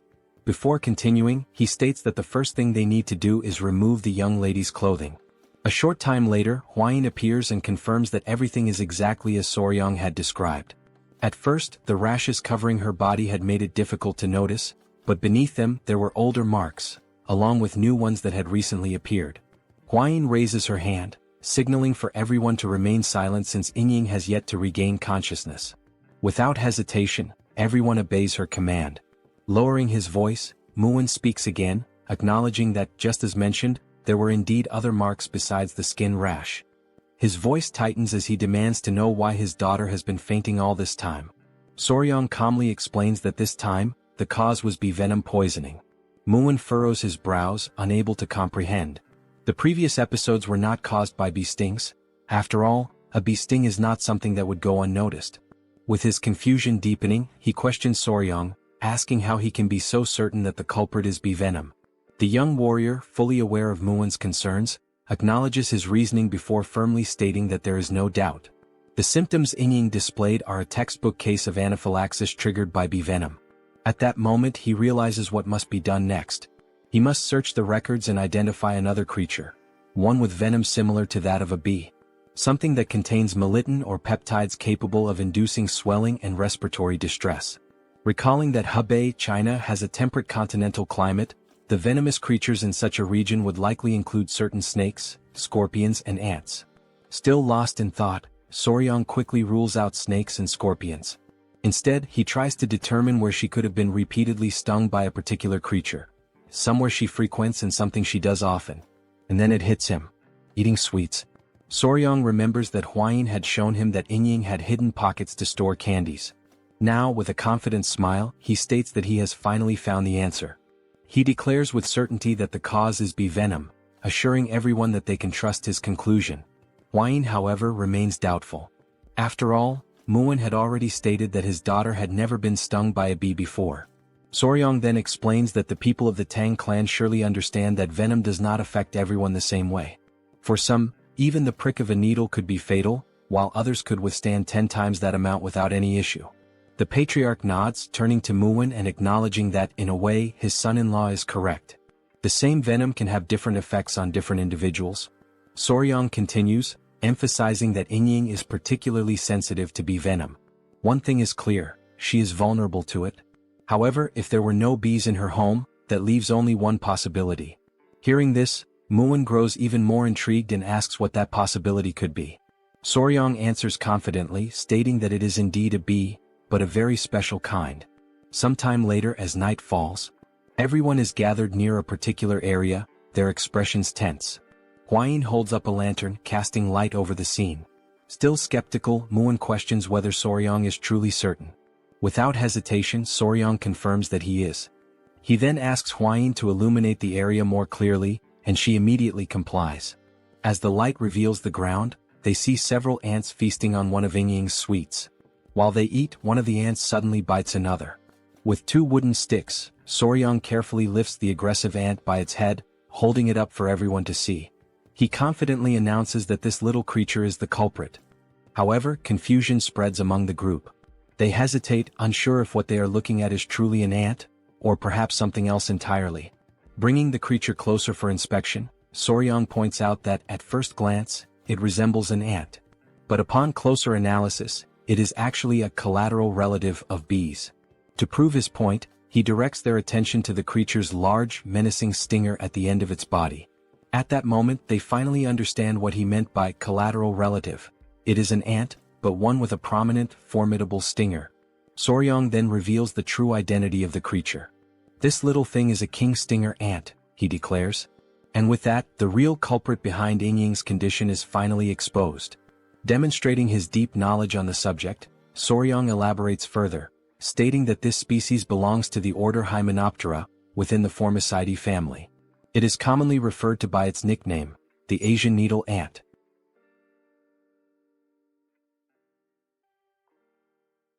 A detailed description of the giant stinger ant appears, outlining its classification within the insect order, its family, and its genus within the category of ants. Then, the central question that has been lingering all this time finally arises: can an ant really have a stinger similar to that of a bee? The answer lies in evolution. These stinger-bearing ants evolved from the same ancestors as wasps. Thus, even after countless generations, they have retained many characteristics of their wasp lineage. For this very reason, scientific studies on the venom of ants and wasps have shown that patients who experience anaphylaxis from stinger-bearing ants also tend to exhibit the same severe reaction to wasp venom. The research supports this connection. In any case, Soryong suspects that he came to hunt down demonic insects that had entangled themselves with the Tang family and in doing so, ended up stinging Yingying. After all, the giant stinger ant preys on demonic insects. Furthermore, the marks left by the ant's sting resemble mere blemishes, making it nearly impossible to identify whether the young lady had been stung before. It is now clear that, whenever Yingying woke up and noticed the marks, she and her family likely assumed they were nothing more than common skin spots. Upon hearing this explanation, Murim is stunned. He can hardly believe that his precious daughter had been fainting all this time because of such a tiny creature. Now convinced, Murim turns toward the patriarch and asks if he can develop an antidote. The patriarch nods and confirms that he can. He then adds that an antidote for bee venom already exists, but for someone as sensitive as Lady Yingying, it may not be entirely effective. Murim, momentarily uneasy, questions what might happen to his daughter. The patriarch reassures him, telling him to stay calm. Now that the cause has been identified, they can exercise greater caution to prevent future episodes before she faints again. Though still apprehensive, Murim takes a deep breath and agrees. Now, turning his attention to Soryong, he acknowledges that he has not yet properly thanked him. He expresses his deep gratitude to the young warrior for everything he has done. Soryong offers a modest smile and returns the gratitude. Then, in an attempt to reassure Murim, he tells him not to worry. Though the process will be slow, there is indeed a way to treat Yingying's condition. Murim, once again surprised, asks if there is truly a way to resolve this. Soryong confidently explains that the method is known as desensitization. Hwayin, standing quietly in the background, watches him intently, thinking to herself just how brilliant her companion is. Then, Soryong begins to explain the process in highly technical terms, leaving everyone completely lost in confusion. Realizing their bewilderment, he simplifies his explanation. In more straightforward words, he explains that small doses of bee venom must be administered to Yingying over time, gradually reducing her sensitivity to it. The process will require patience, but it is effective. At this, Hwayin suddenly frowns, visibly unsettled by the mere thought of deliberately poisoning the young lady, even if for treatment. Soryong reassures her, stating that while it will take time, once the process is complete, Yingying will no longer suffer allergic reactions to bee venom. Hearing this, the patriarch nods in agreement, saying that the approach makes sense. Even within the Tang family, certain training methods involve injecting small doses of poison to build resistance. Now filled with newfound hope, Murim eagerly asks again if this means that, once the treatment is complete, his daughter will no longer suffer from this condition. The patriarch, maintaining his composure, tells him that it will take time, but yes, it is very likely. At this, Murim breaks into the most genuine toothy smile he has shown thus far. Still grinning, he slaps Soryong on the back in a gesture of deep appreciation for saving his daughter's life. With gratitude shining in his eyes, Murim declares that he cannot possibly let such a massive favor go unrewarded. He then asks Soryong if there is anything he desires, saying that he can grant him whatever he wishes. As Murim continues shaking him enthusiastically, Soryong can only wonder why the people of this world always throw around blank checks after receiving help. After composing himself, he clasps his hands together in a polite gesture of refusal. He tells Murim that Lady Yingying is like a younger sister to him now, and he cannot ask for any reward. Murim, however, laughs heartily and increases the force of his backslaps, declaring that within the Ping family, there is no need for modesty. Soryong can ask for anything. Realizing that if he doesn't request something soon, he might end up being crushed to death, Soryang thinks quickly and comes up with an idea. Excitedly, with eyes practically sparkling, he asks if the Peng clan, having traveled from afar, would be willing to accompany him on a journey to visit some famous mountains. A few days later, they now stand before the Gunga Mountains of Sichuan, the very place that Jaegal had mentioned before. Gazing at the majestic peaks, Muin, smiling in admiration, comments that it is indeed a famous mountain range. Soryang, standing beside him, agrees. He remarks that he has heard of the beautiful rock formations that can be found here. Hwayin approaches, adding that, according to the second military officer, this seems to be the right place. Soryang also nods in agreement but then poses an important question. How will they reach the cave behind the waterfall? Upon hearing this, Muin recalls something. He mentions that he has heard that Soryang recently learned the technique of light footwork. However, given that it is still new to him, he is likely unfamiliar with the technique known as flying swallow steps. However, Soryang questions what Muin is talking about, leaving Muin momentarily speechless. Instead of explaining, Muin grabs the young warrior by his clothing, declaring that he is far too lazy to put it into words, so he will demonstrate instead. Already anticipating what is about to happen, Hwayin's jaw drops in shock. With little effort, Muin hurls Soryang through the air as if he were making a perfect NBA three-pointer. Thanks to this unexpected maneuver, they reach the entrance of the cave much faster than expected. Muin bursts into laughter and, with a playful hint of irony, remarks that Soryang is quite fast. Hwayin quickly approaches, concern in her voice as she asks if her companion is all right. She then shifts her attention to their surroundings and acknowledges that, in any case, this really does seem to be the entrance to the cave, the hidden passage behind the waterfall. Still grinning, Muin declares that it is time to go inside, as there is sure to be something interesting within. As they cautiously step deeper into the cave, a strange sensation washes over them, prompting them to halt momentarily.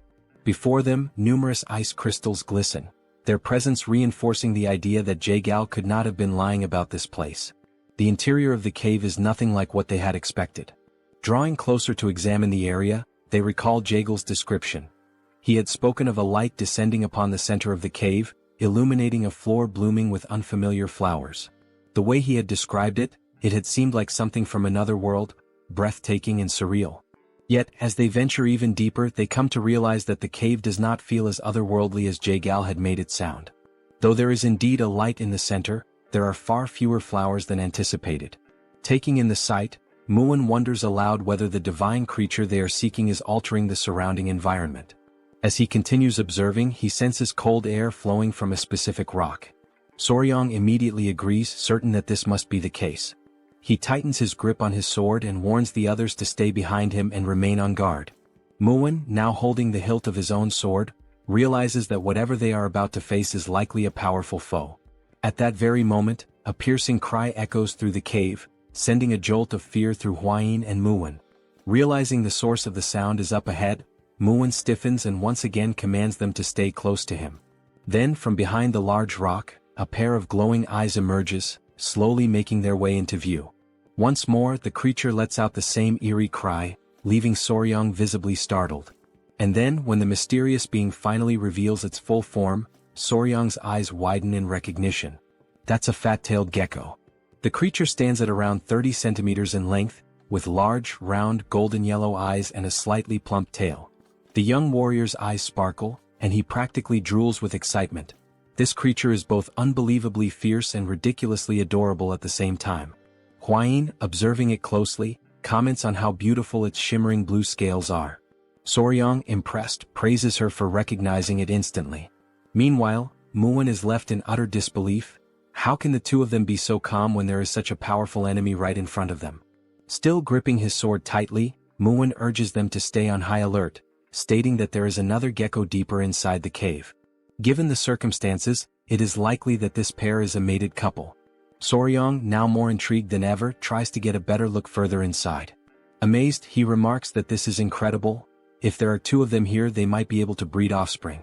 He then turns to Muin and pleads with him to capture them both alive, without harming them. As they remain fixated on the agitated blue gecko before them, a thought crosses their minds. Where is the other one? Peering deeper into the cave, they finally spot it. At that moment, Lady Hwayin voices her concern, asking if something is wrong. Soryong, his expression growing serious, responds that the gecko inside looks weak, possibly sick. This does not bode well. In fact, the more he looks at it, the more he realizes that the creature inside does not even seem to be breathing. But before they can fully assess the situation, the blue gecko outside suddenly lunges at them. Driven purely by instinct, it attacks the group, determined to protect its home and its ailing mate. Upon observing the dangerous instinct displayed by the creature, Soryong quickly turns around and says that he'll leave this matter in the hands of Commander Gu Pei, asking him to notify him immediately if anything happens. As he watches the furious lizard in the background, Gu nods and replies that Soryong can count on him. If that little creature shows any unusual behavior, he will be informed right away. With that decision made, the group agrees to withdraw for the time being. Once outside, it finally dawns on them that, first and foremost, they don't actually know much about the creature's habits, and trying anything now would be reckless and could potentially harm the already injured creature. While Soryong stands atop a rock, lost in thought and clearly worried, Hwayin sweetly calls out to him, inviting him to come eat as she tends to a few tiny centipedes in her hands. Watching her carefully handling the small insects, Soryong finds the scene incredibly gentle. It almost looks like she's caring for little children in her own home. They all gather as they wait for a stew to finish cooking. Muin then asks if there was any progress today, and Soryong replies that once again the injured creature didn't move at all. Muin adds that when he went to check on it earlier, it still didn't move, and wonders aloud whether a living being shouldn't at least eat or drink something. Soryong immediately agrees, but explains that geckos or lizards in general sometimes go without eating for days when they're under stress. In particular, fat-tailed geckos store energy in their thick tails, and if one isn't eating at all, it's likely surviving entirely off the stored energy. And given the current situation, they're reaching a point where a decision must be made, because they can no longer remain uncertain. The reason why the creature isn't moving needs to be investigated. Muin, somewhat energized by this, asks whether they'll be able to capture the geckos afterward, but Soryong clarifies that this isn't about capturing them for now, it's about figuring out where the injured one is hurt. He adds that it would be great if Muin could distract the standing gecko, allowing Soryong and Hwayin to approach the weakened one. This makes Muin slightly uneasy, but then the eyes of both Muin and the other Peng family men begin to gleam, and Muin suggests that it might be easier to just knock down the healthy one as well. That way they'd have both, the strong and the weak. But all Soryong can think is that if these men hit those little creatures with their muscles, they would surely die instantly. To lighten the mood, Soryong jokes that if Lord Peng hits them, even the rock dividing them from Jaegal would probably just drop dead on the spot. Muin bursts into laughter at the comment. As he gives a few overly strong pats on Soryong's back, Muin remarks that it's surprising Jaegal was pressured enough by such tiny creatures to retreat. He then agrees with Soryong, one hit from him would absolutely kill the geckos. Muin's expression grows serious once again, and he confirms whether they'll go with Soryong's gentle approach. The young warrior replies that it seems to be the best option. Using a small stick, Soryong begins drawing a rough map on the ground, explaining the plan step by step. First, Muin will lure the healthy gecko away, while Hwayin and Soryong will go examine the one that seems injured. Hwayin shifts a few small stones, explaining how the division of the venomous mist could help block the gecko's path, preventing it from getting to Soryong. Muin nods in agreement, saying this truly does sound like the most effective plan. Already clear on what needs to be done, Muin asks if there's anything else he should be cautious about, and Soryong simply tells him to be careful and keep the gecko far enough away so it doesn't get close to them. With a warrior's confidence, Muin pounds his chest and says they can leave it to him.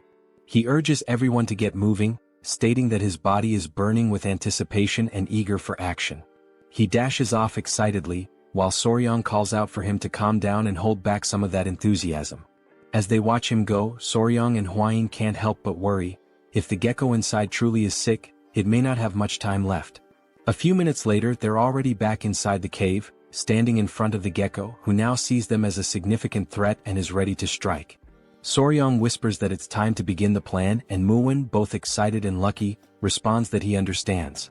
He draws the massive sword from his back, and a powerful aura surrounds him, leaving both Soryong and Gu Pei momentarily stunned and unsure of what might happen next. As Muin advances toward the gecko, flanked by his men, he reminds everyone to follow the plan, and the group shouts in unison, affirming they're ready. Sensing the danger closing in, the small gecko lets out a furious roar, its eyes glowing as it bares its fangs. Then the tiny creature leaps toward the group, leaving a trail of ice in its path. Muin deflects the attack with his sword, and exclaims that he hadn't expected so much power. As the creature begins swinging its tail repeatedly in fierce strikes, Muin admits that its attacks are indeed powerful, strong enough to qualify it as a first-class warrior of the Peng family. The small creature takes a few steps back and instinctively leaps forward once again to launch another attack. Recognizing this as a perfect opportunity, Muin smiles, seeing a clear opening. And just as the gecko strikes his sword, Muin redirects the creature slightly off course, creating the exact gap they needed. He shouts that this is the best chance they'll get. While the men stay surrounding the creature, the little gecko senses that something is wrong. Realizing the humans are trying to execute a plan, it lets out another roar, while the men desperately try to keep it from reaching Soryang and Huayin, who are focused on acting quickly while they still can. They approach the spot where the injured gecko lies, and immediately notice that everything around it is frozen solid. As Soryang looks more closely at the stone the creature is lying on, something about it makes him feel uneasy. Huayin gently asks if the gecko is truly injured, and Soryang replies that it seems to be, yes. As they continue observing, they realize that the tip of its tail is necrotizing, due to an incomplete shedding process. The gecko was unable to finish shedding its skin, and now even its eyes are filled with pus. Soryang says they need to treat it immediately, and Huayin, a bit alarmed, asks how they're going to do that without any medicine available. Soryang smiles and calmly replies that it's alright, he'll remove everything himself, which leaves Lady Huayin slightly annoyed. She recalls that lately, Soryang really seems to want to remove everything, but in this situation, it actually is the correct method. Sensing movement nearby, the sick gecko stirs, trying to see what's going on around it. Soryang slowly brings his hand closer to the gecko's head, speaking softly and reassuringly, telling the creature that everything is fine, and that he's going to treat it, kindly asking it to stay still. Once he holds the gecko, Soryang notices that it begins to calm down, and just like the queen bee from earlier, it seems to understand his words to a certain extent. As he holds the creature, he gently tugs on a bit of its skin and explains that, just like snakes, geckos also shed their skin. He even gives an example. Wild fat-tailed geckos tend to eat their own shed skin, which is why it's rare to find remnants of it lying around. Impressed by his knowledge, Huayin says that it's truly fascinating. Soryang pulls out a small knife, stating that the gecko's skin appears to be incredibly tough, and trying to remove it with bare hands wouldn't be effective. Carefully, he brings the blade near the creature, beginning to remove the dead skin from its body. Watching closely, Huayin puts her hand to her mouth and says it looks just like a precious gemstone. As we observe, Soryang begins peeling away the skin from the creature's back, and the blue color underneath is strikingly beautiful. He proceeds with great care, removing the skin from each of the gecko's legs, one by one. Seeing the exposed skin on the legs, Huayin exclaims that they look like adorable little gloves. She's reminded of the time when she was a YouTuber, and even back then videos of peeling or removal like this were trending and popular. Looking at the creature again, Soryang says that the most important part is still left, the head and the tail. Once more, he gently holds the gecko and says he needs to be especially careful with the eyes. Just as he had predicted, pus had built up inside the creature's eyes, and because it hadn't been properly removed, the inflammation caused the eyes to swell badly. With deliberate, slow movements, he begins removing all of the dead skin, working patiently until he successfully peels the skin off the gecko's entire face. Once everything has been taken off, Soryang gently asks the creature how it feels now, wondering if there's any improvement. At that very moment, Huayin gets visibly excited, because it's the first time she's seen the gecko open its eyes, and it no longer looks sick. Still holding the small creature, Soryang appears serious, and Huayin asks if something is wrong. He answers that yes, there is. He points to the tail, saying that he's trying to figure out what to do about it. It's clearly necrotizing. He adds that perhaps the only way to stop the necrosis is to cut the tail off entirely, but in the gecko's current weakened state, amputating the tail could very well kill it. At that moment, as they silently consider their options, they suddenly hear the voices of the men nearby, shouting for them to be careful. The men yell that they've lost sight of the other gecko, and as the couple turns around, there it is, ready to attack. Seeing that the creature is even more furious than before, Soryang is startled and begs it to calm down. He shouts in desperation, explaining that he's trying to help and treat its injured friend, even going so far as to point the knife toward the oncoming gecko. But in that exact moment, Soryang realizes that pointing the knife may have been a critical mistake. The gecko is bound to interpret it as a threat. And that's exactly what happens. With a chilling roar, the blue fury of the lizard echoes through the cave. The small gecko let out such a powerful roar that bolts of lightning surged all around it, fueled by its overwhelming fury. The pressure in the air was so intense that it even caused Soryang to be pushed slightly backward. Only then did our young warrior realize that he was in serious trouble, because he was still holding the other gecko in his arms. The enraged gecko lunged in the couple's direction, and Hwayin quickly stepped forward, trying to shield her companion, urging him to be careful. At the very last second, to prevent them from being struck, she shoved him slightly to the side in an attempt to save him. The furious gecko then slammed into the ground with immense force, shattering a nearby rock on impact. Soryang was thrown to one side, while Hwayin was tossed in the opposite direction. After hitting the ground from the push, Soryang did his best to shield the weakened gecko in his arms from the impact, but the other gecko, still enraged, refocused its attention on them. Soryang tried to gather himself and asked the furious gecko to wait just a moment, but it began to roar once more, sending more lightning crackling through the air. Still holding the debilitated gecko, and remembering that they seemed to understand human speech to some extent, Soryang tried to explain that things were not what they looked like, pleading for a moment to speak with the furious little one. Right after saying that, he heard a strange sound, one he hadn't noticed before. The gecko in his arms began to emit a soft noise, and Soryang was completely stunned by what was happening right before his eyes. The furious gecko paused for a brief moment upon hearing the sound. Then, seemingly calmed, the anger began to fade from its expression, and it responded by making the same sound back to the other gecko. Both of the geckos began to exchange the sounds and even smiled, and in that exact moment Soryang realized that they were actually communicating with one another. Right then Muin and his men came rushing over in a panic, trying to check whether Soryang was okay.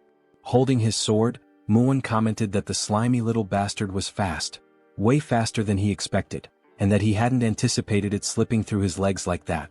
But when the small gecko saw the men again, it immediately began to growl, and its expression once again twisted into one of irritation. Soryang stepped between the gecko and the men while still holding the injured one, asking them to wait a moment, saying that there was no need to keep fighting. He assured them that he was fine and asked them to step back a bit, as he was going to try speaking with the geckos for a moment. Muin briefly wondered if Soryang had lost his mind trying to talk to that thing, asking if he really believed the creature could understand human words. Still observing the gecko, Soryang responded that yes, it seemed like the creature could understand human speech to some extent, and if so, it probably wouldn't attack again. He turned to Hwayin and asked if she could grab some of the dried grass he had seen nearby, and she answered that she could. Then she went off in a cute moment, appearing almost chibi-like, collecting the dry grass alongside a little centipede. Soryang arranged the dried grass so that the weakened gecko could lie on it, judging that it would be more comfortable than resting directly on the cold ground. The couple knelt down beside the geckos, and Soryang gently told them not to worry, that he wasn't trying to hurt them. He had only removed the stuck skin that wouldn't shed on its own and cleaned what was covering the sick gecko's eyes. Then Soryang reminded the healthy gecko not to forget to lick the eyes of the sick one, and immediately the small gecko did just that. Afterward, the young warrior stood up, crossed his arms and stated that there was only one problem, drawing everyone's attention back to him. He explained that the sick gecko's eyes would likely heal just fine, but her tail was already necrotized, so licking wouldn't help at all in that situation. The sick gecko seemed to finally realize that her tail was indeed useless. She couldn't feel anything from it anymore. So Soryang continued, saying that, in other words, the only way to improve the situation would be, and while making a cutting gesture with his hands, he implied that they might have to remove the tail entirely. At that moment, one of the geckos imagined his partner's tail being cut off, and the vision of her crying out in pain filled his mind. He began to roar once again, and Soryang, growing nervous, made a scissor shape with his fingers to try to explain. The fury returned to the little gecko, who suddenly leapt toward the young warrior, taking him by surprise with the sudden mood swing. Realizing he wasn't fast or strong enough to stop this charge, the only thing Soryang could do in that moment was scream in desperation. Several minutes later, the couple sat on a rock with Muin beside them, while the men prepared a campfire. Hwayin was tending to some kind of wound on her companion's face, and he kept complaining that it hurt every time she touched it with her fingers. Soryang becomes a little irritated with the ungrateful gecko, since he was only trying to help. Hwayin tells him to stay still as she's in the middle of applying a healing balm, and if he keeps moving it might leave a scar. Hearing this, Muin crosses his arms and starts laughing, saying that now Soryong is finally beginning to act like a real man. After all, he earned a glorious battle scar. Realizing that this was not the right moment for jokes, Hwain turns to Muin with a terrifying glare. Along with Hwain, the little centipedes also fix their gaze on him, trying to intimidate him, and without saying a single word, Muin understands the message loud and clear. Touching the wound on his face, Soryong can only think about how the misunderstanding had somehow been resolved, and as he looks at Hwain and the baby centipedes, he also considers how the centipedes aren't reacting to any killing intent, and maybe the small gecko never actually had the intention to kill. At that moment, Gu interrupts and calls out to Soryong to talk to him about something. He says it looks like the little creature wants to say something to Soryong, since it keeps trying to get over to him. Soryong gives an awkward smile and asks if the gecko is finally ready. The gecko responds by making the same sound as before and nodding its head. Tilting his own head slightly, Soryong says he'll do his best. But first, there's something he needs to ask, which makes the little gecko curious. So he asks what geckos usually eat, explaining that if they really do need to cut off her tail, she'll need to eat something nutritious to recover properly.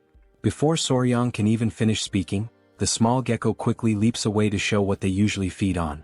Soryong follows him, asking him to wait up since he's way too fast. The gecko stops in front of a small plant and begins making some sounds. Soryong realizes that with these sounds, the little one is definitely trying to communicate something. The gecko then picks the plant up with its mouth and lifts it, clearly wanting Soryong to see it. Soryong takes the plant from the gecko, and Hwain arrives shortly after, asking if she can take a quick look at it. She takes the plant and carefully examines it. Then she says it's weak, but she can still feel a bit of chi coming from it, so this little plant is definitely a seed of a spiritual herb that used to grow there. Soryong takes the plant back and is left stunned when he realizes it's that seed. This spiritual herb that everyone had talked about so much. Muin comments that he's heard of it before a long time ago. And it's said that spiritual herbs always grow in places where spiritual beasts live. Looking at the sleeping baby centipedes, Hwain says that maybe, just like the baby centipedes, the little geckos also survive by feeding on the chi from the spiritual herbs. Soryong looks a little alarmed and asks if now that the spiritual herb has been dug up, it means this is a big problem. He then tries to dig the ground with his hands, saying they should replant it quickly, but Muin tells him that won't help. Muin approaches, places a hand on Soryong's shoulder, and explains that once a spiritual herb has been touched by human hands, it won't grow again. He adds that the little gecko surely already knew this, and that's probably why he dug it up and showed it to them. So even if they plant it again, it won't grow any further from this point on. Then he remembers Jaegal, who had come there earlier and dug up the plant, which led to the small, defenseless geckos being harmed. Soryong begins to cry and says that he's sorry for that humans are truly sorry little geckos. Muin then turns to Gu Pei and asks what the name of the spiritual herb that used to grow there was. Gu Pei answers that he remembers it was called frost ginseng, while Soryong continues mourning in the background and Hwain tries to comfort him. Muin then says that what they need to do is find something that emits the same type of chi as frost ginseng. Hearing that instantly lifts Soryong's spirits, and he asks if such a thing really exists. Muin grins with his toothless smile and says yes, of course it does. This thing is called ice jade, and just like frost ginseng, it carries the essence of cold chi. But then Muin says that the problem is how to get ice jade, as it's incredibly rare. Even with money, it's not something easily obtained. Hwain interrupts their moment of uncertainty and asks if they're talking about ice jade. She says she knows someone who has it. Hearing that, Soryong and Muin both light up with excitement, asking if she's serious and saying that's wonderful news. Barely able to contain his excitement, Soryong steps closer and asks who it is. Hwain is startled and tells him to calm down. While both of them are watching her, she says she doesn't really know how to say this. Then she takes a deep breath and says, "There's some other weed, or whatever." The two of them are left in shock by all the buildup, and Muin asks if she means it's just a weed. Hwain seems disappointed, thinking they would have taken it more seriously. Then Soryong shouts, completely confused, "What?"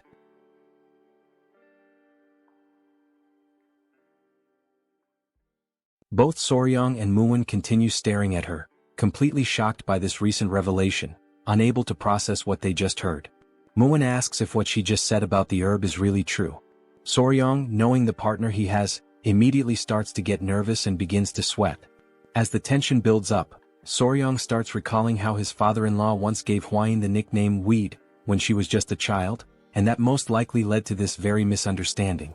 Still utterly confused, Muin asks who this other weed is that supposedly possesses the ice jade. But Soryong, now fully understanding what might have happened, quickly tells him to stop before the situation gets worse. However, Hwain responds calmly and clearly, saying that it's one of the 3 flowers of Muism, the Flame Queen Peony. Her name is Seol, and she is the daughter of the Namgung clan. Hwain mentions that from what she's heard, Seol possesses the ice jade, although she isn't completely certain about it. It's only after hearing this that Soryong and Muwon become excited again. At that moment, the fat-tailed gecko approaches and starts making noises, trying to get the attention of the young warrior. Seeing the gecko's distressed expression, Hwain asks what the little one is saying, and Soryong responds that it seems like he's begging them to quickly treat the injured gecko. Soryong then suggests that they leave the rest of the conversation for later and focus on treating the gecko first. Hwain agrees, pointing out that the gecko looks very anxious, so it's probably better to speed things up. With that, Soryong turns his attention to the sick gecko, who is resting on the dry leaves they had carefully placed earlier. He picks the little one up to examine it more closely and assess its condition, while the gecko's companion watches intently. Hwain moves closer and says she heard that geckos can cut off their own tails. She asks if Soryong knows why this one waited until things got so bad. Soryong replies that she's right, geckos can do that, but not all of them. This surprises Hwain, since she had always heard that all geckos were capable of it. So Soryong begins to explain. When a gecko detaches its own tail, the process is called autotomy. But depending on the species, the characteristics can vary. Some are able to perform autotomy but can't regenerate afterward, while others can lose their tails and still grow them back. And then there are those that can do neither, they can't detach and they can't regenerate. That's why you can't make assumptions. You have to examine them properly. Bringing his hand close to the tail, Soryong says that once it's confirmed, they'll find the detachment segment, the specific area that needs to be pressed with a finger to trigger separation. Hwain asks what the detachment segment means, clearly confused by the term. So Soryong explains again, saying that while it might seem like a gecko's tail can be cut off anywhere, in reality, the spot where it actually breaks is predetermined. And that particular point is called the detachment segment. Once again amazed, Hwain admits that she doesn't know much about geckos since they're not venomous, and then she asks how Soryong knows so much about them. Holding the sick gecko gently in his hands, Soryong realizes that he sounded quite confident when he explained all of that, but the truth is, because the tail is already in such a deteriorated state, he's not sure if the procedure will go well. But regardless of the uncertainty, he knows he has to try. With determination in his voice, Soryong says that he will succeed. Otherwise, he doesn't deserve to be called Spicy Fabre, his former YouTuber name. Sometime later, Muwon is left alone with the little gecko while the couple is working in the background, focused on the procedure. The small gecko starts making some sounds, and Muwon realizes that it wants to say something, so he turns around. Watching the cheerful couple in action, Muwon asks what happened to the injured gecko. Soryong replies that fortunately, everything went well. Now, as long as they take good care of her, she'll be just fine. Hearing that makes the other gecko extremely happy, so much so that he starts crying tears of joy. Soryong crouches down, still holding the injured gecko in his hands, and asks the other one if he's happy now. Muwon observes it all quietly, not saying a word, but thinking to himself that the more he looks at that boy, the more incredible he seems. And so, after finishing the surgery, the group decides to stay close by and monitor the gecko's condition for a few days. A few days later, the couple approaches with excitement as they run toward the stone where the geckos usually stay. Soryong calls out to them, and right away the geckos respond to him with the familiar sounds they make. Soryong's eyes sparkle with joy, thinking to himself that they're not even cats, they're baby geckos. But if this had happened in his past life, it definitely would have gone viral on YouTube. Looking at the injured gecko, Soryong sees that she has regained some of her strength thanks to proper rest. He leans down a bit and says that it looks like everything's okay now, adding, "We'll get going for now." This makes the gecko a little sad, and it tries to communicate even more before they leave. So, Soryong takes a moment to explain that they're not leaving forever, they're just going to gather some food for the geckos and then come right back to that place. Upon hearing this, both geckos become visibly happy, making cheerful little sounds. Soryong can't help but think to himself just how incredibly adorable these little geckos are. The young warrior then turns to Hwain and says that for now that's all they needed to do here, so it's time for them to return to the Tang clan. With determination, he clenches his fist and, full of energy, declares that they are going to recover the ice jade. Sometime later they arrive back at the Tang clan, having left the little lizards behind in good care. As the couple reunites with the patriarch, they notice that many updates have come in while they were away. The father-in-law begins speaking and says that among all the news, by far the most significant incident is undoubtedly the one involving the blood cult. He starts explaining that after the identity of a spy embedded within the Murim alliance was exposed, their warriors decided to follow an owl that had been created by one of their assistants. However, as they were tracking the owl through the skies, they received a piece of information that turned out to be extremely valuable. No one would have believed it at first, but following that owl actually led the group directly to the hidden base of the blood cult. Coincidentally, a squad had just returned to the Murim alliance, and they brought with them a batch of poison extracted from the striped tiger water leavings. The patriarch adds that he heard the poison played a crucial role during the raid on the cult's hideout.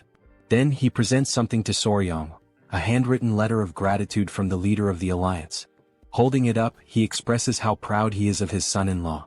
Returning to the subject of the geckos, the patriarch then asks Soryong if he managed to capture the mysterious geckos, saying that at any moment now he plans to walk through the garden of creatures to take a look at them himself. Looking a bit embarrassed, Soryong scratches his face and says that he could say they half captured the geckos. Hwain steps in at that moment to clarify everything, and so, Lady Hwain proceeds to explain everything that had happened up until now in full detail. After listening to the whole story, the patriarch falls into thought the moment he hears about the ice jade. Hwain continues, saying that in order to retrieve the ice jade, they are planning to travel together to Anhui province to visit the Namgung clan. She turns to her father and asks if that's all right. The patriarch tells them to go ahead, mentioning that there's something that needs to be delivered along the way anyway, so it all works out conveniently. He adds that the current times are unstable due to the ongoing threat of the blood cult, but since Soryong will be with her, he feels reassured and can allow it without worry. Seeing his father-in-law smile as he says this, Soryong quietly wonders to himself if that kind of statement really deserves to be said with a smile on one's face. Then the patriarch pauses, telling them to wait for a moment, because now that he thinks about it, since they're heading to the Namgung clan, there have been some rather disturbing rumors going around lately. The couple exchange glances, already expecting that it must be something strange, and they ask what kind of rumors these are this time. The patriarch begins to recount what he's heard. Near the Namgung clan, around Yellow Mountain, there are whispers that some men have been walking through the forest late at night. One man supposedly asks if the other is serious about what he's saying. The second man insists that he's telling the truth and goes on to say that the young woman from the Namgung clan, she really... But then the first man cuts him off, saying that it's nonsense, that it's nothing more than a filthy and scandalous rumor. Even if it were true, one of them says, still. But before he can finish, something suddenly grabs their attention. Both men ask aloud what in the world they're seeing as they spot a man lying unconscious on the forest floor. They rush toward him, realizing someone has collapsed right in the middle of the woods. As they get closer to the fallen man, they call out to ask if he's okay. When he doesn't respond, they even wonder if he might be dead. Suddenly, the unconscious man starts smiling, leaving the other two completely bewildered and unsure of what to think. The man on the ground has a creepy, perverted look on his face. He seems to be under some kind of spell or trance. Blood trickles from his nose, and he's drooling as if he's not fully conscious. The two who tried to help him look at each other, still unable to grasp what is actually going on. From a distance, a feminine figure watches the whole scene unfold. The men carry the unconscious man on their backs, asking aloud whether he was drunk or something. Meanwhile, the woman observing them emits a soft, mysterious pink aura. She continues walking alone through the dark forest, her silhouette blending into the shadows. Everything about her presence is shrouded in mystery, and then, there's a subtle hint that she might have some kind of connection to spiders.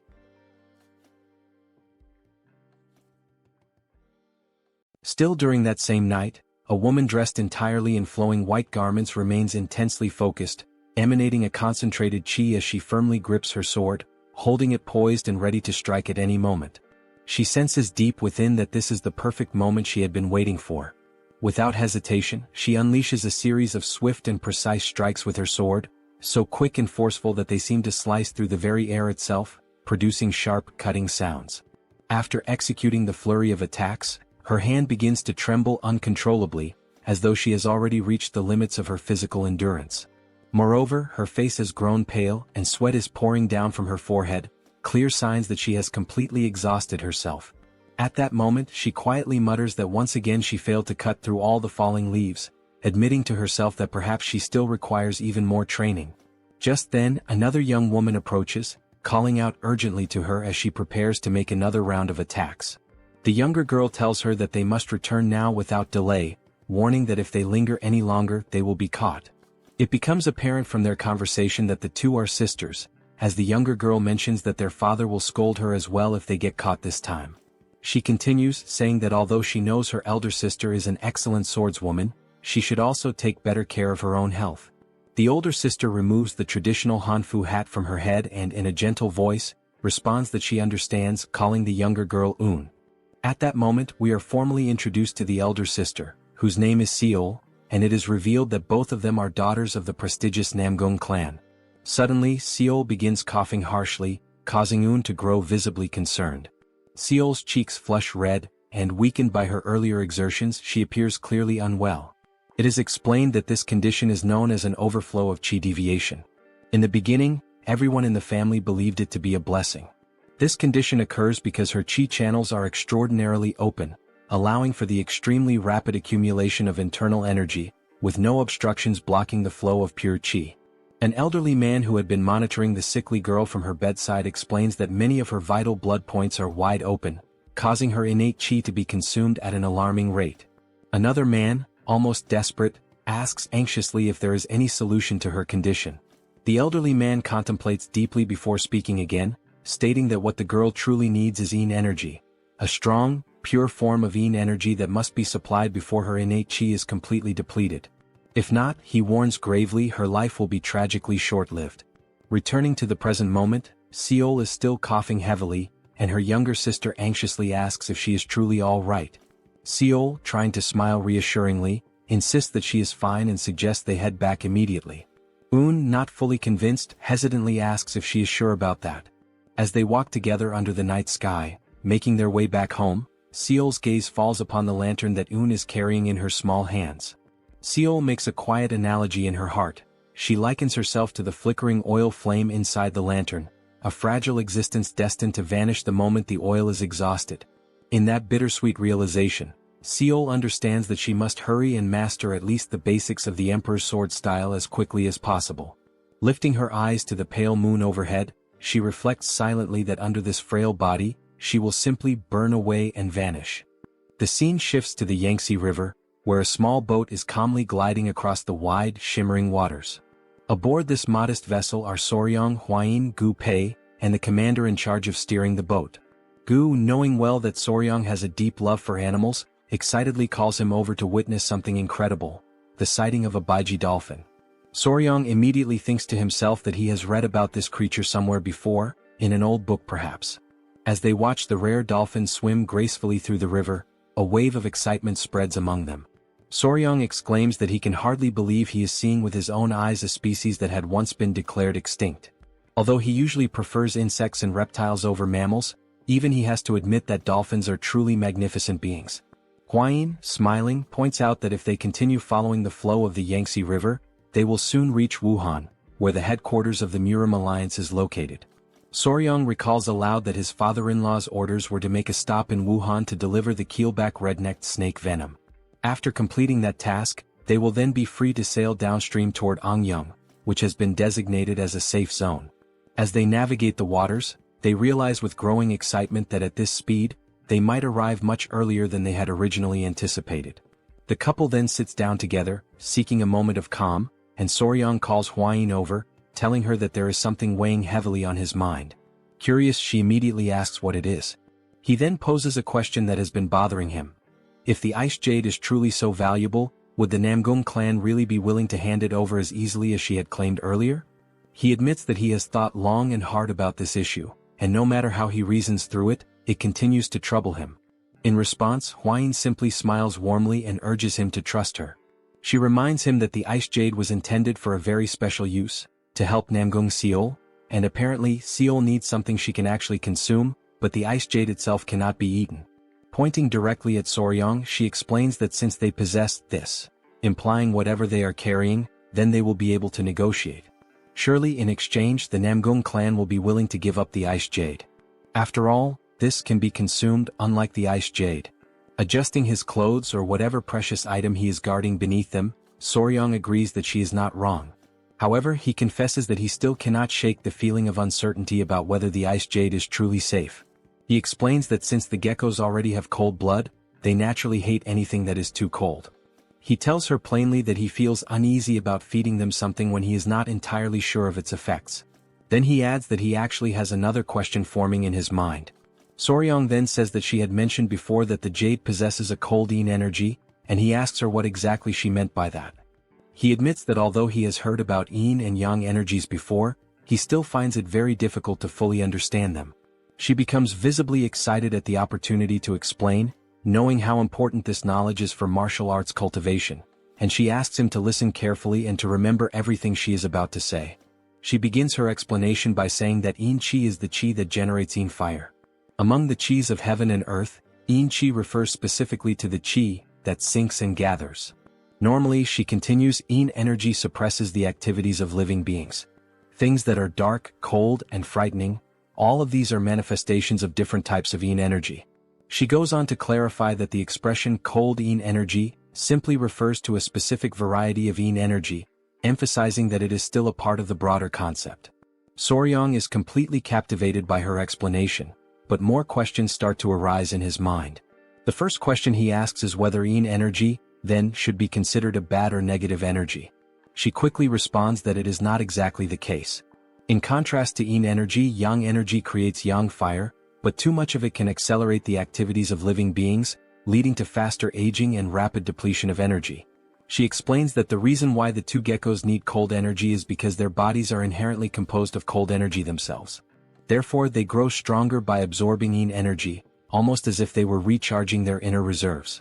Scratching his head in confusion due to the increasing number of questions piling up in his mind, Soryong asks whether yin and yang are not supposed to be in balance. He then wonders out loud how they can achieve that balance when they are dealing with pure yin energy. Knowing that he is intelligent and endlessly curious, she begins to blush, her cheeks turning a soft pink. Then, awkwardly and still blushing, she starts to stammer and admits that she actually does not know how to explain it properly. A little flustered but gathering her courage, she raises her voice slightly and says that they will figure it out together later, how to find that balance between yin and yang.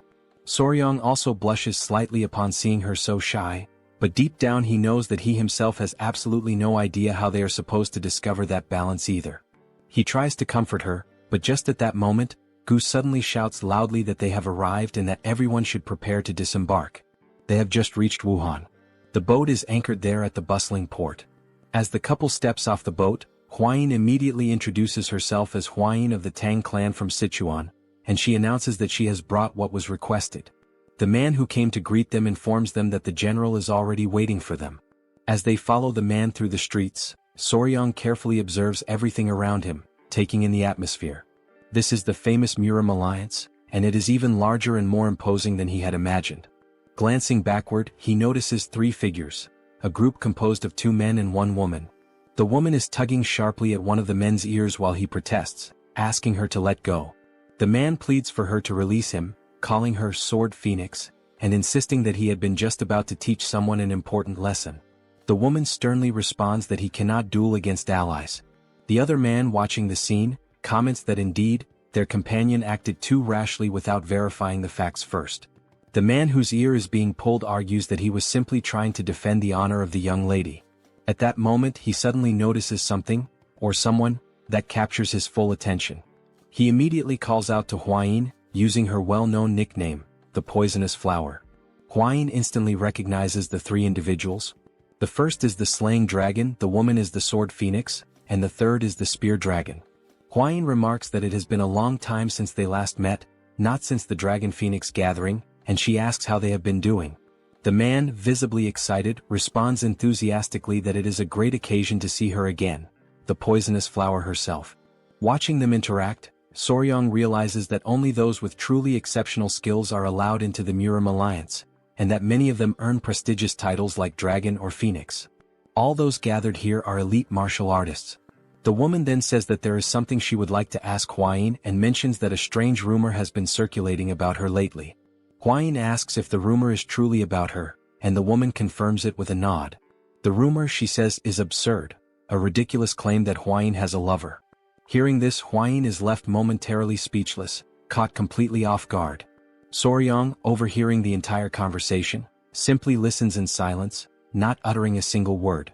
Lady Huayin then asks, seeking confirmation, if the rumor really is about her having a lover.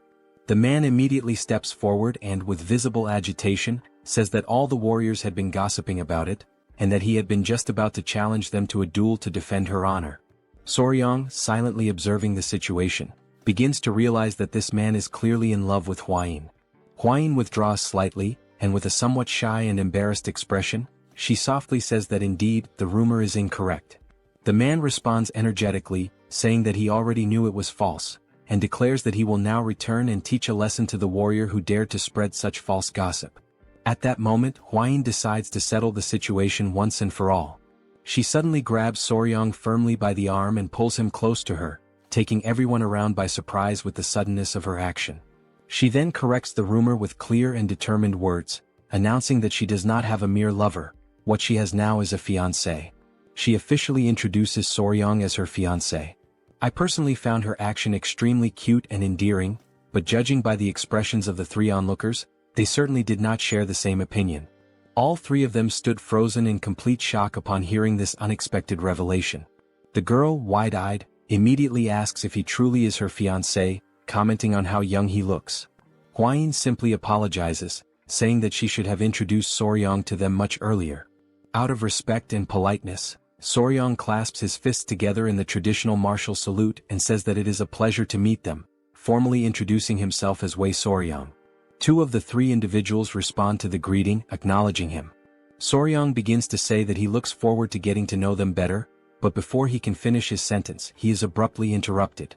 When he looks forward to see what is happening, he sees the man who is clearly in love with Huayin practically engulfed in the flames of rage, glaring at him with burning eyes and demanding to know if he is truly Huayin's fiancé.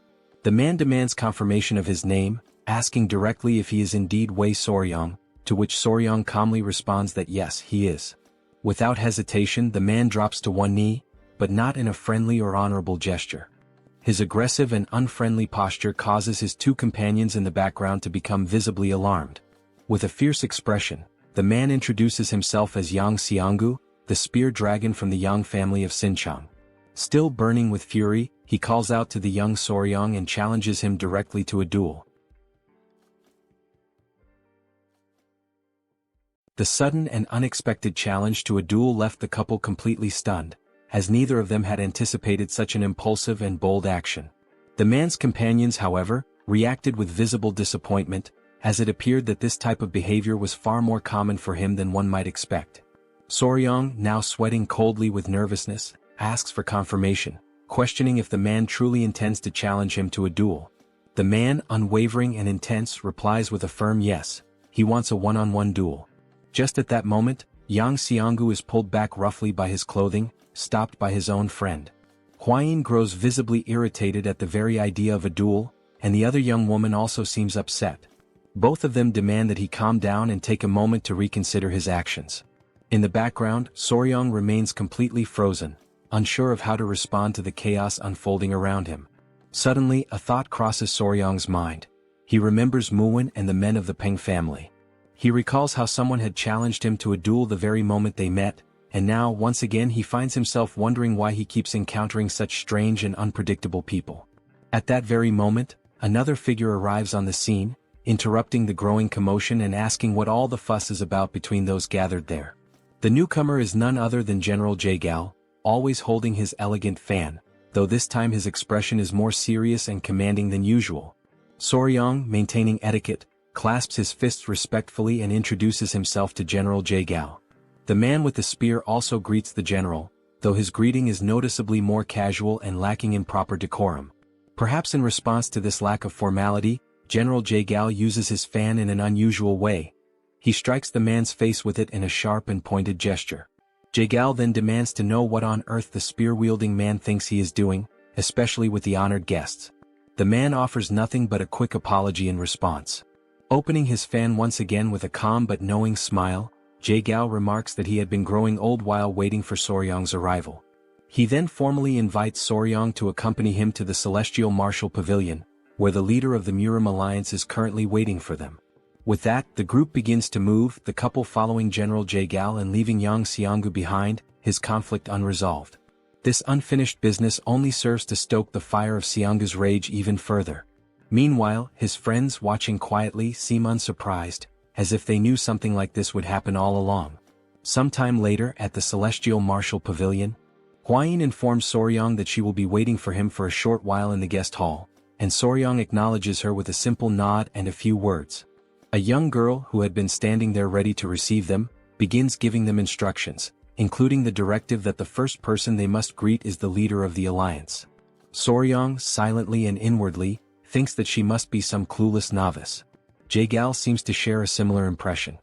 He immediately comments that this is the girl who was brought in to replace the previous servant, who had turned out to be a spy. The girl appears visibly nervous, likely because of this high-stakes situation. Raising her voice, the young girl shouts toward the inner chamber, announcing that the general and the young warrior from the Tang clan have arrived. They soon hear a voice from within instructing them to come inside. They proceed forward slowly and carefully, and upon entering the chamber, they see the silhouette of the Murim alliance leader standing with his back to them.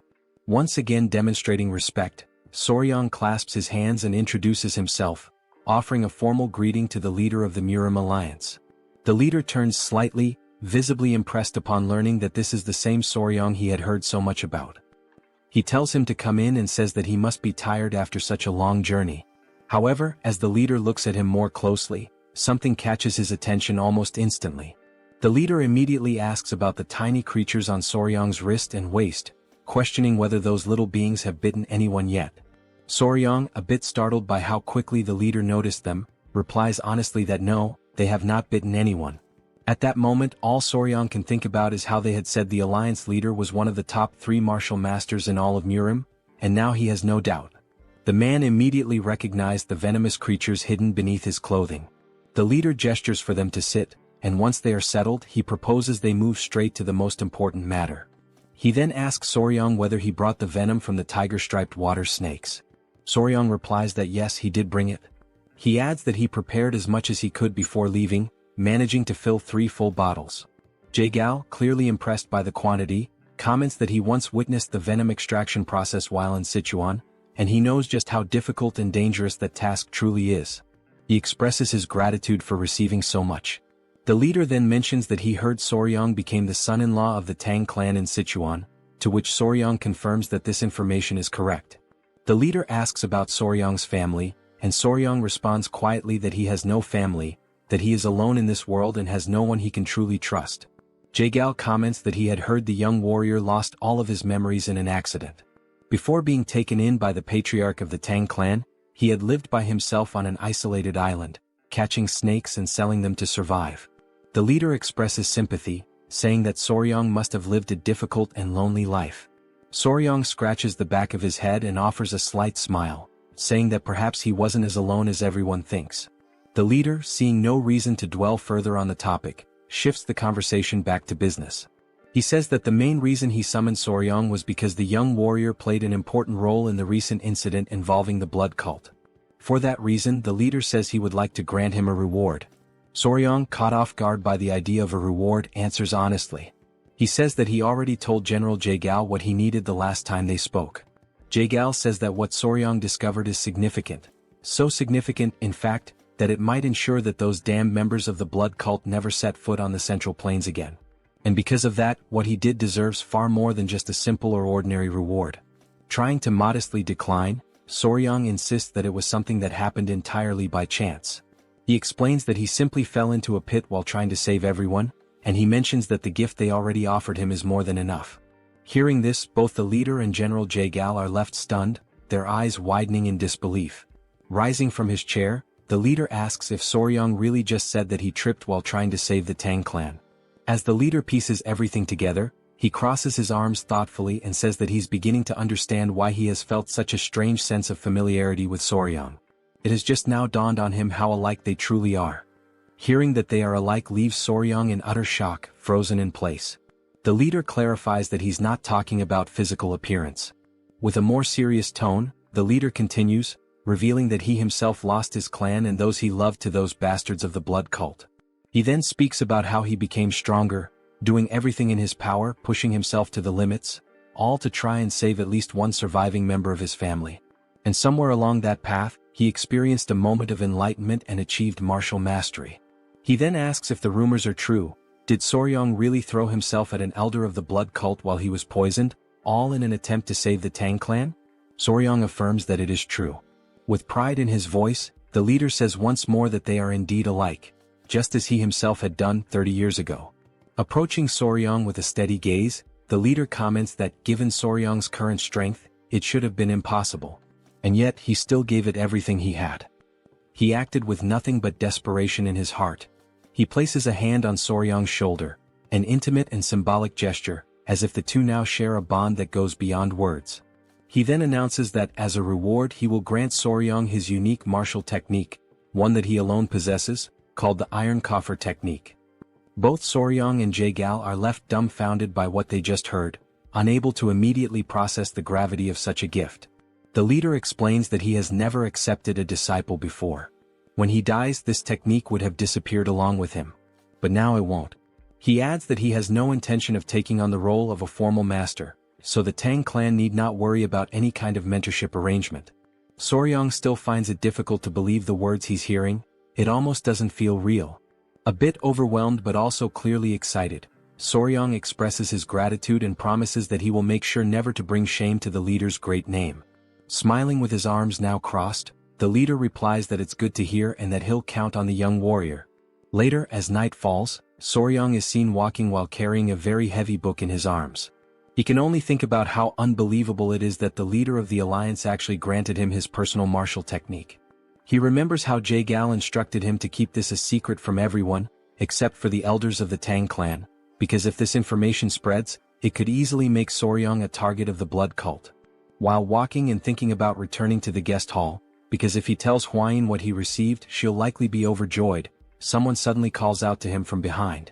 As Soryong turns around, he sees the spear-wielding man from earlier, still burning with the fury left over from the events of that afternoon. The man declares that they have met again due to fate, which only makes Soryong feel even more unsettled and anxious. He explains that he heard Soryong had left the Celestial Martial Pavilion, so he came looking for him. He says he still hasn't received an answer to his earlier challenge for a duel. Soryong can only think about how incredibly persistent this man is. Clutching his spear, the man says that he needs to know whether Soryong is truly a man worthy of Lady Tang Hwayin, the poison flower. He insists that Soryong must prove himself.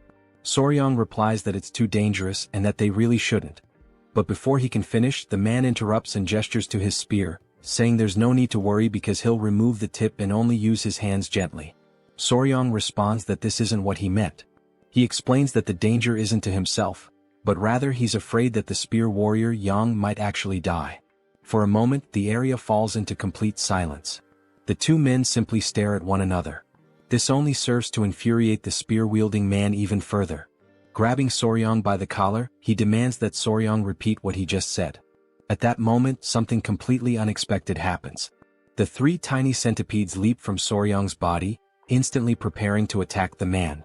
But Soryong quickly reacts, managing to hold them back.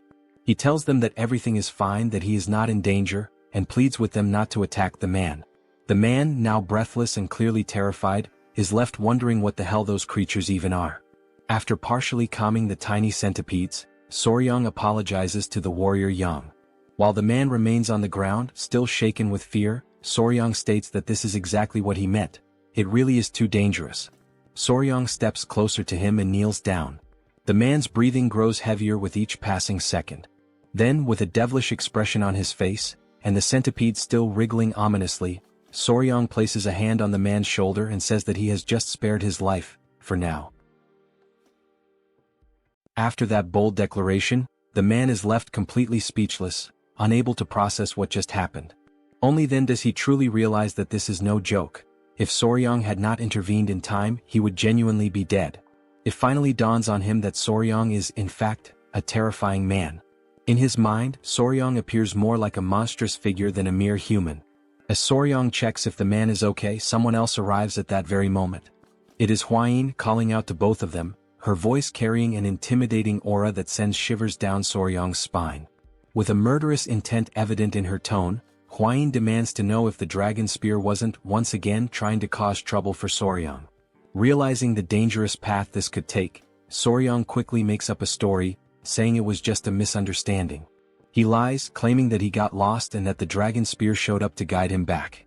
Huayin, still suspicious, asks if that's really the truth, and then questions why the tiny centipede seems so lively and animated.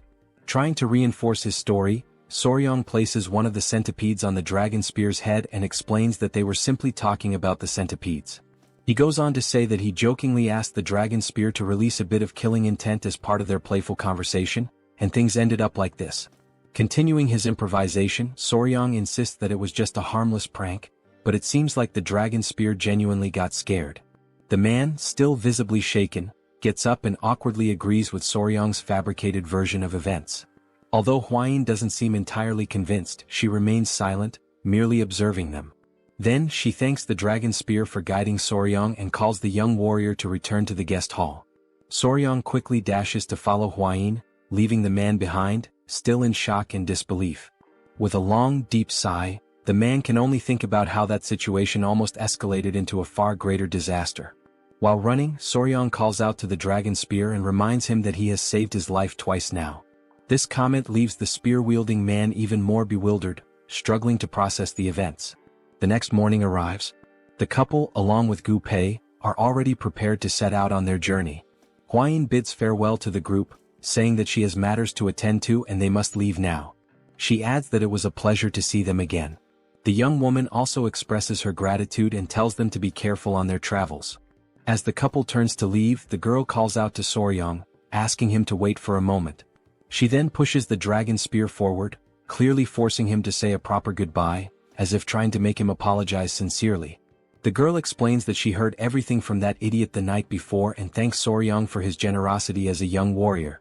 The dragon spear, feeling awkward and slightly embarrassed, mutters an apology and also expresses his gratitude for what Soryang did the previous day. He then adds that after talking with the Sword Phoenix, he finally realized just how foolish he had been. Clenching his fists and almost on the verge of tears, he admits that, judging by Soryang's actions, he truly seems to be a suitable match to be the fiancé of the poison flower. The man then bows respectfully, thanking Soryang earnestly and asking him to please take good care of Huayin from now on. The young warrior nods, saying he understands and tells them to take care as well.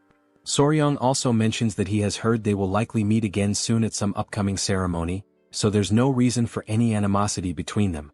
They board the boat, bid farewell to their new friends, and set off toward their next destination. Late at night, they find themselves staying at an inn located in a small lower village on the slopes of Huangshan Mountain. Soryang recalls Gu mentioning that they would rest there for the night since the mountain is treacherous, and it would take at least half a day to reach the Namgung clan's estate. That was the reason they decided to spend the night at this inn. After Soryang shares the details of his encounter with the leader, Huayin is left utterly shocked. She has just learned that Soryang received the secret manual of the Iron Coffer technique, the unique martial art of the first emperor himself. Soryang casually remarks that the emperor said they seemed alike. However, he also mentions that he heard the training required to master this technique is painful. Yet, once fully mastered, it can even block blades and withstand chi-based attacks. Huayin explains that the emperor's exclusive technique rivals the legendary indestructible diamond technique of the Shaolin. Since it is an external martial art, it does not require internal cultivation, which means Soryang shouldn't have much difficulty learning it. Realizing this, Soryang understands that, essentially, mastering it would be like gaining bulletproof protection. He truly inherited an incredible technique. Then Huayin offers to help him train in the new technique. She mentions having heard that the emperor used to whip his own body every morning as part of his rigorous practice, and she enthusiastically volunteers to assist him with that. Soryang is left utterly speechless, his jaw dropping as he processes what Huayin just said. He then asks in disbelief if it's really true that the emperor used whips as part of his training. Huayin, still excited, firmly confirms it, explaining that hardening one's skin through repeated whipping is an essential part of mastering the technique. Soryang, who has a vivid imagination, suddenly envisions Huayin wielding a whip while wearing a more daring outfit. This mental image makes him hesitate for a moment, but then he rationalizes that if it's for the sake of cultivation and becoming stronger, he would be willing to accept it. Just then, an elderly man who works at the inn interrupts their conversation. Apologizing for the intrusion, he asks if they are planning to climb Mount Huangshan. Huayin responds affirmatively and inquires why he's asking such a question. The old man explains that he is the owner of the inn, and judging by their appearance and equipment, it seems that they are heading towards the Namgung clan. Rising from his seat, Soryong cautiously asks if there is any problem they should know about. Before the old man can respond, Huayin recalls that her father had mentioned some unsettling rumors circulating lately. Curious, she asks if those rumors are related to what he's about to say. The elderly man then reveals that, in truth, over the past few months, people who have ventured up the mountain have mysteriously disappeared. Fortunately, those who went missing were later found safe, but something disturbing had happened to them. They had their yang energy completely drained. Both Soryong and Huayin feel a slight chill at this revelation. Huayin, clearly puzzled, remarks that it sounds rather strange and questions what this has to do with the Namgung clan. Blushing slightly and appearing somewhat embarrassed, the old man hesitates before confessing that all those who regained consciousness after the incident said the same thing. The person they spent the night with was none other than Lady Namgung Seol. This shocking statement leaves both Soryong and Huayin completely stunned. Huayin immediately questions whether this could possibly be true. Outraged, she continues, asserting that this is clearly a malicious trap, a vile and baseless accusation. Seeing that she is becoming increasingly agitated, Soryong gently urges her to calm down. The old man, equally taken aback, reassures them that, naturally, everyone reacted the same way at first. However, before he can finish his sentence, the scene transitions to the Namgung clan. Inside the clan's estate, Lady Seol is meticulously practicing her manual skills when she hears approaching footsteps. A young girl pushes the door open and calls for Lady Seol's attention. The girl informs her that the patriarch has summoned her to the hall immediately. Curious and slightly apprehensive, Lady Seol asks what her father wants. As she hurries toward the hall, she wonders what could be so urgent and also worries whether her father has discovered that she has been secretly practicing sword techniques at night. Arriving at the hall, Lady Seol is met with an unpleasant surprise. Her father is there, surrounded by several men kneeling on the ground, while another man holds a spiked mace. The patriarch gestures for her to come closer, and Lady Seol hesitantly steps forward, questioning the meaning of this gathering. The patriarch commands the kneeling men to lift their heads and look at her, instructing them to say whether the woman they saw was indeed his daughter. The trembling men, filled with fear, profusely apologize to the elder, some even breaking into tears. Annoyed by their hesitation, the patriarch firmly demands that they speak the truth at once. Turning his attention to Lady Seol, the patriarch pointedly asks if she has been sneaking out to the mountain at night. Stunned, she remains silent, unsure of how to respond. He presses on, stating that these men claim she drained their yang energy. Lady Seol, completely taken aback, repeats the accusation, trying to comprehend how such a rumor even started. Frustrated by her silence, the elder insists that she speak up and give a clear answer immediately. Finally gathering her thoughts, Lady Seol admits that it is true she has been training with the sword on the mountain recently, but she swears that aside from her training sessions, she has done nothing else. The patriarch shifts his gaze back to the men, stating that his daughter has declared her innocence, and therefore they must present concrete evidence to support their accusations. One of the men, clearly fearful for his life, insists that they only reported what they saw with their own eyes and had no intention of disrespecting the young lady. Another man, his voice quivering, suggests that maybe they all went mad or were possessed by spirits, as nothing else could explain their experience. Realizing the dangerous implications of their statements, one of the men nervously backtracks, admitting that it might indeed have been some sort of hallucination. Then, one of the men hesitantly mentions something peculiar, a distinguishing mark. The patriarch, curious, demands more details, asking what kind of mark he is referring to. With great reluctance, the man explains that the woman they saw had a mole on her chest, pointing to the approximate location. The patriarch, increasingly skeptical, calls the claim absurd and immediately questions Lady Seol to see if there's any truth to it.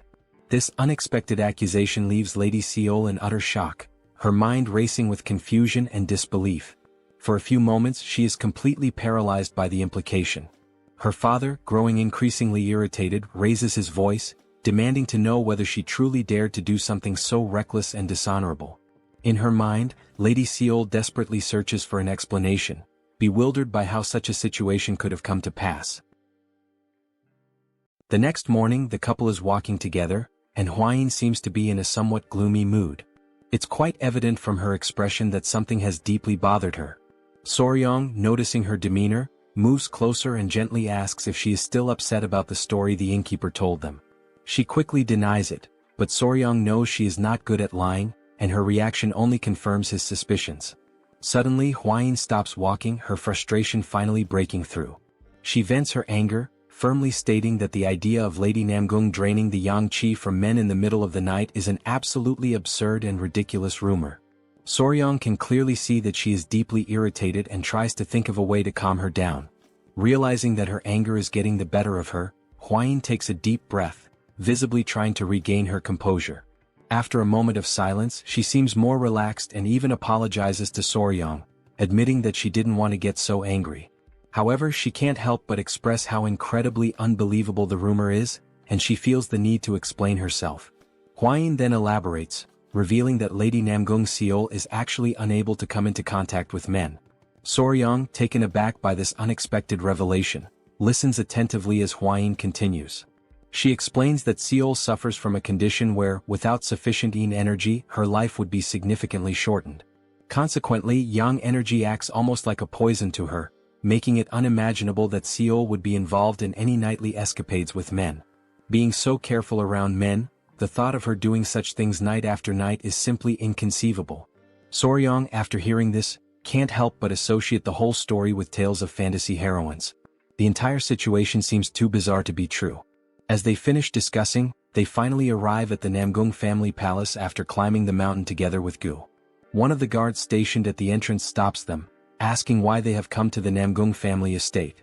Hwain subtly leans towards Soryong and whispers that the atmosphere within the Namgung family seems tense. She warns that if they mention they are there to see Lady Seol, they might be turned away. Understanding the delicate situation, Soryong quickly thinks of something plausible to say. Raising a finger for emphasis, he confidently states that they are there on business and have come to make a deal. The guard, somewhat puzzled, doesn't quite grasp what Soryong means. Hwain, equally confused, asks Soryong what he is talking about.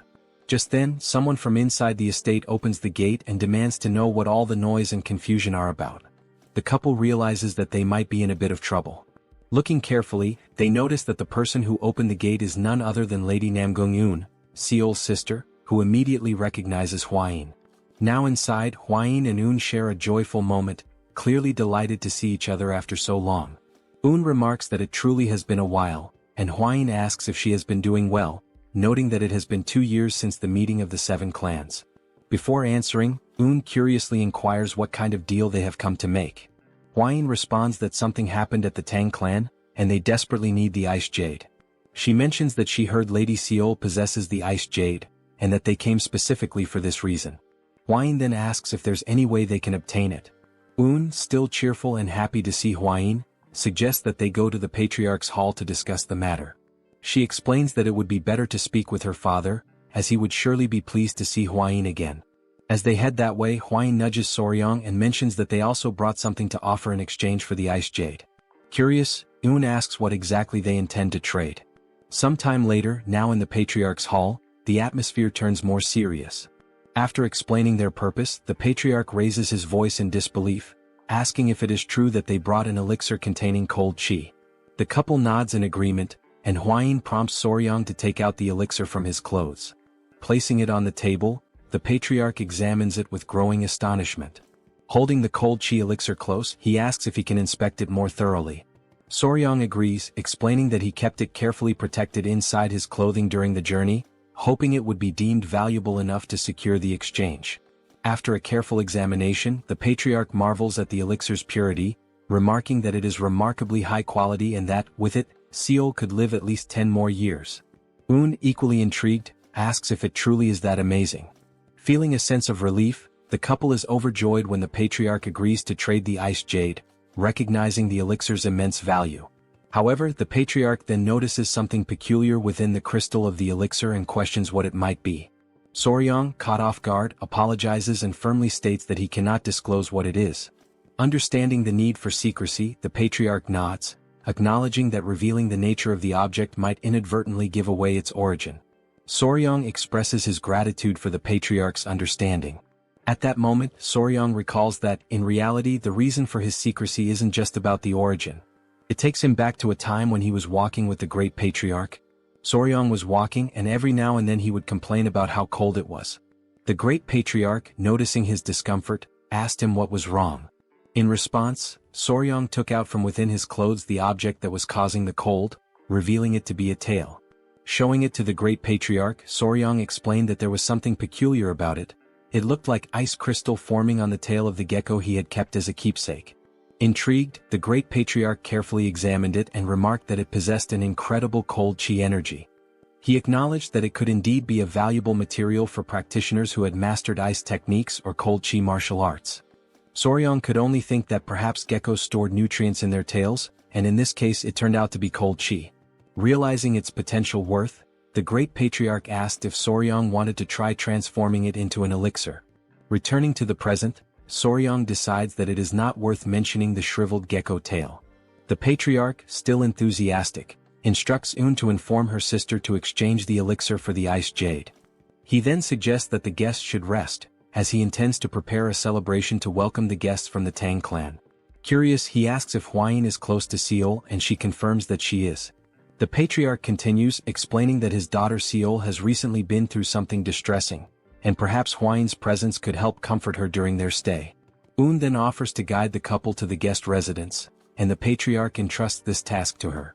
As they walk, Un mentions that thanks to Hwayin, her father's mood has improved somewhat, as in recent days, it felt as if they were walking on thin ice. To clarify, Hwayin cautiously asks if something happened to Lady Seol. Hwayin then shares that she has heard some troubling rumors and admits that she has been worried. Un, a bit disappointed, asks if Hwayin really heard about the rumors. With a hint of frustration, Un confesses that she doesn't believe Seol would do something like that, but unfortunately, they haven't been able to find any clues to prove her innocence.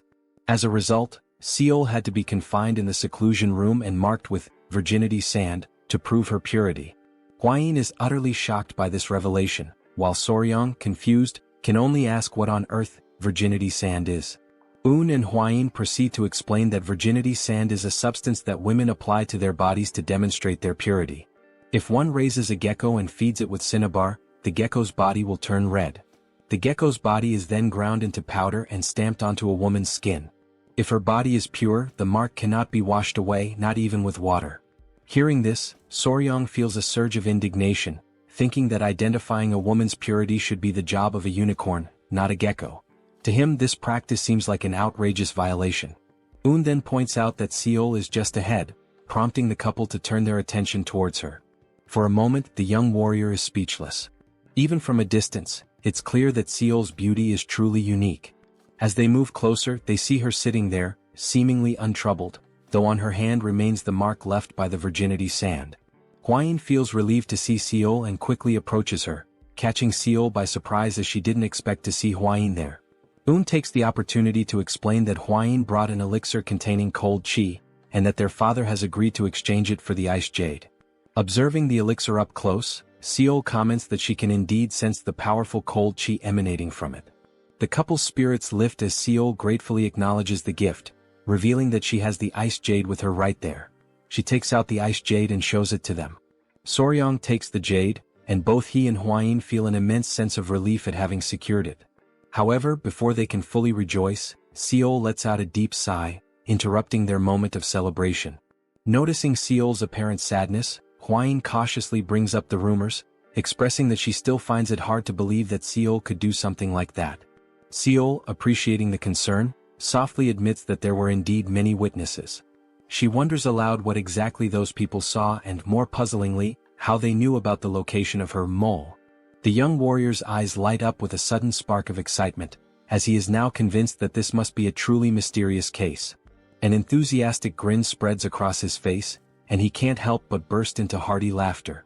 Seeing this unexpected reaction, Hwayin looks at him with concern and asks if he is feeling all right. Quickly shifting his expression to one of confident seriousness, Soryong proudly declares that he is an expert in such matters. In fact, he even goes as far as to claim that in his past life, he was famously known as Sherlock Fabre when it came to solving cases like this. Then, seemingly out of nowhere, Soryong asks Seol if she has ever bathed alone in a pond or river at night. The sudden and random nature of the question leaves all the girls puzzled, unsure of where this line of reasoning is leading. Hwayin tries to make sense of it and cautiously suggests that maybe, in doing so, someone might have spied on Seol. However, Seol shakes her head and confidently states that she has never washed her body outside the house. Even if someone had seen her, they would have no reason to spread such malicious rumors.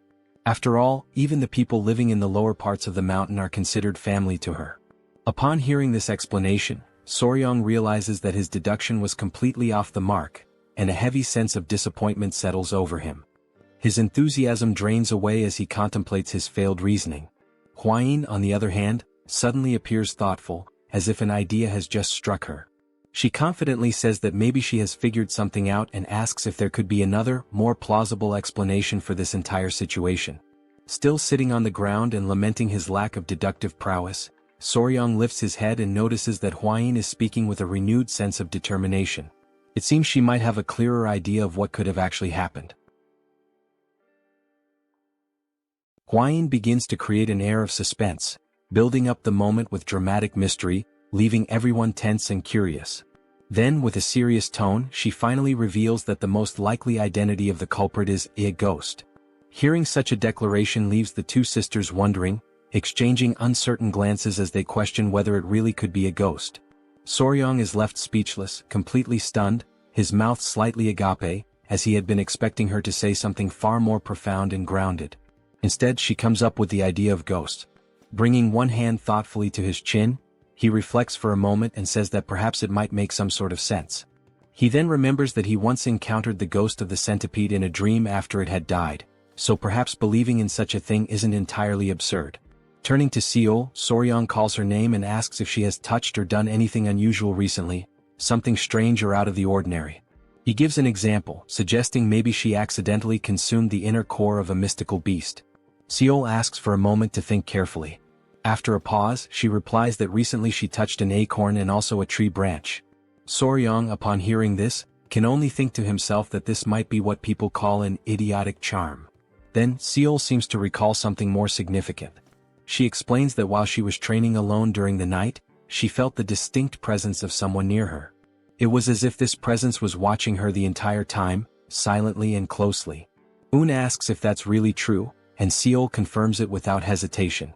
At first, she had even thought it might have been Un nearby, but when she checked, there was absolutely no one around. While Seol starts to question whether she was just feeling overly sensitive at the time, Soryong is quietly convinced that this is an undeniably suspicious situation. At that exact moment, a young girl rushes toward them in a panic, breathless and shouting for Lady Seol. The little girl is clearly out of breath and struggling to speak. She tries to catch her breath as Seol asks her to calm down and explain why she is running around in such a panic. The girl finally manages to say that another villager has disappeared, and the clan's warriors have already left the estate to begin the search. Upon hearing this news, Seol lowers her head slightly, as if she were hiding something deep within herself. Soryong notices this change and asks her what is going on. Seol lifts her head once more, but this time there is a new clarity and conviction in her expression. She declares that no matter what, she must personally capture this ghost and avenge the humiliation of her lost chastity. Un quickly steps in, warning Seol that if she goes off alone and gets caught again, the consequences this time will be far more severe. Seol responds with a smile, gently reassuring her sister that everything will be alright, because this time she won't be going alone. Confused, Un asks what exactly Seol means by that. In response, Seol takes Hwayin's hand and asks both her and Soryong if they would be willing to help her.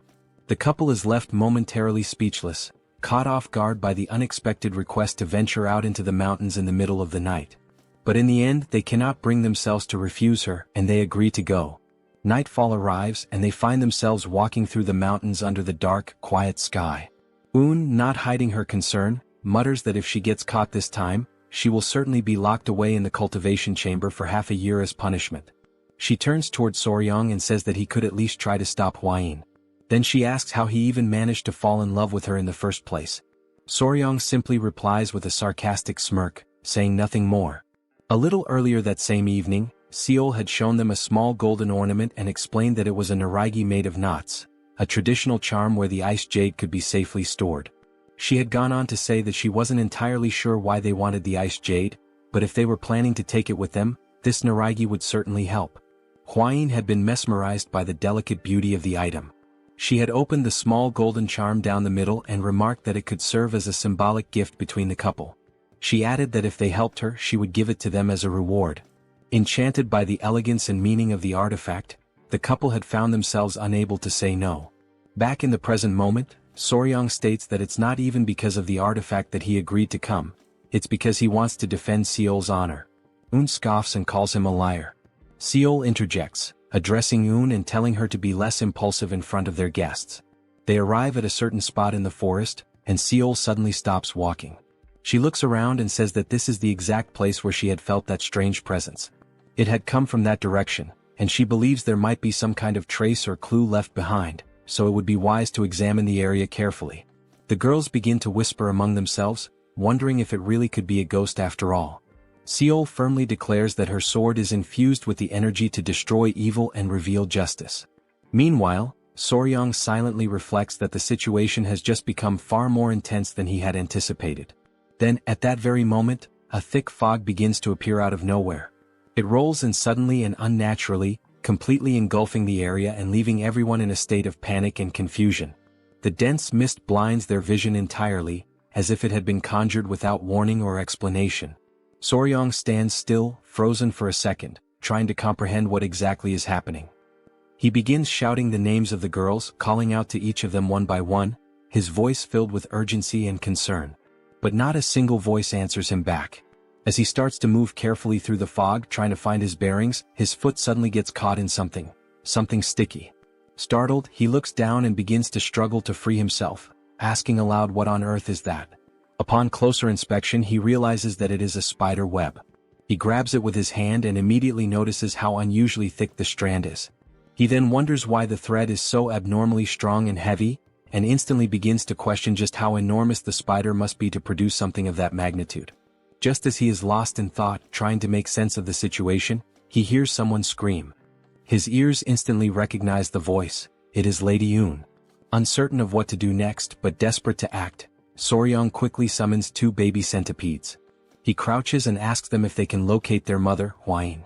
The tiny centipedes jump up with energy, and Soryang instructs them to find and protect Hwain without delay. With that, Soryang starts to run in the direction from which he heard Eun's voice, calling out to her, urging her to respond. As he keeps moving forward, he gradually realizes that he is getting deeper and deeper into the forest, farther away from where they began.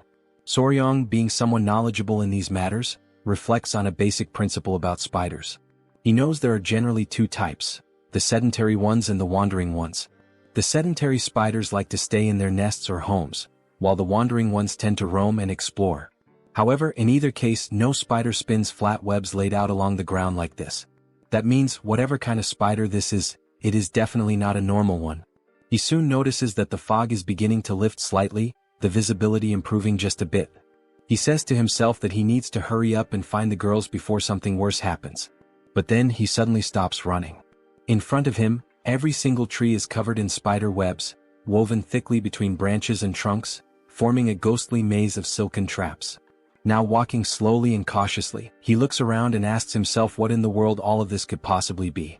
He lifts his gaze upward, and what he sees there, high above him, is something he never expected.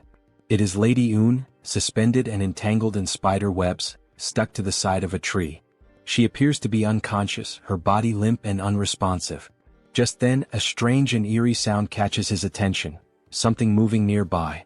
Emerging from the mist, he sees a woman sitting atop a gigantic spider, a creature so massive and unnatural that it radiates a terrifying aura.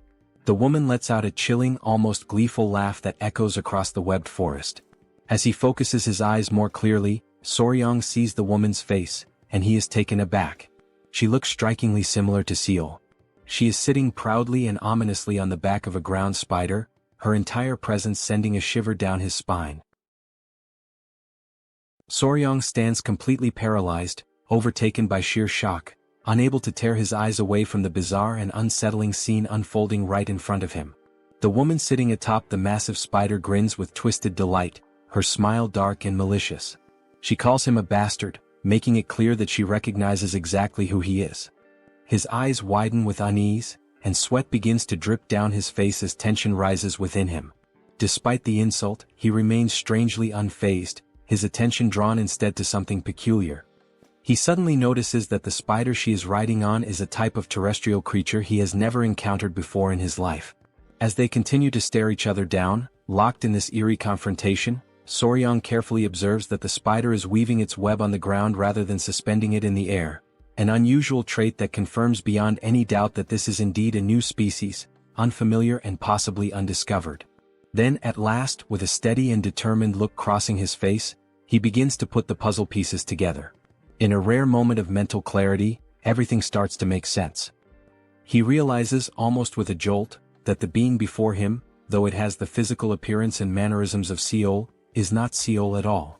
What he's seeing is actually a pedipalp, an arachnid creature, disguised as a spider. The scene briefly transitions to a more detailed explanation, offering insight into what a pedipalp really is. Normally, the term refers to the anterior legs of a spider, limbs that function as sensory tools, assist in mating or help subdue prey. Despite being labeled as legs, pedipalps are far more than simple limbs. They are sophisticated appendages connected directly to the creature's head, serving unique and specialized purposes. For instance, even the sharp pincers of a scorpion are actually modified pedipalps, highlighting how diverse and functionally advanced these structures can be. Back in the present moment, Soryang becomes increasingly aware that this pedipalp disguised as a spider is attempting to seduce him. It subtly exposes its shoulders in a suggestive manner, likely a calculated move to attract male prey. Blushing slightly, with his cheeks now tinged red, Soryang declares aloud that such efforts are unnecessary, because he is already completely captivated. Suddenly, in that very instant, Lady Yun regains consciousness. Her eyes blink open in disbelief, and as she sees Soryang approaching the terrestrial spider, her expression quickly shifts to rage. She clenches her teeth furiously, consumed by frustration at the sight. Soryang moves closer, much closer, to the pedipalp now disguised as Seol. With his hands gently interlocked and a flushed face, he begins to sing praises of how astonishingly beautiful she is. Then, catching the pedipalp off guard, Soryang suddenly grabs her tightly by the waist, pretending to be completely bewitched by her charm. The pedipalp, feeling triumphant and confident that it has successfully lured its prey, raises its arms in preparation to strike. The moment it prepares to launch its attack, Soryang sharply lifts his head and issues a clear and commanding order for his centipede to attack. Without a second of hesitation, the centipede leaps forward at full speed, catching the pedipalp completely off guard and leaving it paralyzed in shock. With ferocious precision and unwavering speed, the centipede sinks its fangs into the creature's body. The pedipalp lets out a gut-wrenching scream of pain, its voice echoing across the forest. While it writhes in agony, Soryang calls his loyal centipede back, and it immediately jumps into his arms, returning to him without delay. Screaming in pain, the pedipalp feels its strength slipping away rapidly, its breath becoming shallow and erratic. It places one hand instinctively over the site of the injury, trying in vain to contain the damage. Soryang, eyes wide open and lips slightly parted, watches from a safe distance as the creature's body slowly collapses to the ground in defeat. Realizing that the pedipalp is now unconscious, he tells the centipede that he will move closer to inspect it. Cautiously, with a stick in hand, Soryang approaches and gently pokes the massive spider. Based on its lack of reaction, he deduces that the centipede's venom is keeping the creature immobilized for now, its toxins apparently effective on arthropods. However, considering the spider's colossal size, he believes it won't remain unconscious for long and will likely recover soon. With a calm and almost tender gesture, he runs his hand softly along the spider's thick, bristled body, whispering a quiet plea for it not to be angry. He assures her that what he has done was necessary to protect her from being killed by the frightened villagers. Then, with genuine affection, he carefully lays the creature's body down, almost as if tucking her in, and begins to wonder aloud if he'll even be able to lift her due to her tremendous size. Feeling a sense of excitement bubbling inside him, he stands up with pride, marveling at her 4 large spots and her thick, soft fur, traits that make her look exactly like a true scarlet spider. Driven by curiosity, Soryang prepares to take a closer look. With trembling anticipation, he reaches out, eager to uncover what the pedipalp's true face really looks like beneath the disguise. Without hesitation, he lifts the garment covering the creature's face, but his exploration is cut short in the most brutal and unexpected way. Hwayin appears out of nowhere and delivers a violent strike directly to his face. The force of the blow is devastating, knocking Soryang to the ground with intense impact. He crashes down as Hwayin screams in panic, yelling that the creature is a monster. Realizing that he is momentarily dazed and gasping from the shock, Huayin urgently tells him to regulate his breathing and try to steady his internal energy technique. But to her surprise and growing concern, she notices that he is completely incapable of doing so. He has entirely lost control of both his energy and his breathing. He is left utterly disoriented, mentally adrift and physically overwhelmed. After what feels like a long moment, he finally manages to recover his senses and slowly rise to his feet. Huayin, looking deeply worried, asks if he's all right. But Soryang seems confused, unsure of what exactly she means. Stunned by his response, Huayin suddenly realizes the grim truth. The thick fog that had enveloped them earlier was not natural, it was created by the spider. A fog deliberately meant to heighten and distort desires in a surreal, overwhelming way. She told Soryang that when she inhaled just a small amount of the mysterious fog, she immediately felt a strange and unfamiliar sensation creeping over her body. She had to summon her power and channel it with great focus in order to expel whatever it was that she had breathed in. Only after doing so was she finally able to escape from that place. On the other hand, Soryang stated, with a calm and almost puzzled demeanor, that he had not felt anything at all. With one hand resting under his chin and his lips slightly parted in contemplation, Soryang begins to reflect. It suddenly dawns on him that the villagers who had been pretending, or perhaps truly believing, they were possessed, were likely behaving that way because of the effects of the fog. Silently, within his own thoughts, he questions whether this strange mist might actually be some kind of pheromone emitted by the spider. Shortly afterward, Huayin becomes visibly upset as she watches Soryang gently stroke the spider, his hands running carefully across its body, all while speaking to it in a soft voice about the origin of the fog and its unusually large size. Time passes and the couple remains in the forest, lingering together in that strange and tense environment. Eventually Huayin, her cheeks tinged with embarrassment, gathers her courage and apologizes to Soryang. She admits that for a while she genuinely believed he had fallen under the spider's seductive spell. Embracing the spider with visible tenderness and affection, Soryang explains that all he was trying to do was uncover the creature's true form, to understand what lay beneath the disguise. Huayin nods, saying that she understands now, but her emotions quickly shift. With a burst of frustration, she yells at him to stop hugging the spider. Moments later, Huayin appears startled. Her eyes widen as she expresses an odd sensation. She feels as though there's something important she's supposed to remember, something lingering at the edge of her memory, but she just can't grasp it. She confesses that she still hasn't memorized all the known venomous creatures. Meanwhile, Soryang remains trapped in his own uncertainty, still trying to understand what exactly is causing such deep frustration and agitation within Huayin. Suddenly, something grabs both of their attention. A faint but unmistakable sound rises in the stillness of the forest. Soryang immediately turns toward the spider, wondering aloud whether it could be the source of the strange noise. With his mouth open and his expression full of suspicion, he finally realizes that the sound is not coming from the spider, it's coming from behind him. It is Un. Still tied to the tree, she is the one producing the sound. Without hesitation, Soryang calls out, admitting that in the midst of all the chaos and confusion, he had completely forgotten about her. Now, with Un lying on the ground, the couple stands over her, unsure of what to do to wake her. They soon notice that Un is still breathing, albeit with difficulty, which brings them a small measure of relief. It means that she is not dead but only temporarily paralyzed. Time continues to pass and the dense fog around them thickens, sinking even lower into the forest floor. The strange atmosphere compels Huayin and Soryang to resume their search for Seol. But just before they leave, Soryang announces that there is something he must do first. His tone piques Huayin's curiosity. He then begins using the spider's own silk to tie it up carefully, wrapping it methodically while holding the other end of the binding securely in his hand. Before long, Soryang starts dragging the large creature along behind him, telling Huayin that he intends to take it back to the clan. He believes it is not just any ordinary venomous beast, and therefore should not be treated like one. Suddenly, a scream cuts through the air, and Huayin immediately spins around, alarmed and tense. It is Seol, her voice hoarse but forceful, calling out to her sister with every last ounce of strength she can muster. The fury in her voice is unmistakable, and it freezes both Soryang and Huayin in place, leaving them momentarily paralyzed, unsure how to react. Seol continues shouting, declaring that the creature has dishonored her, and vowing that she will never allow it to do the same to her sister. Without hesitation, she draws her sword, her determination carved into every movement. Her eyes blaze with resolve and she prepares herself to strike. At that exact moment, Soryang cries out desperately, begging her to wait, just for a single second. But nothing could stop her now. Unshaken and unwavering, Seol rushes forward, aiming directly at the creature with relentless momentum.